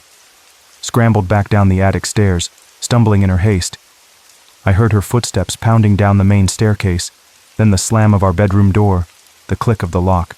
I stayed there, in the attic, with the cradle and the whispers. For a long time. Anna locked herself in the bedroom, sobbing, shaking, trying to make sense of the impossible, trying to push away the horrifying idea I'd planted in her head. But the house wouldn't let her rest. The whispers started again for her, she told me later, not just faint rustlings anymore, clearer, right in her ear, even though she was alone. They spoke of betrayal, deep, cutting betrayal by the man who was supposed to love her. They spoke of the crushing loneliness of the basement, of the gnawing cold, the endless dark, of a child, her child, promised life, but given death, taken from her. And then they spoke of fire, of her body, hidden away, then burned, destroyed, erased, an attempt to silence her forever. That night, as Anna huddled in fear and I stood lost in the attic's cold embrace, something else happened downstairs. A loud crack echoed through the house, sharp as a gunshot. Later, much later, when the cold fog in my head started to lift just a little, Anna cautiously came looking for me. We met on the landing, halfway between the attic and the main floor. We didn't speak, just looked at each other, the horror of the past few hours hanging heavy between us. Drawn by a shared, unspoken instinct, we went downstairs to the main hall, to the gallery of portraits. And we saw it. The portrait of Charles Walsh, my ancestor, the man who locked Margaret away. It was cracked, split right down the middle, just like the mirror in our room had been. But this was different. The canvas hadn't just cracked. It had torn away from the frame on one side, sagging inward. Behind it, there was darkness, a gap in the wall, a hidden space. My heart pounded. Slowly, carefully, I reached out and pulled the ruined portrait further away from the wall. It revealed a narrow opening, barely shoulder width, hidden behind the plaster and lath. Inside was a small, dark cavity, a hidden room, more like a closet, really. Shining my flashlight inside, the beam landed on something on the floor, a cradle, not the one from the attic. This one was smaller, simpler, and it was charred, blackened by fire. Next to it lay bones, small, delicate bones scattered near the cradle, and larger ones curled up in the corner. A human skeleton, small, slender, covered in dust and bits of rotted fabric. My light swept across the cold stone wall at the back of the hidden space. Etched into the stone, rough but clear, were 3 words. "She waits below." Below. The basement. Where he'd locked her. Where she'd died. Where her spirit had festered. It hit me then. All of it. The whispers. The rage. The focus on Anna. The cracked portrait. The hidden room. The burned cradle, the skeleton. She wasn't just seeking vengeance in the way I thought. It wasn't about making one of Charles's bloodline suffer exactly like she did. It was simpler, sadder. She wanted justice. She wanted her story known. She wanted to be found. Her body, hidden, burned, disrespected. She couldn't rest until she was acknowledged, found, laid to rest properly. The cold fog in my head finally shattered. The weight of Margaret's rage, the influence that had clung to me, it receded, leaving behind a deep, aching sorrow and a crushing guilt for what my family had done. I dropped to my knees there in the hallway, right in front of that hidden tomb. The flashlight clattered from my hand. "Oh God," I choked out, tears finally breaking free. She just wanted to be found. All this time. She just wanted someone to find her. Anna knelt beside me, putting a trembling arm around my shoulders. We stayed there for a long time, the silence broken only by our ragged breathing and the faint, ever-present groan of the old house around us. We knew what we had to do. It felt right. The only right thing to do after a century of wrong. Carefully, respectfully, we gathered Margaret's remains from the hidden space. We wrapped them gently in a clean white sheet we found in a linen closet. We found the tiny, fragile bones near the charred cradle too, wrapping them separately but placing them with her. We didn't speak much. Didn't need to. There was a shared understanding, a solemn purpose between us now. We took the bundles outside, into the cool pre-dawn air. We chose a spot in the overgrown backyard, beneath the largest, oldest weeping willow tree. Its branches drooped low, like it was already morning. We dug. Took turns with an old, rusty shovel we found in the shed. The ground was soft, loamy. It felt like the earth was accepting her, welcoming her home after so long. We dug a proper grave, deep and respectful. When it was ready, we gently lowered the bundles into the earth. Stood there for a moment, heads bowed. No prayers felt adequate. No words seemed right. Then, slowly, we filled the grave back in, packed the earth down gently, found a few large, smooth stones from the edge of the woods and placed them over the spot as a simple marker. As the last shovelful of dirt covered her resting place, something shifted. You could feel it in the air. The oppressive weight that had pressed down on us since we arrived. It lifted, like a long-held sigh finally being released. The air felt lighter, cleaner. The constant, low hum of dread that had become our background noise just stopped. Looking back at the house, Greywood seemed different. Still old, still imposing, but quieter. Not the pulsing, watchful quiet from before. Just still. Like it could finally rest, too. Inside, the change was even more noticeable. The lights didn't flicker that night. The whispers were gone. The cold spots had vanished. The portraits on the wall seemed flat. Just paint on canvas. Their eyes no longer followed us. And me? I felt like myself again. Tired. Bone-weary tired. Shaken to my core. But the cold fog was gone. The alien feeling. The detachment. The whispers in my head. All gone. I was just Ethan again. Scared, traumatized Ethan, but Ethan nonetheless. There was no question about staying. Not for a second. We packed our bags again, this time with slow, deliberate movements. Not frantic escape, but weary departure. The car started on the first try. The phone suddenly had full bars of signal. The house didn't try to stop us. It felt like permission, like release. The morning we drove away, I stopped the car at the bottom of the hill, got out, walked back through the ivy-choked gates, across the overgrown lawn, to the spot beneath the weeping willow. Stood there for a minute, looking at the simple stone marker. I didn't know what to say. Sorry felt ridiculously small for a century of suffering caused by my family, but it was all I had. Margaret, I whispered, the name feeling heavy on my tongue. I'm sorry for what he did, for everything. I hope you can rest now. A gentle breeze rustled the leaves of the willow overhead, and for the first time since setting foot in Rosefield, standing there on Greywood's grounds, I felt a moment of genuine peace. Deep, quiet peace. We drove away without looking back. Left Rosefield, left Greywood, left the ghosts behind.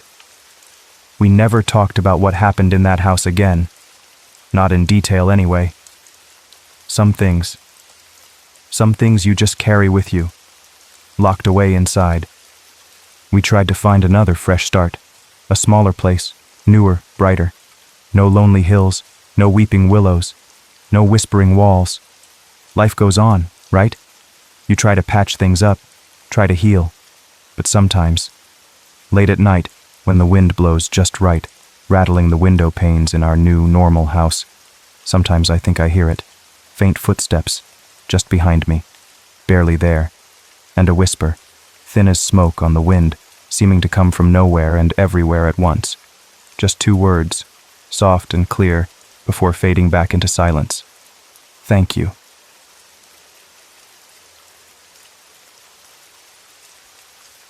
I was never the kind of guy who liked attention. Not really. Even as a little kid, I felt, well, kind of see-through, like people looked right past me. My name's Eli.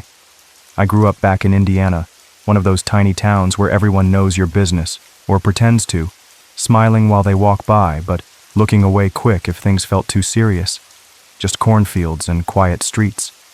My folks worked at the factory, came home tired, smelling like oil and metal, their eyes always looking a little gray around the edges.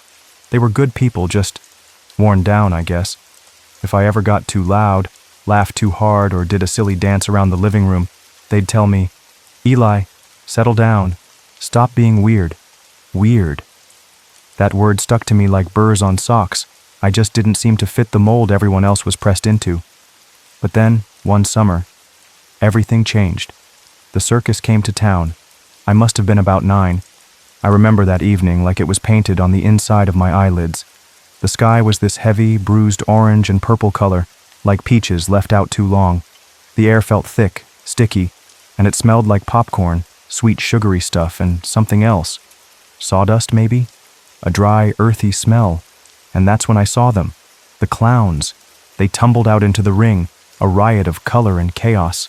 Big floppy shoes, baggy pants that looked like they could hold 3 kids, and those faces, painted into huge smiles, with bright red noses and eyes outlined in black so they looked impossibly wide.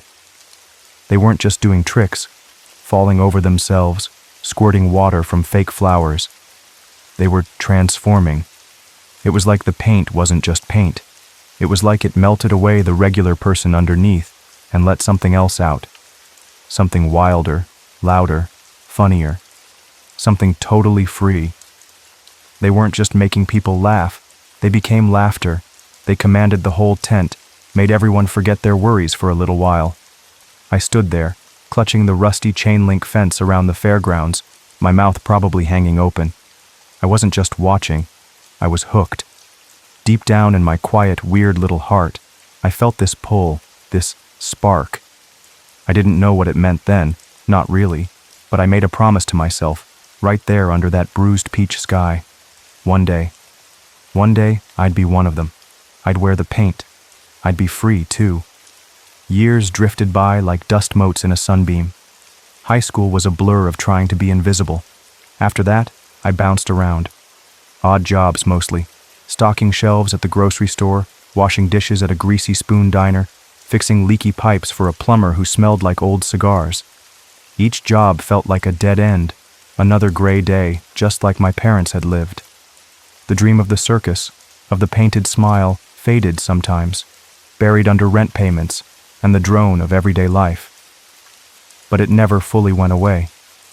It was a little ember glowing in the back of my mind. Then, one rainy Tuesday, scrolling through Craigslist of all places, I saw it.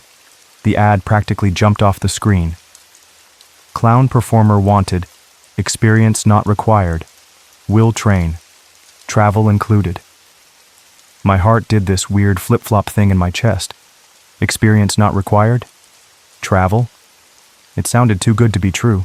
Too perfect. My hands were shaking a little as I clicked on it. The company name was simple, almost plain. The Crown Circus. Not Ringling Brothers, nothing famous. Just The Crown Circus. I didn't even think twice. I dug out the best picture I had of myself, a grainy headshot from my community college ID, where I looked half terrified. Then, feeling stupid but desperate, I propped my phone against a stack of books in my tiny apartment bedroom and filmed myself. I mimed climbing a rope, pretended to slip on a banana peel, tried to juggle 3 oranges I'd bought for breakfast. I dropped them, a lot. It was clumsy, awkward, probably terrible, but it was honest. It was me trying. I typed out a quick, rambling email, attached the photo and the shaky video file, and hit send before I could chicken out. I told myself not to get my hopes up. These things never worked out. A week went by. Nothing. Then another week. I'd almost managed to forget about it, shoved the hope back down where it couldn't hurt me. Then, an email popped up. Subject: Your application, The Crown Circus. My breath caught. I clicked it open. Short. Simple. We were impressed by your enthusiasm. Position offered. Training begins immediately. Instructions for joining the troop attached. They hired me? Just like that? Based on that video? It felt unreal, like maybe I'd dreamed it. But the instructions were there. A bus station address in a town I'd never heard of, 3 states away. A date just 2 days from then. They found me. Or maybe I found them. It felt like destiny. Like that 9-year-old kid under the orange sky was finally getting his wish. I packed a bag, quit my dishwashing job without notice, and bought a one-way bus ticket. I was running away to join the circus. For real. Getting off that Greyhound bus felt like stepping onto another planet. The town was little more than a crossroads with a gas station and a diner whose sign flickered weakly. Following the email's directions, I walked down a dusty side road that wound past empty fields. The air here smelled different. Damp earth, pine trees, and something else. A faint, almost metallic tang, like old pennies. After about 15 minutes, I saw it. The Crown Circus camp. It wasn't what I expected. No bright, gleaming trailers or huge, colorful tents like you see in movies. It looked old, weather-beaten, like a little forgotten world that drifted along the edges of things. There were maybe a dozen wagons, painted in faded shades of blue and gold, the paint peeling in spots.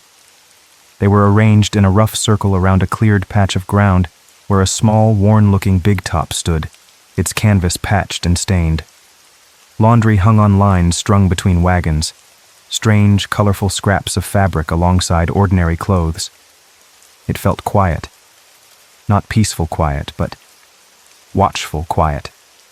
Like the whole place was holding its breath. As I walked closer, a few people emerged from the wagons or tents. They looked as weathered as the camp itself. Most of them were older, their faces lined, their movements slow but deliberate. Nobody rushed over to greet me. They just watched me approach.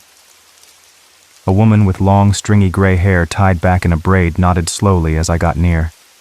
Her eyes were pale blue and seemed to stare right through me. She was stretching, bending her body in ways that looked impossible, unnatural almost. Later, I learned she was Maribel, the contortionist. She didn't blink much. It was unsettling. Then there was Gus. He sat on a folding chair outside a small, barred wagon, meticulously polishing a pair of worn leather boots. The wagon had faded pictures of roaring lions painted on the side, but inside, propped up on dusty velvet cushions, were just 3 raggedy-looking stuffed lions with button eyes missing. Gus, the lion tamer with no lions. He just grunted when I walked past. And then, stepping out from the shadow of the main tent, came Jasper. He was exactly what I pictured when I thought of a clown, yet somehow completely wrong. Tall, incredibly thin, like a walking skeleton draped in baggy clothes. He wore the full makeup, white face, big red painted smile that didn't quite reach his eyes, a small red foam nose perfectly centered. The white paint wasn't smooth. It was cracked around his eyes and mouth, like old porcelain left out in the sun. He moved with a jerky sort of grace.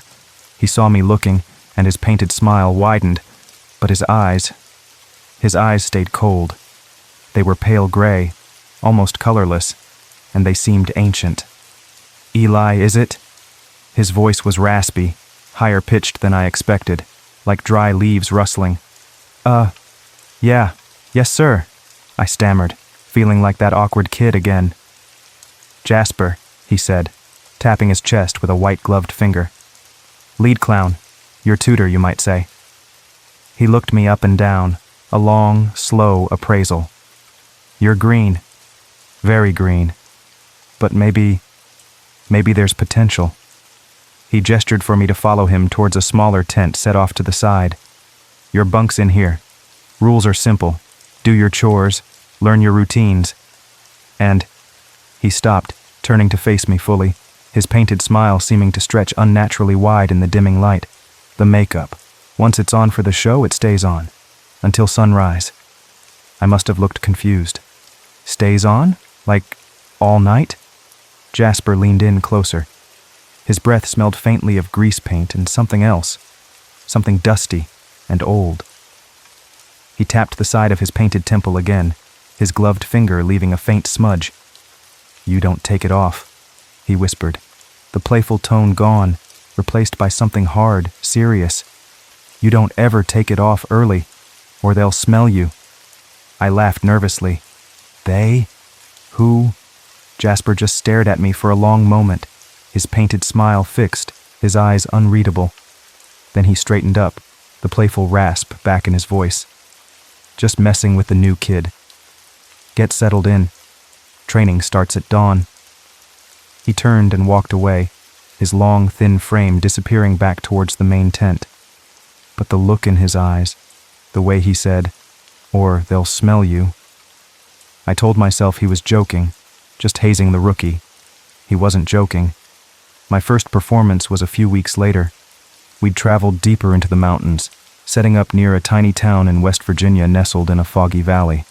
The air was damp and cold, even though it was supposed to be summer. Setting up the tent felt like pulling ghosts out of the mist. The audience that night wasn't big. Maybe 50 people, huddled on rickety wooden benches. They looked tired, their faces pale in the dim light filtering through the canvas. They didn't seem excited, more like they were obligated to be there, dragged out by some old tradition they didn't quite believe in anymore. Backstage, which was really just a curtained-off section behind the main ring, my heart was pounding like a drum against my ribs. Jasper had painted my face himself, layer by layer. The cool grease paint felt strange on my skin, tight and heavy. He used the same classic design, stark white base, big arched black eyebrows, exaggerated red smile, and the small, round red nose fixed firmly in place. He handed me the costume, baggy, mismatched plaid suit, enormous floppy shoes with worn soles, and bright yellow gloves. Looking in the cracked silvered mirror propped against a tent pole, I barely recognized myself. The shy, awkward Eli was gone. Staring back was someone else, a creature of pure expression, designed for laughter. Ready, kid? Jasper asked, already in his own full costume, adjusting his tiny hat. I nodded, my throat too dry to speak. Then the music started. A tinny, slightly off-key calliope tune piped through crackling speakers. Jasper gave me a gentle push. Go on.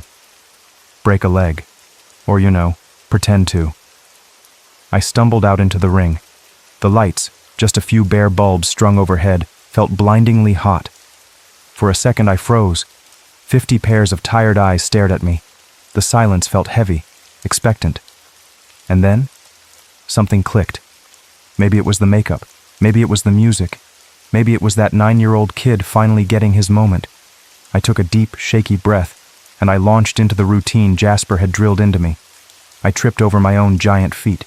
I tried juggling 3 brightly colored balls, sending them flying in all directions. I pretended to get tangled in a ridiculously long scarf. I pulled goofy faces, mimed surprise and confusion, exaggerated every movement until it became absurd. And they started to laugh. First, just a few hesitant chuckles. Then, a little girl in the front row giggled, a bright, clear sound that cut through the fog. Then, her dad chuckled. Soon, a wave of laughter, real and warm, filled the small tent. It washed over me, chasing away the cold, the fear, the years of feeling invisible. I wasn't Eli anymore. I was the clown. I was making them forget, just for a little while. I chased Jasper around the ring, bonked him with a giant inflatable hammer, got sprayed with water from his trick flower. I fell down, jumped up, danced a silly jig. I saw a kid in the front row laughing so hard he snorted, spilling his cup of watery soda down his front. He didn't even seem to care. In that moment, under those bare bulbs, surrounded by the smell of damp earth and cheap popcorn, I felt utterly, completely alive. Seen. Not for the quiet, weird kid I was, but for the joy I could create, hidden behind the paint. It was everything I had ever dreamed of. That night was the best night of my life. That night was also the first time I heard them. It started long after the show was over, after the last tired family had trudged out into the fog, after the calliope music died down, leaving only the chirping of crickets and the distant hoot of an owl. The performers mostly kept to themselves after shows. A quiet nod, maybe a shared cigarette in the dark, but mostly silence. We were all tired. I was tucked into my narrow bunk in the small tent I shared with two roustabouts who were already snoring softly. The canvas walls glowed faintly from the single security light near the main tent. I was exhausted but buzzing, replaying moments from the performance in my head, the sound of laughter still echoing in my ears. Then I heard it. A giggle. Soft, high-pitched, like a little kid. It seemed to come from right outside the tent flap. My eyes snapped open. The roustabouts hadn't stirred. Maybe I imagined it. A trick of the wind in the canvas. Then it came again, closer this time. A different giggle, overlapping the first, and another. Soon, it was a chorus of soft, childish laughter, seeming to dance just outside the thin wall separating me from the night. But there was something off about it. It wasn't innocent laughter. It had an edge, a playful cruelty maybe. Like kids laughing at something mean, something secret. It sounded mocking. Eli, a whisper, thin as spider silk, weaving through the giggles. It sounded like my name, stretched out, distorted. My heart started thudding against my ribs, slow and heavy. I sat bolt upright in the narrow bunk, straining my ears. The giggling continued, seeming to circle the tent. Eli, come play. Another voice, slightly deeper but still childlike. I wasn't imagining it. This was real. My hand trembled as I reached for the tent flap. Slowly, carefully, I pulled it aside just enough to peek out. Nothing.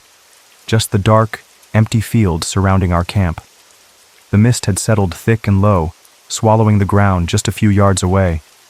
The single security light cast long, distorted shadows. No children. No one at all. But the grass. Right where the giggling had sounded loudest, the damp grass was flattened in swirling patterns. Like dozens of small feet had been dancing there, moments ago, just beyond the canvas. My blood ran cold. I let the flap fall shut, my breath catching in my throat. I didn't sleep much for the rest of the night, listening to the silence, which now felt heavier, more menacing than the giggles had. The next morning, the sun burned away the fog, but not the unease clinging to me. Everything looked normal.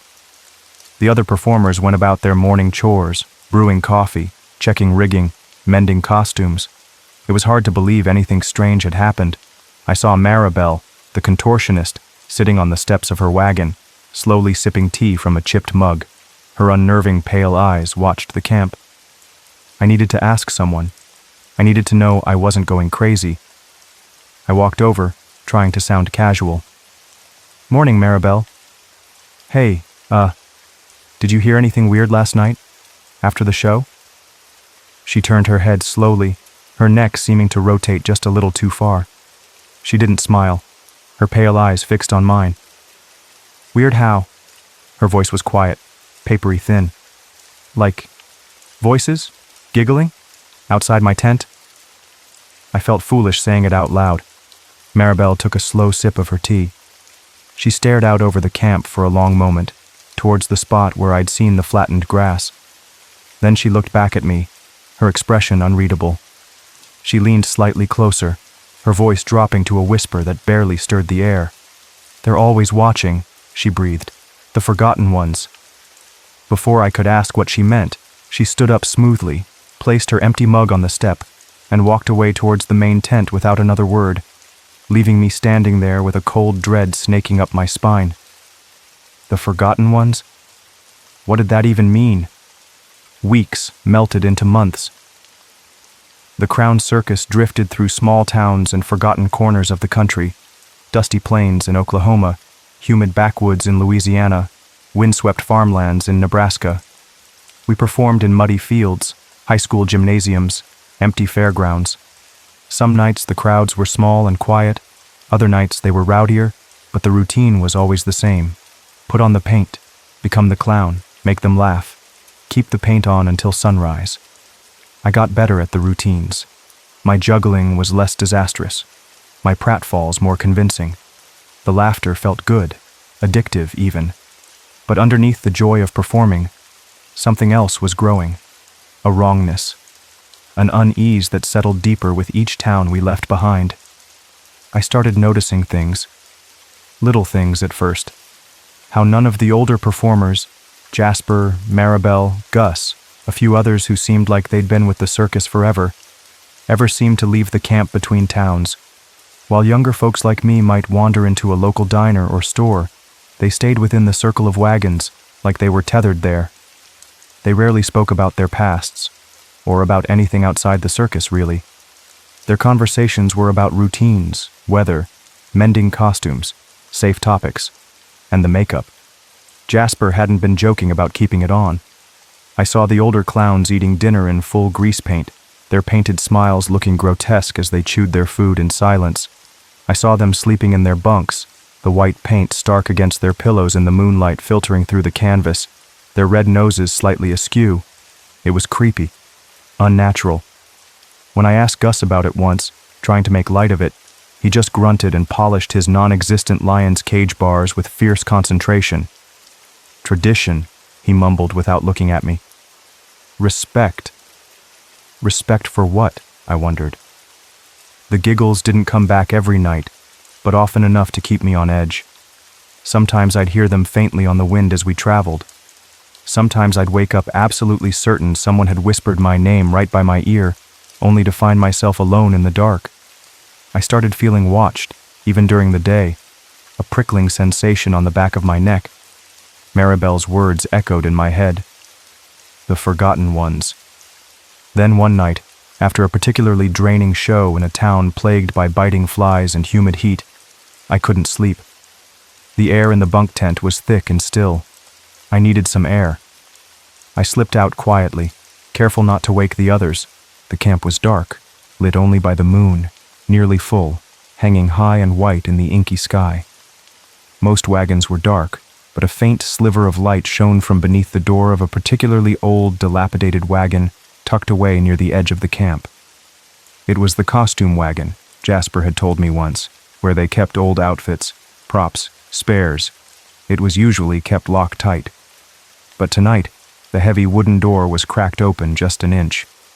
Curiosity, maybe stupidity, pulled me towards it. I remembered seeing Jasper heading this way earlier in the evening, looking secretive. I crept closer, stepping carefully on the packed earth. The metallic tang I sometimes smelled in the air was stronger here, mixed with the scent of dust, old fabric, and something else. Decay. I pushed the door open gently. It creaked loudly in the silence. I froze, listening. Nothing. Inside it was cramped and smelled overwhelmingly of mothballs and mildew. Moonlight slanted through a grimy window high on one wall, illuminating dust motes dancing in the air. Racks crammed with old costumes lined the walls, faded silks, torn ruffles, patched harlequin patterns, all sagging on hangers like deflated ghosts. Piles of oversized shoes, floppy hats, and strange props lay scattered on the floor. But it wasn't just costumes. Along the back wall were shelves, and on the shelves were boxes. Dozens of plain cardboard boxes, stacked high. Each one had a label, handwritten in faded ink. My eyes scanned the labels. Names and dates. Eddie Blue Nose Barnes, 1902. Clarabelle Fizz, 1889. Pip the Tumbler McGee, 1934. Sadie Smiles, 1911. Chuckles O'Malley, 1888. The dates went back over a century. Who were these people? My hand, acting almost on its own, reached out and pulled down one of the boxes. Sadie Smiles, 1911. It was surprisingly heavy. I lifted the lid. Inside, nestled on yellowed tissue paper, were photographs. Old sepia-toned images of a young woman with dark eyes and hair, wearing a clown costume. Her painted smile looked eerily familiar. There were also newspaper clippings, brittle with age. I carefully unfolded one. The headline read, "Tragic accident at Grinning Hollow Circus. Performer falls from high wire." The article described how Sadie Smiles, a popular young clown known for her acrobatic routines, had tragically fallen during a performance and died instantly. The Grinning Hollow Circus. Wasn't that an old name for the Crown Circus? I vaguely recalled Jasper mentioning it once. My blood ran cold. I put the clippings back and opened another box. Eddie Blue Nose Barnes, 1902. More photos.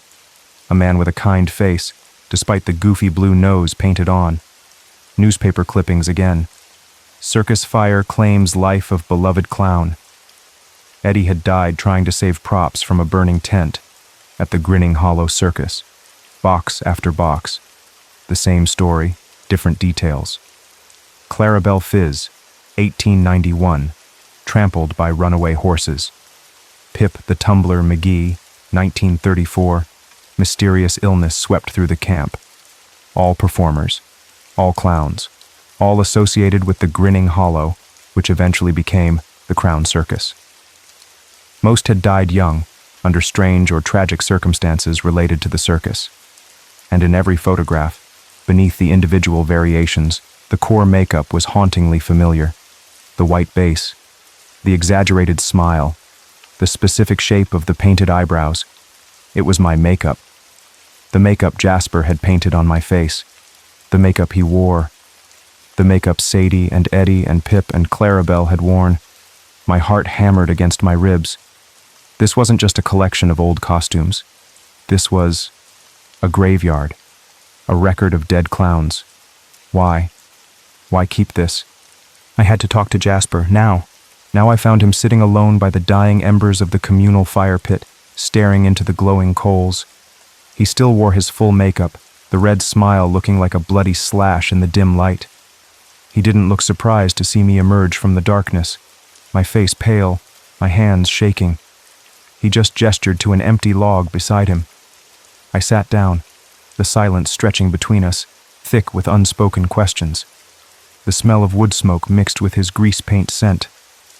"You went into the wagon," he stated, his voice flat, not accusatory. "Yes," I whispered. "Jasper, who were they? All those names? Sadie? Eddie?"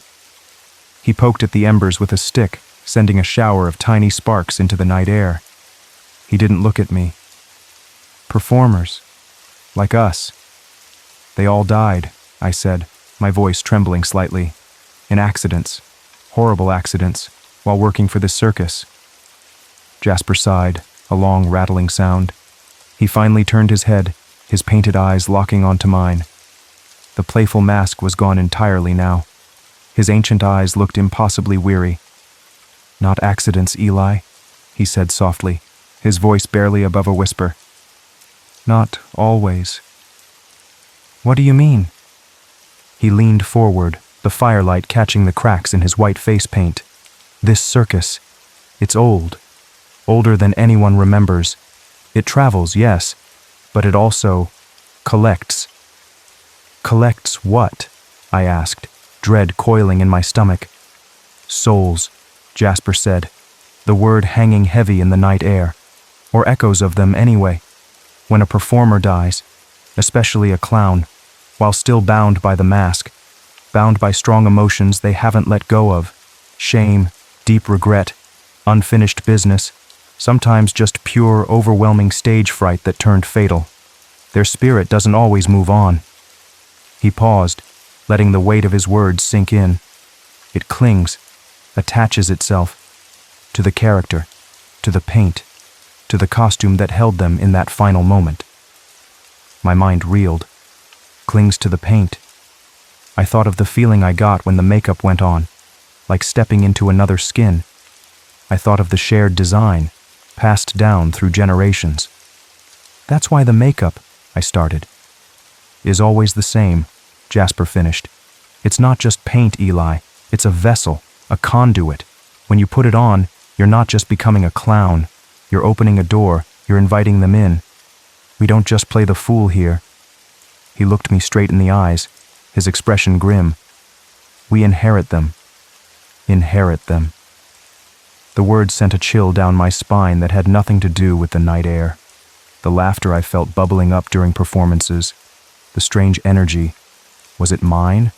Or was it Eddie's, Sadie's, Clarabelle's? The forgotten ones, I breathed, remembering Maribel's words. Jasper nodded slowly. They linger, they watch, they whisper. They remember what it was like to be seen, to hold the crowd. Sometimes, they want to feel it again. He looked down at his own gloved hands. That's why we keep the paint on. It contains them, appeases them maybe. Taking it off before sunrise, it disturbs the connection, angers them, makes them restless. He looked back at me, his eyes filled with a deep, chilling sadness. They like you, Eli. I saw it from the start. You've got that sensitivity, that openness. You came here wanting so badly to be the clown. You let them in easier than most. A wave of nausea washed over me. The joy I'd felt performing suddenly felt tainted, horrifying. It wasn't just my triumph. It was a borrowed feeling, channeled through me by ghosts trapped in grease paint. The giggles outside my tent. They weren't just watching, they were waiting. It got worse after that night. Knowing the truth didn't make it better. It made everything terrifyingly clear. Every performance became a tightrope walk, not just physically, but mentally. I could feel them now, stirring beneath the surface when the music started, when the lights hit me. A restless energy, a chorus of echoes jostling for space inside my head. Sometimes, mid-routine, a gesture wouldn't feel like my own. A way of tipping my hat, a specific kind of tumble, a high-pitched giggle that escaped my lips, sounding utterly foreign. Jasper would watch me from the sidelines, his painted face unreadable, but his eyes holding a flicker of recognition, maybe pity. The blackout started. It wasn't like fainting, it was more like checking out. One moment I'd be juggling, the crowd laughing, the next I'd wake up backstage, the show over, the tent emptying. My muscles would ache, my throat would be raw from laughing or shouting things I didn't remember saying. My makeup would be smudged, sometimes streaked as if from tears, other times smeared around the mouth in a wider, more manic grin than I ever painted. I'd ask the others, what happened? What did I do? They'd just shrug, avoiding my eyes. Maribel would murmur something about a spirited performance. Gus would grunt and turn away. They knew. They all knew. They'd seen it before. Jasper tried to explain it, sitting with me late one night after a particularly bad blackout, where I apparently climbed halfway up the center pole, gibbering nonsense, before sliding down and taking an exaggerated bow. They're getting stronger, he'd said, his voice low and grave. They feel your connection. They're using it. Using you. He sighed. It happens. Some clowns, they fade. The echoes take over more and more until there's not much left of the person who first put on the paint. He didn't have to say what happened then. The boxes in the costume wagon were proof enough. Fear became my constant companion. Fear of the blackouts. Fear of what I might do when I wasn't home. Fear of becoming just another name on a cardboard box. The joy of performing was completely gone, replaced by sheer terror. Yet, I couldn't stop. Leaving felt impossible, like abandoning a sinking ship I was somehow chained to. Besides, where would I go? Who would believe me? Then came the night that changed everything. We were playing a small town in rural Pennsylvania. The air was crisp with the first hint of autumn. I was backstage, waiting for my cue, the familiar weight of the grease paint already making my skin crawl. I felt them buzzing today, stronger than ever, an impatient, giggling energy coiling inside me. I glanced at my reflection in that same cracked, silvered mirror, and froze. It wasn't my face staring back. The white paint was there, the red smile, the familiar outlines, but the eyes looking back weren't mine. They were darker, wider, filled with a desperate sadness I'd never felt. The shape of the jaw under the paint seemed subtly different. The painted smile looked less like a grin, more like a grimace of pain. It was a woman's face, young, familiar from one of the photos in the wagon, though I couldn't place the name. Sadie Smiles, maybe? My breath hitched. I leaned closer. The reflection didn't move as I did. It stayed perfectly still, those sad, dark eyes staring pleadingly into mine. Then, its painted lips moved, forming words soundlessly, words I understood deep in my bones, not with my ears. Help me. A jolt went through me, sharp and cold. It wasn't malice I felt from this presence, not like the mocking giggles. It was desperation, entrapment, a plea from across the decades, trapped behind the painted mask I wore. In that instant, seeing her face instead of mine, feeling her silent scream for release, something inside me snapped.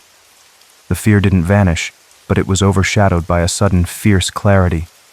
Jasper said the paint held them. Jasper said taking it off disturbed them. What if disturbing them wasn't the danger? What if it was the key? If the paint was their prison, maybe I could unlock the door. Not just for her, but for all of them. For Eddie and Clarabelle and Pip and all the forgotten names in those dusty boxes. For myself. My cue came. The calliope music swelled. Jasper gave me his usual nod from the entrance. I walked out into the ring. The lights, the expectant faces, the familiar routine started.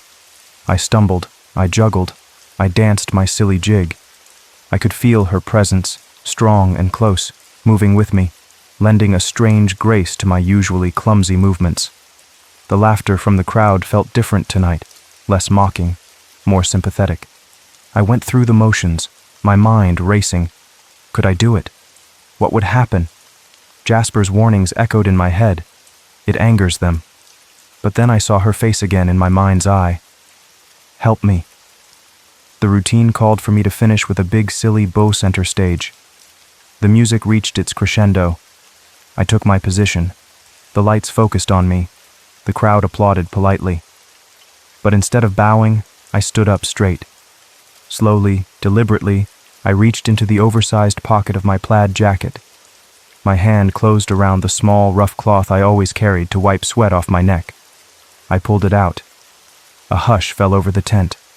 The calliope music faltered, then died completely, leaving a ringing silence. Every eye was on me. I could feel Jasper's stare burning into my back from the entrance. My hand trembled as I lifted the cloth to my face. Then, right there, in the center ring, under the harsh glare of the lights, in front of 50 bewildered strangers, I began to wipe away the paint. Stroke by stroke, the white grease paint smeared, revealing the pale, scared skin underneath. My skin, Eli's skin.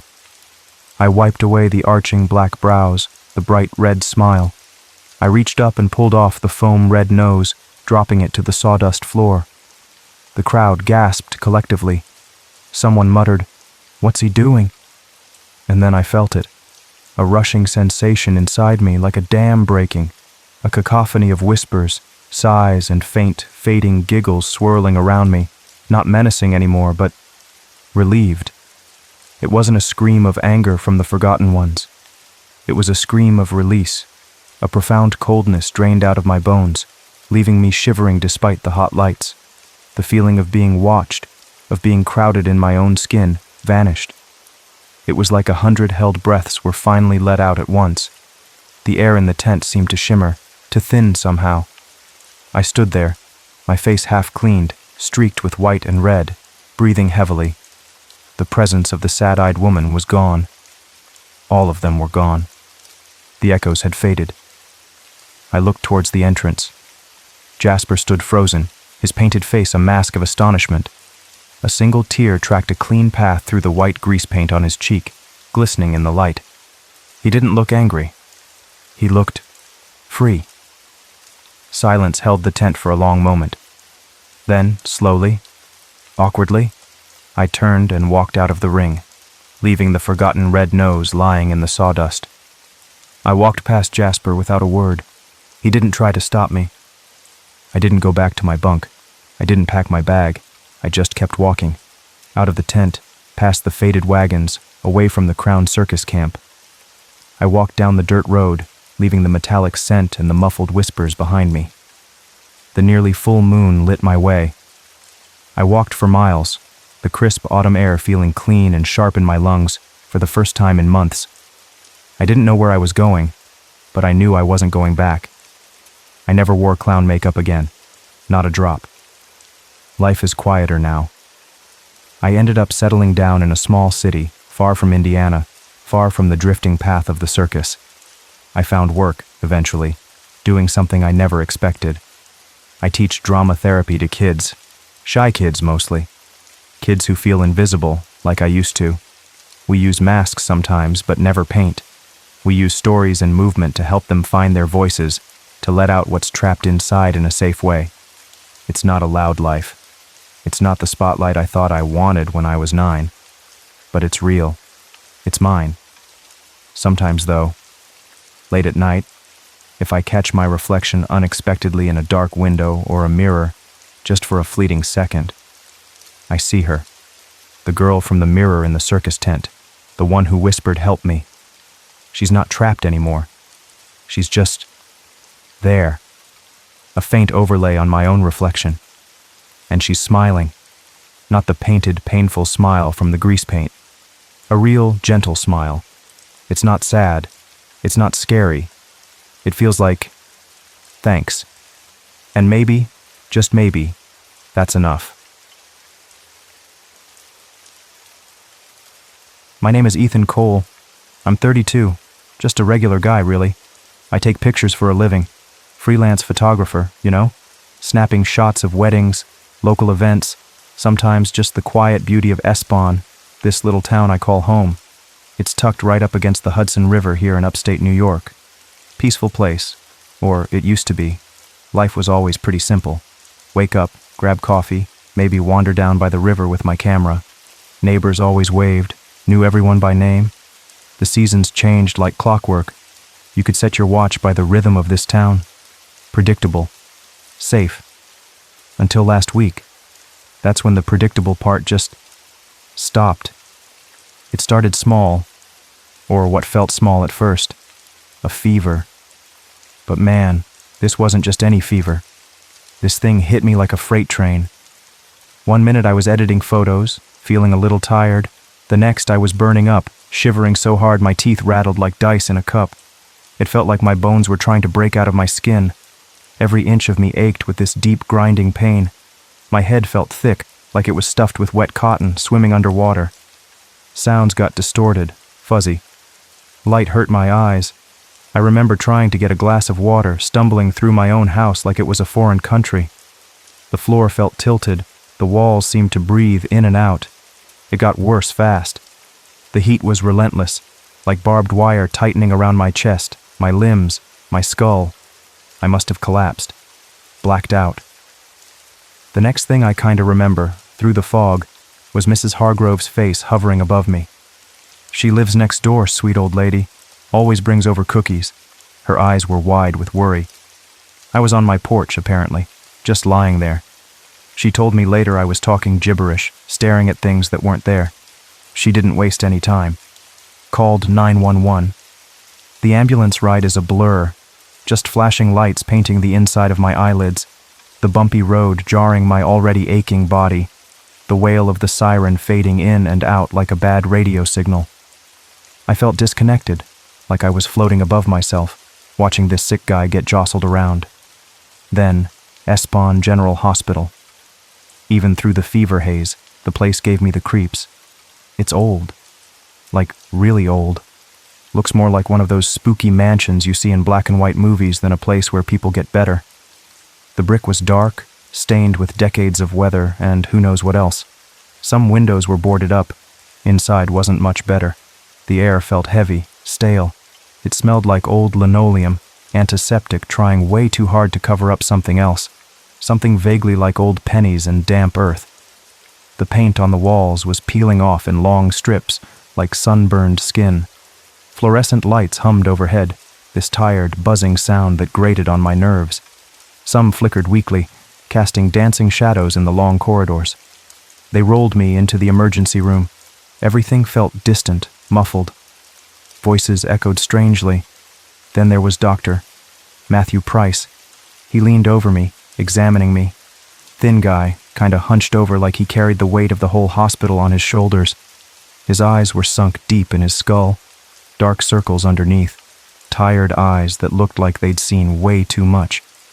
He wore these little wire-rimmed glasses perched on his nose. He poked and prodded, listened to my chest. His fingers were cold.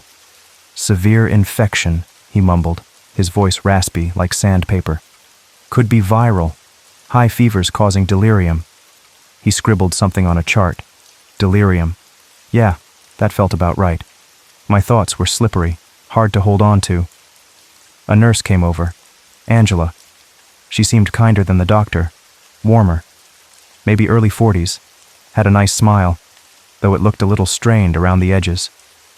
A streak of silver ran through her reddish-brown hair, tucked under her nurse's cap.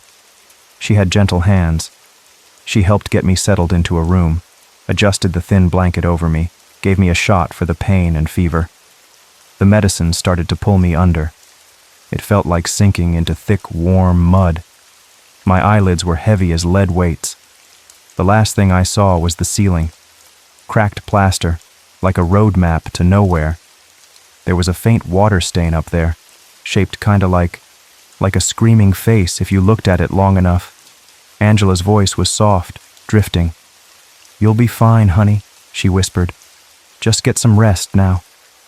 Rest. Yeah, that sounded good. I closed my eyes. Cold.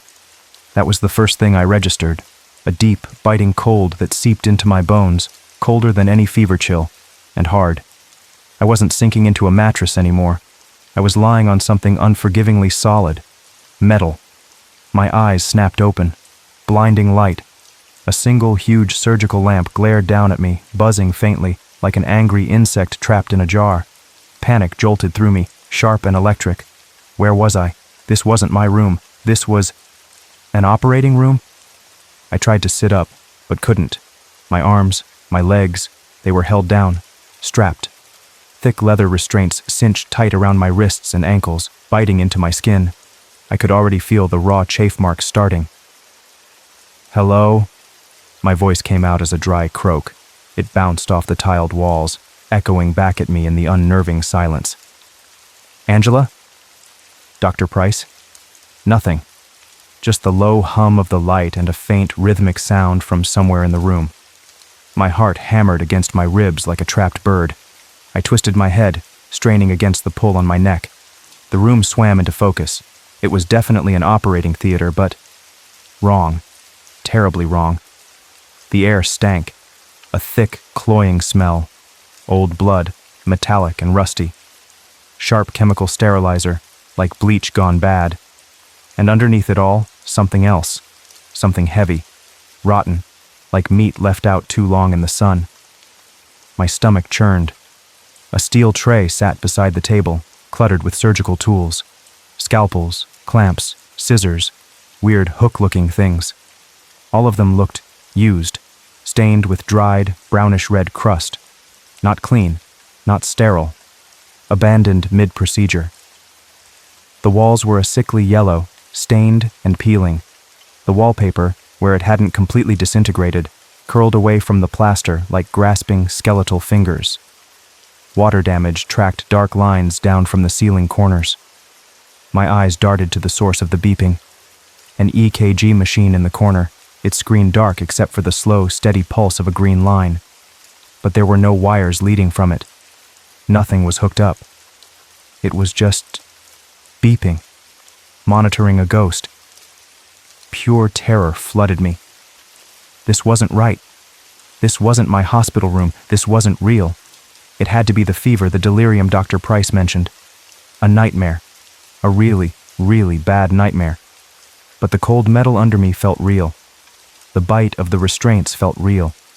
The putrid smell choking the air felt horribly real. I had to get out. I pulled against the restraints, thrashing my arms. The leather cut into my wrists, but I didn't care. Panic gave me strength I didn't know I had. I yanked, twisted, pulled with everything in me. Snap. The aged leather strap on my right wrist gave way, tearing with a sound like ripping canvas. Hope surged. I worked frantically on the other wrist, then my ankles. The old leather, cracked and brittle, couldn't hold against my desperate struggle. Snap. I was free. I swung my legs over the side of the operating table, my bare feet hitting the freezing, grimy tile floor. Dizziness washed over me. The hospital gown I was wearing felt thin and useless against the chill. It clung uncomfortably to my still sweaty skin. I steadied myself on the edge of the table, taking deep, shaky breaths. The rotten smell seemed to coat the inside of my mouth. Okay, Ethan. Okay, just find a nurse. Find anyone. Get out of this room. I pushed through the heavy swinging doors, the kind with the little round windows. They groaned open, revealing the hallway beyond. And it was worse. So much worse. The corridor stretched out in both directions, swallowed by shadows at either end. The flickering fluorescent lights overhead cast long, dancing shapes that writhed like living things. Some lights were completely dead, leaving pools of near-total darkness. The air here was just as cold, just as foul. Decay was everywhere.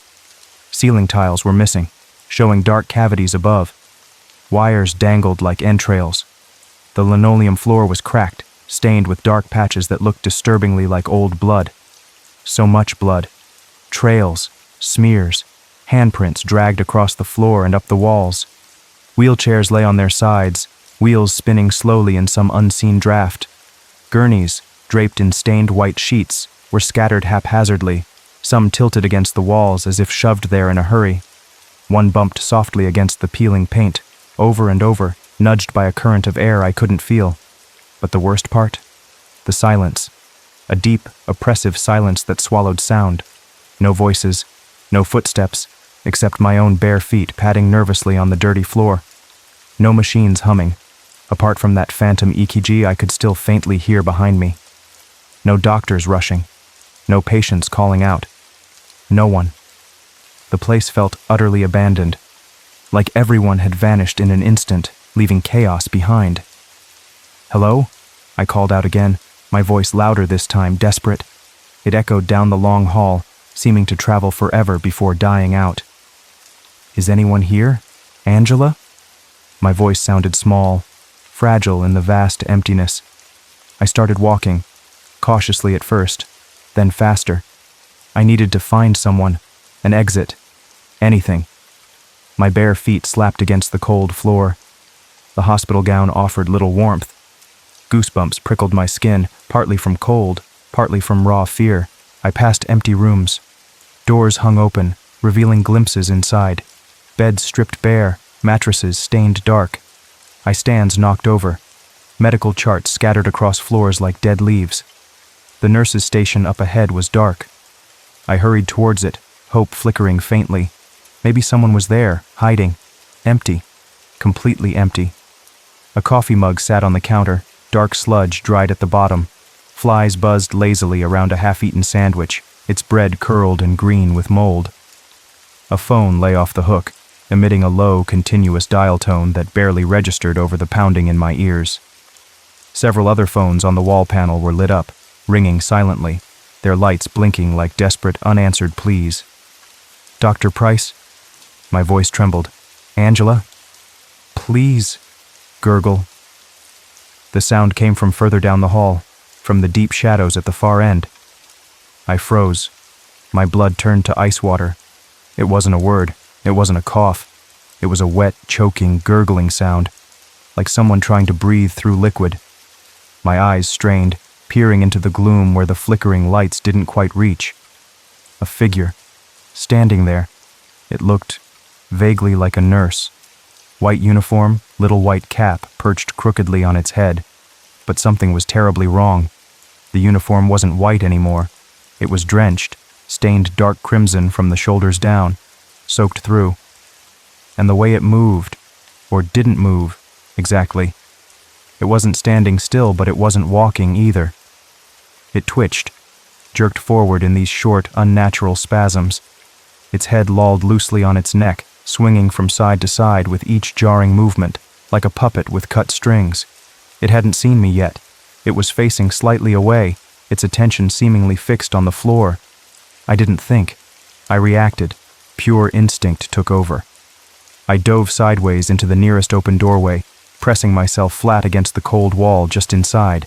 My heart felt like it was going to explode out of my chest. I held my breath, listening. The sound of something wet being dragged across the linoleum floor, getting closer, mixed with that horrible gurgling. I risked a peek around the doorframe. The figure was closer now, close enough for me to see the waxy, pale skin of its face, stretched tight over sharp cheekbones. Its eyes were open but vacant, staring blankly ahead. Its mouth hung open in a silent O, dark drool or maybe blood trickling from the corner. It dragged one foot behind it, leaving a glistening red trail. It wasn't human, not anymore. I ducked back into the room, pressing myself harder against the wall, trying to become invisible. My whole body shook uncontrollably. Please, just keep going. Don't come in here. Please, please, please. The scraping, dragging sound continued past the door, fainter now, moving away down the hall. I waited, muscles screaming with tension, until the sound faded completely into the oppressive silence. Only then did I dare to breathe again, sucking in ragged gasps of the foul air. I finally looked around the room I'd hidden in. It was small. Looked like it might have been a pediatric room once. Faded cartoon animals painted on the walls, now peeling and grim. A small, empty metal frame bed stood against the far wall. On the floor beside the bed lay a teddy bear, brown, fluffy, but matted and dirty. One black button eye stared up at the ceiling. The other eye was missing, leaving only frayed threads and a dark hole. My gaze drifted upwards, above the empty child's bed. Something was written on the wall, scrawled there. Dark, thick letters, like they'd been painted with tar or dried blood, dripping down the pale yellow paint. It read, "You are part of us." A wave of nausea and terror washed over me. I stumbled backward, gagging, my hand flying to my mouth. This couldn't be real. It was the fever. It had to be. Delirium. I backed out of the room, needing to get away from that message, from the single, accusing eye of the teddy bear. As I turned in the hallway, I caught my reflection in the glass panel of a darkened door opposite me. But it wasn't my reflection. Not exactly. It was my face, yes. My messy brown hair, my build, the stupid hospital gown. But the eyes in the reflection were wrong. Sunken, dark, filled with a cold, empty malice. The skin was pale, almost translucent, stretched too tight over the bones. And there was blood. A thin trickle ran from the corner of the reflected mouth, down the chin. The lips were pulled back in a ghastly, broken-looking grin. It wasn't just a reflection. It was mimicking my horrified expression, but twisting it into something monstrous. I recoiled, heart pounding. I looked away, then forced myself to look back. The reflection was still there, still grinning that awful bloody grin, staring right back at me with those dead eyes. I felt a scream building in my throat, but choked it back. Panic clawed at me. I had to get out. Now out of this hallway, out of this hospital, out of this nightmare. The main entrance, the lobby, that had to be the way. I started running, stumbling, slipping on unseen patches of moisture, my bare feet stinging on the cold, gritty floor.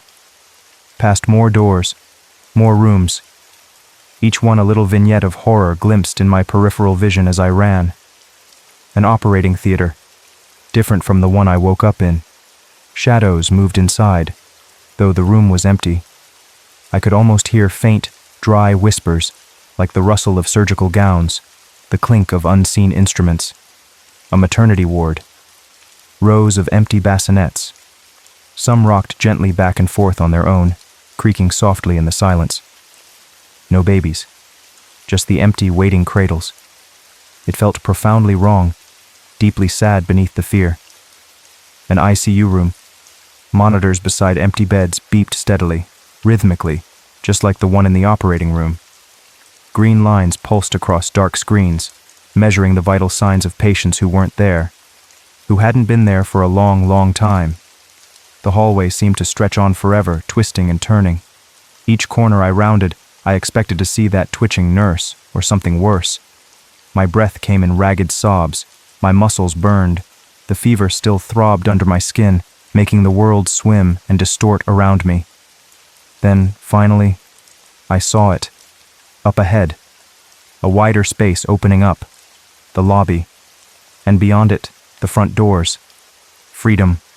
Relief washed over me, so strong it almost buckled my knees. I pushed myself harder, sprinting towards the entrance. Almost there. Almost out. But as I got closer, my hope died.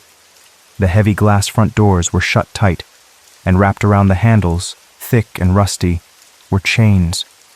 Heavy-duty chains, looped over and over, secured with a massive, brutal-looking padlock. "No! Let me out!" I screamed, pounding my fists against the thick glass. "Somebody, let me out!" My voice echoed back mockingly from the high ceiling of the deserted lobby. The reception desk was empty, papers strewn across it. Dead, brown-potted plants stood like skeletal sentinels. Dust motes danced in the few beams of sickly light filtering through the grimy windows high above. The sound. It wasn't just one source anymore. It was coming from behind me. From the hallway I'd just fled, and it was multiplying. I turned slowly, dread coiling in my stomach like a cold snake. They were coming. Figures emerging from the shadowy depths of the corridor. Not just the nurse. Others. A figure that looked like Dr. Price, but horribly twisted. His back hunched even further, almost bent double. His head craned up at an impossible angle, jaw slack, eyes rolled back white. He shuffled forward, his lab coat stained and torn. Another figure? Maybe a patient? Wearing a thin gown like mine, but their skin was grayish-green, mottled, like decay had set in. They moved with a slow, agonizing limp, one leg dragging uselessly behind. More emerged from the gloom. Nurses with empty eye sockets. Orderlies with tools clutched in stiff fingers. Wrenches, scalpels, things I couldn't identify. Patients trailing IV lines that dripped thick, dark fluid onto the floor. Dozens of them, filling the hallway, all moving towards me with that same jerky, unnatural gait.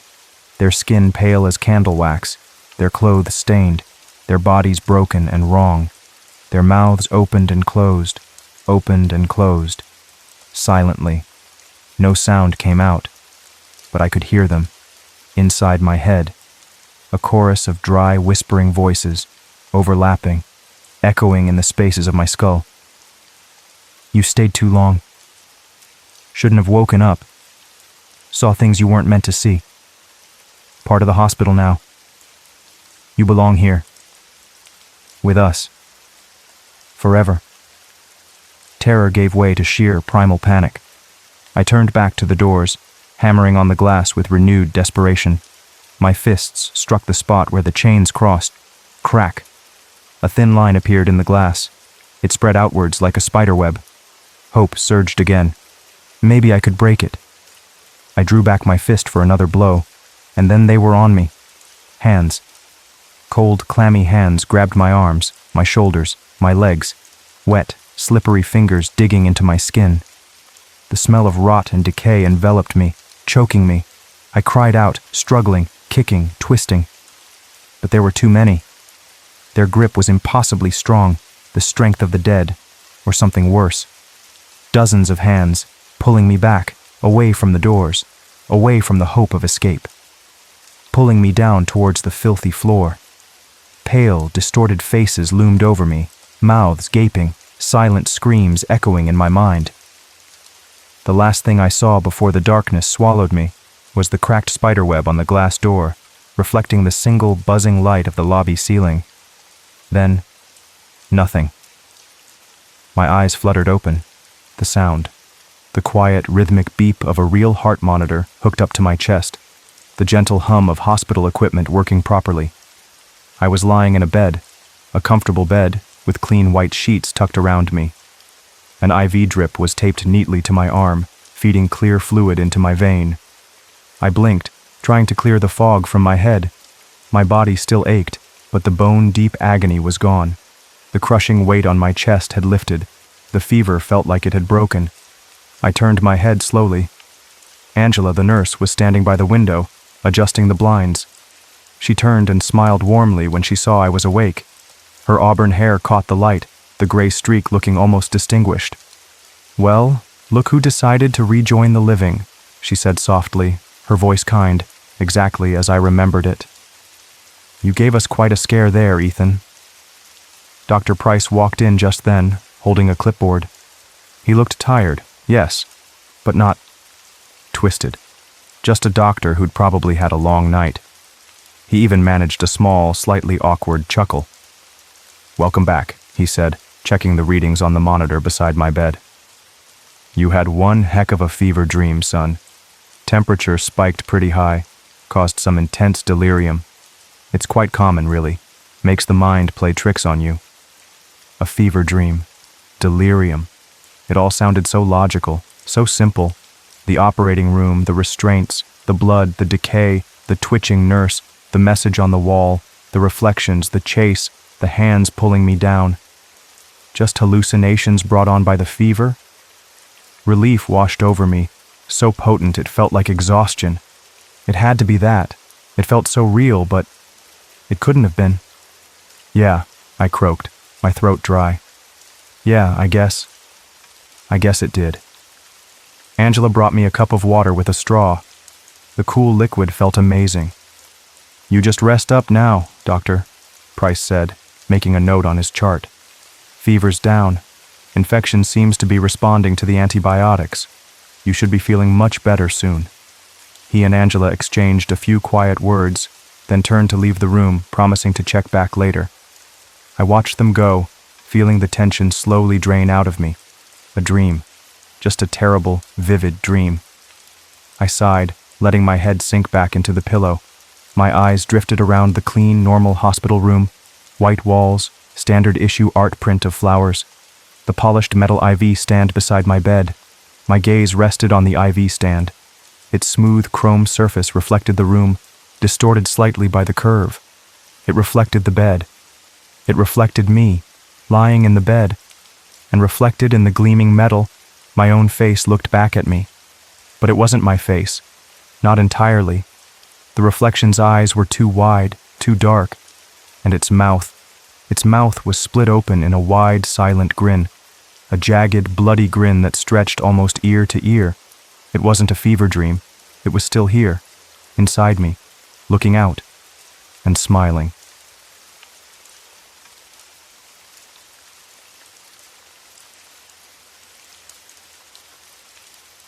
I'm not really the kind of guy you'd call a serious hiker, you know? Not one of those folks decked out in fancy gear with maps and compasses, talking about elevation gains. Nah, that's not me. I'm more like an occasional explorer. Mostly, it happens when life at DuPont University gets too much. Too tight, like a shirt that shrunk in the wash. When the pressure of classes and just existing gets heavy, I head out to the woods. The ones that sort of hug our little college town here in Oregon. They're my escape hatch. Right now, I'm 21, trying my best to get through an English lit major, mostly just scraping by. Deep down, I've got this dream, kind of quiet, about maybe becoming a writer someday, putting stories down on paper that make people feel something. But mostly, it's just surviving midterms and finals. Speaking of surviving, that's where Julia comes in. She's in some of my classes, smart as a whip. And yeah, she's my girlfriend. Julia was the one who actually got me into this whole hiking thing. She's got this light in her eyes when she talks about nature. Like she truly believes the trees might lean down and whisper secrets if you just stand still long enough and listen the right way. She sees things I don't. Feels things I guess I'm too buried in books to notice sometimes. We both desperately needed a break. Finals week had just steamrolled us. It was a blur, man. a nasty, caffeine-fueled mess of late-night study sessions, half-finished papers, and coffee so strong it probably could have peeled paint off the walls. My brain felt like chewed-up gum. Julia looked worn thin, shadows under her eyes that even her smile couldn't quite hide. So that morning, we decided. Escape. Backpacks felt good slung over our shoulders, familiar weight. Our hiking boots made that satisfying crunch-crunch sound on the dry leaves carpeting the ground. We stepped off the paved road and into the pine grass forest. Stepping into that forest always felt like stepping back in time. It's old, you can feel it in the air, in the way the light filters down, like it's been standing there, waiting, for centuries longer than any person walking through it. And man, it was beautiful. No denying that. The kind of beautiful that makes you stop talking for a second. Huge, towering pine trees, their tops all knotted together way up high, like they were holding hands against the sky. They made this pattern of shadows on the ground, moving and shifting like lace. Sunlight wasn't just everywhere. It came down in these sharp, narrow beams, slicing through the green gloom. They looked like ghost fingers pointing down at the forest floor. Somewhere off in the distance, you could hear a creek murmuring, a soft, constant whisper. Birds were singing, yeah, but the deeper we walked, the quieter it got. Not a peaceful quiet, though. It was heavy. The kind of silence that presses in on your chest, makes your own breathing sound too loud, even though you can't point to anything actually wrong. We started off easy, you know, joking around, trying to shake off the leftover stress from exams. I snapped a few pictures of Julia standing by this massive moss-covered tree. She laughed and chased me for a minute, dodging between tree trunks like we were kids again. It felt good. Normal. The tight knot in my chest started to loosen up a bit. We were just two people, away from everything, breathing clean air. Then Julia stopped. Dead still. She was staring off the trail to the side, where the undergrowth got thicker. "Hey," she said, her voice softer now. "Look at that." I followed her gaze. At first, I didn't see much, just a tangle of ivy, thick green leaves smothering everything, and clumps of old moss clinging to rocks. But then I saw what she meant. Poking out from under the green mess was a curve of old, weathered stones, arranged in a circle.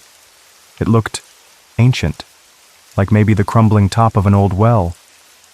But that didn't make sense. We were miles from any old homesteads, far off the main marked trails. This wasn't mentioned in any guidebook, no little wooden sign warning you about unstable ground. No ropes, no barriers. Just there, hidden, waiting. Julia, with that spark of curiosity already lit in her green eyes, pushed forward. She knelt down, pulling aside the heavy curtains of ivy and vines. And underneath, yeah, it was a hole. A dark, gaping maw opening straight down into the earth. It wasn't just dark. It was black. A thick, solid blackness that seemed to just suck the light right out of the air around it. Leaning down into the hole, barely visible in the gloom, was a wooden ladder. The rungs looked impossibly old, rotted, slick with damp. It just descended, down into nothing we could see. "Whoa," I breathed out. "Maybe it's an old mine shaft? Prospectors or something?" My voice sounded weird, though, thin and small, swallowed up by the heavy silence around this spot. It didn't feel like a mine. It felt different, colder. There was absolutely no logical reason on earth for us to go down there. Every sensible bone in my body was screaming, "Turn around, walk away, this is stupid, this is dangerous." The woods were beautiful. Why mess with this creepy hole in the ground? But there was this other feeling too. A pull, like a current in the air, tugging at us. Maybe it was just pure curiosity, that itch to know what's hidden. Maybe it was the thrill, the little jolt of doing something forbidden and maybe dangerous. Or maybe, let's be honest, it was just plain stupidity. The kind you have when you're young and think nothing really bad can happen to you. Julia looked at me, her eyes wide, a question in them. I knew that look. She wanted to. And damn it, part of me did too. The writer part, maybe? The part that's always looking for the story, the mystery. Without saying much more, we kind of made a silent agreement. We tightened the laces on our boots, took off our light jackets, and tied them around our waists. We pulled out our phones, clicked on the flashlight apps. The weak beams cut into the darkness of the well opening, but didn't reach the bottom. Didn't even come close. Taking a deep breath, feeling my heart start to thump a little faster against my ribs, I tested the top rung of the ladder with my foot. It groaned, a low, protesting sound, like old bones shifting. Dust puffed up, smelling ancient and dry, like forgotten memories disturbed. "You sure about this?" I asked, looking back at Julia one last time. She just nodded, her face pale but determined in the phone light. "Together?"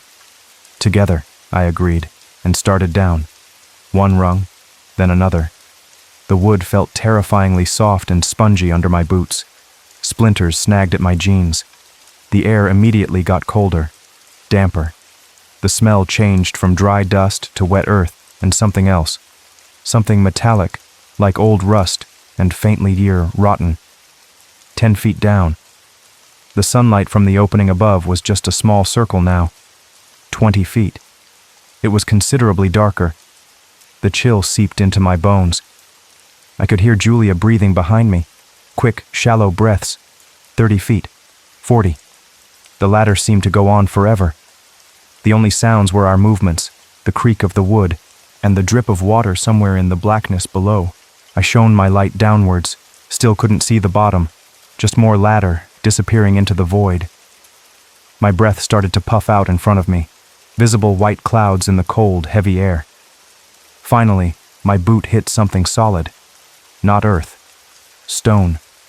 Cold, uneven stone. I stepped off the last rung, planting my feet, and shone my light around. Julia landed beside me a moment later, grabbing my arm. The ladder hadn't just ended in a pit. It opened into a narrow corridor. The walls were rough-hewn stone, ancient-looking, slick with moisture that glistened darkly in our flashlight beams. It felt like the inside of a tomb, and carved into the walls, there were symbols, strange, jagged symbols I'd never seen before. Not letters, not pictures exactly, just shapes. Angular, unsettling shapes that seemed to writhe in the edges of the light. Looking at them sent this weird ripple of deep unease right down my spine, like my body recognized something my mind didn't. "Okay," I whispered, my voice hoarse, echoing slightly in the confined space. "Okay. We saw it. Maybe we should head back up now. This feels wrong." Julia squeezed my hand, her fingers cold. "Just a little farther," she whispered back, her voice tight, but still threaded with that relentless curiosity. "Let's just see where it goes." Against my better judgment, fueled by her determination and maybe a sliver of my own morbid fascination, I nodded. We moved forward, deeper into the earth, our phone lights cutting shaky paths through the oppressive darkness. The stone floor was uneven, littered with small pebbles and grit. The air felt thick, hard to breathe, heavy with the smell of damp stone and that faint, underlying rottenness. The passage wasn't straight. It curved slightly, then seemed to open up. We stepped out of the narrow corridor and into a larger space, a chamber. My flashlight beam swept across the room, and my breath hitched in my throat. Julia gasped beside me. In the center of the chamber stood a block of stone, flat on top, stained dark with something. It looked like an altar, a crude, ancient altar. And all around it, scattered across the stone floor, were bones. Dozens of them, maybe hundreds. Piled in corners, lying singly, broken femurs, cracked ribs, small, delicate vertebrae. My light flickered over skulls. Some were clearly animal, deer, maybe smaller creatures. But some were not. They were human. Small ones, larger ones. Aged yellow and brown, some half buried in the dust and grime. It was a graveyard, a hidden underground graveyard. My light traveled upward, above the altar. Hanging there, suspended from the low stone ceiling by rusted chains, was a banner, or what was left of one. It was incredibly old, the fabric so brittle and decayed it looked fused together, hanging in stiff, dark shreds. But you could still make out the image painted on it, faded but horribly clear. It was a sun. A black sun, utterly black, radiating jagged, uneven rays. And set right in the center of the black disk were two eyes. Realistic, human-looking eyes, wide and staring straight down at us, at the altar, as if watching, waiting. My stomach twisted. Bile rose in my throat. This wasn't a mine. This wasn't just some forgotten cellar. This was something else. Something awful. Suddenly my phone's flashlight flickered. Once. Twice. The beam dimmed dangerously. "No, no, no," I muttered, shaking it uselessly. Then, from the darkness behind us, back down the corridor we'd just come from, came a sound. A low, grating scrape, like stone dragging on stone, followed by a soft, shuffling sound.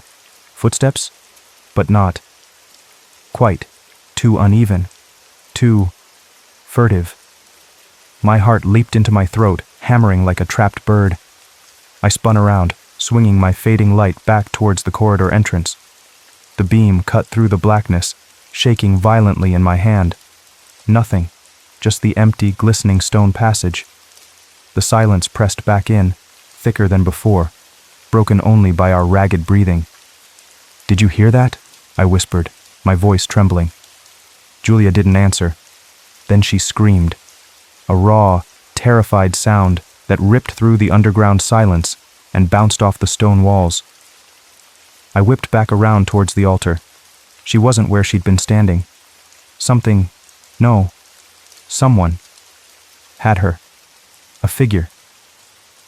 It was hard to see clearly in the dying light and the deep shadows near the chamber walls, but it was there, tall, impossibly thin, like stretched wire wrapped in soot. Its limbs were too long, bent at wrong angles. It was blacker than the shadows it had emerged from, a silhouette of pure night, and it had its spindly, claw-like fingers wrapped around Julia's arm, pulling her backward, dragging her towards the unlit edges of the chamber. It didn't seem to have a face, just a suggestion of a head, tilted at an unnatural angle. Pure, primal terror shot through me, overriding thought. I didn't even think, just reacted. I lunged forward, shouting her name, swinging my phone like a weapon, aiming the weak beam towards the creature. The thing holding Julia recoiled from the light, slight as it was. It let out a shriek. Not a human sound. It was high-pitched, grating, like metal screaming as it's torn apart. The sound drilled into my ears, painful and horrifying. It released Julia, letting her stumble forward, and then it just dissolved. It didn't run. It seemed to melt backward, evaporating into the deepest shadows along the far wall, vanishing as quickly as it had appeared. I rushed to Julia, grabbing her, pulling her away from the altar. She collapsed against me, shaking violently, breathing in huge, gulping sobs. "Are you okay? Did it hurt you?" I babbled, running my hands over her arms, checking for injury. My own hands were shaking so badly I could barely hold the phone steady. She seemed physically unharmed, just terrified beyond words. She clung to me, burying her face in my chest. Then slowly, she opened her hand. She'd been clutching something tightly. Lying in her palm, catching the faint light, was a pendant. It was old, made of some dark rusted metal. It was shaped exactly like the symbol on the banner. A black sun, jagged rays spreading out. Only this one didn't have eyes. It felt cold to the touch, unnaturally cold. Where did you get that?" I asked, confused. Julia looked up at me, her green eyes wide with a fear that went deeper than just the attack. Her voice was a ragged gasp. It dropped it when it grabbed me." She swallowed hard. "It spoke to me, not with words. In my head." "What? What did it say?" Her whole body trembled. It said the hunger never ended." The hunger. The words echoed in the cold, dead air of the chamber, settling over us like a shroud. The bones. The altar. The black sun. It all clicked together in a terrifying, nauseating way. "We have to get out of here," I said, my voice urgent, pulling her towards the corridor. Now! We bolted, stumbling back the way we came, my dying phone light barely enough to see the walls. But the corridor, it wasn't right. It felt longer. The slight curve seemed sharper, and the symbols on the walls, they seemed to shift and writhe just at the edge of the light, like snakes trying to uncoil. "This isn't the way we came in," Julia choked out, panic rising in her voice. She was right. The tunnel twisted unexpectedly. We came to a fork we hadn't seen before. We chose one path, hurrying down it, only to find it ended in a solid wall of rock. No, not solid. There was a door there, a heavy, iron-banded wooden door that definitely, absolutely had not been there minutes ago. We didn't try the door. We turned, ran back to the fork, took the other passage. It sloped downward steeply, turning into rough-cut stairs leading further into the earth. Stairs instead of a level corridor. My heart pounded with a new kind of fear.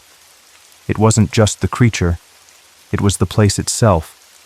The well, the tunnels, they were alive, changing, playing with us, trying to keep us trapped down here in the dark. We ran blindly, stumbling on the uneven floor, our flashlights flickering, casting long dancing shadows that looked like grasping hands. The air grew even colder, thicker, pressing in on us, and we started hearing whispers, faint at first, like the rustle of dry leaves or the sigh of wind, but getting clearer, closer. Skittering sounds that seemed to come from the walls, the ceiling, the floor. Voices, thin and dry, ancient and hungry. Feed us. Stay. Lost. Forever. Complete the circle. They weren't just sounds. We could almost feel them. Cold tendrils brushing against our minds, trying to pull us down into despair. "Don't listen," I yelled, grabbing Julia's hand tighter, pulling her along. "Keep moving." We burst through another narrow opening and into yet another chamber. My light swept around frantically, searching for a way out, any way out. And then I saw it. Relief washed over me so intensely my knees almost buckled. The ladder. A ladder leading upwards, towards escape, towards the surface. But it wasn't the same ladder. The old rotted wooden one was gone. In its place stood a ladder made of black, cold iron. It spiraled upwards, tight against the curved stone wall of what must have been the main shaft of the well, disappearing into the absolute darkness above. It looked impossibly tall, much taller than the 40 or 50 feet we thought we'd climb down. There was no other choice. We scrambled towards it, hope surging, fear still nipping at our heels. I went first, grabbing the freezing iron rungs, pulling myself up. Julia followed close behind, her ragged breaths echoing mine in the shaft. We climbed, and climbed, and climbed, upwards into the suffocating blackness. The iron was slick with moisture, biting cold through my jeans and the thin fabric of my shirt. My muscles screamed in protest. My lungs burned, desperate for air that wasn't so heavy and dead. The whispers seemed to follow us up the shaft, swirling around us like phantom wind. Not leaving. Part of us now. The sun sees. I blocked them out, focusing only on the next rung, the next pull, the next breath. Julia sobbed quietly below me, but she kept climbing. Up, up, into the endless dark. It felt like we were climbing for hours, impossibly high. Then, finally, blessedly, I saw it. A faint circle of light above. Not the bright, clear sunlight of the Oregon forest, but light nonetheless. Hope surged again, giving my aching arms new strength. With a final, desperate heave, I pulled myself over the top edge and stumbled out into hell. We weren't in the woods anymore. I blinked, my eyes struggling to adjust. We were standing in a clearing, but the ground was wrong. Cracked, dry earth, gray and dusty. The air was thick, hazy, and smelled faintly of sulfur and decay. And the sky, oh God, the sky. It wasn't blue. It was a deep, bruised, blood red, like the whole world was bleeding out overhead. No sun, no clouds, just that sickening, uniform crimson glow. I turned, looking back the way we'd come, The well opening was still there, a black circle in the gray earth. But beyond it, pine grass forest stood in the distance, or a nightmare version of it. The trees were blackened, skeletal husks, twisted into agonizing shapes. They seemed to writhe and shift slowly, like smoke caught in a silent scream. The whole landscape felt wrong, distorted, like a reflection in a warped mirror. We were somewhere else. Someone else. Julia clutched my arm, her knuckles white. Her voice was barely a whisper, filled with dawning horror. It's a mirror world, she breathed. A reflection. The well. It isn't just a hole, it's a gate. Between worlds. She looked back at the twisted forest, then at the blood-red sky. The whispers, the hunger. It feeds, it traps souls here, pulls them through and eats them. Their memories, their bodies, twists them into this. She gestured vaguely at the dead, shifting landscape around us. Figures were emerging from between the writhing skeletal trees, shadows detaching themselves from the deeper gloom. Some looked like the thin, wiry thing that had attacked Julia. Others were different.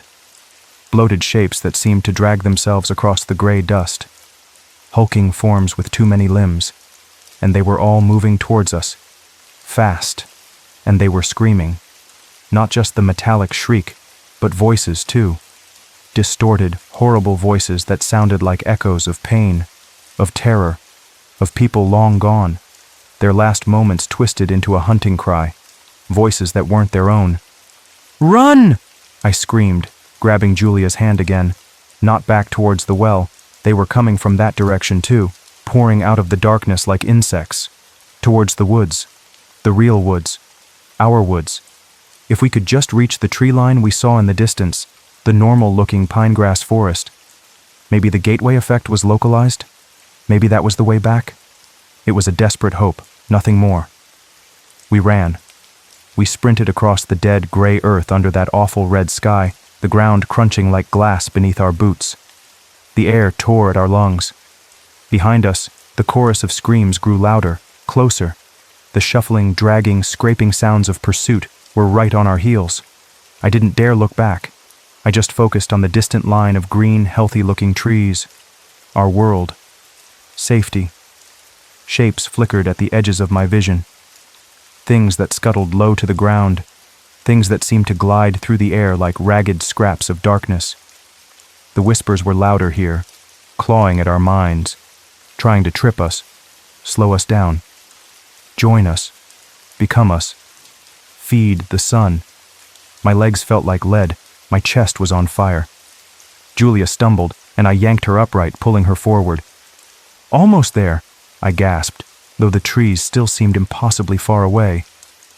The sounds behind us were deafening now, a cacophony of terror. I could almost feel hot, fetid breath on the back of my neck. Something snagged at my jeans, ripping the fabric. I kicked backward wildly, shouting incoherently, and kept running, dragging Julia with me. Just a few more yards. The edge of the real forest, the familiar green, the promise of normal sunlight filtering through normal leaves. We burst through the tree line, crashing through low branches and bushes, gasping, sobbing, and sunlight hit us like a physical blow. Bright, warm, golden sunlight, the kind we hadn't realized we'd missed so desperately until that very second.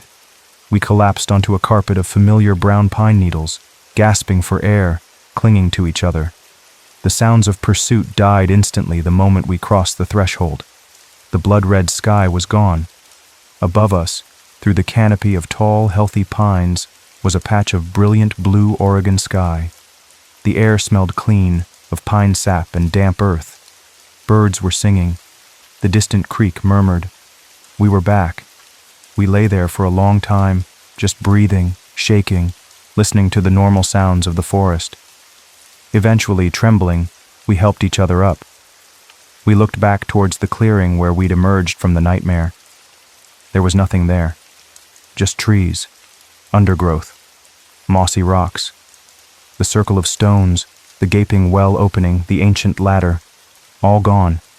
Vanished, sealed over by dirt and moss and ivy, as if it had never, ever existed. like the forest itself had swallowed the scar, hiding the wound. Julia buried her face in my shoulder and sobbed, deep, ragged sounds of relief and lingering terror. I held her tight, my own tears finally coming, hot and stinging. We left Pine Grass Forest that day, stumbling out onto the road like ghosts. We carried scars back with us, deep inside, where no one else could see them, the kind that don't fade with time. We don't hike much anymore. We try to live normally, go to class, study, pretend finals are the biggest worry in our lives, but it's always there. The memory, the cold, the darkness. Sometimes, late at night, when the house is completely silent and the shadows in the corners of my room start to look too deep, too dark, I hear things, faint whispers seeming to rise from under the bed or from the closet. Thin, dry voices carried on no breeze. Feed us. Stay. The circle waits. I tell myself it's just my imagination. Trauma. Stress. But I know what I hear. And Julia, she never talks about what happened down there. Not really. But she hasn't taken off that pendant. The rusted black sun pendant she picked up in the chamber. She wears it on a simple chain around her neck, tucked under her shirt. But I know it's there. I see her touch it sometimes, unconsciously, her fingers tracing the jagged rays. She hasn't taken it off, not even once. And sometimes, when she thinks I'm not looking, I see a flicker in her eyes, something distant, something cold. And I wonder, did we really escape? Did we both come back whole? Or did a piece of that hunger, a shard of the black sun, follow us home?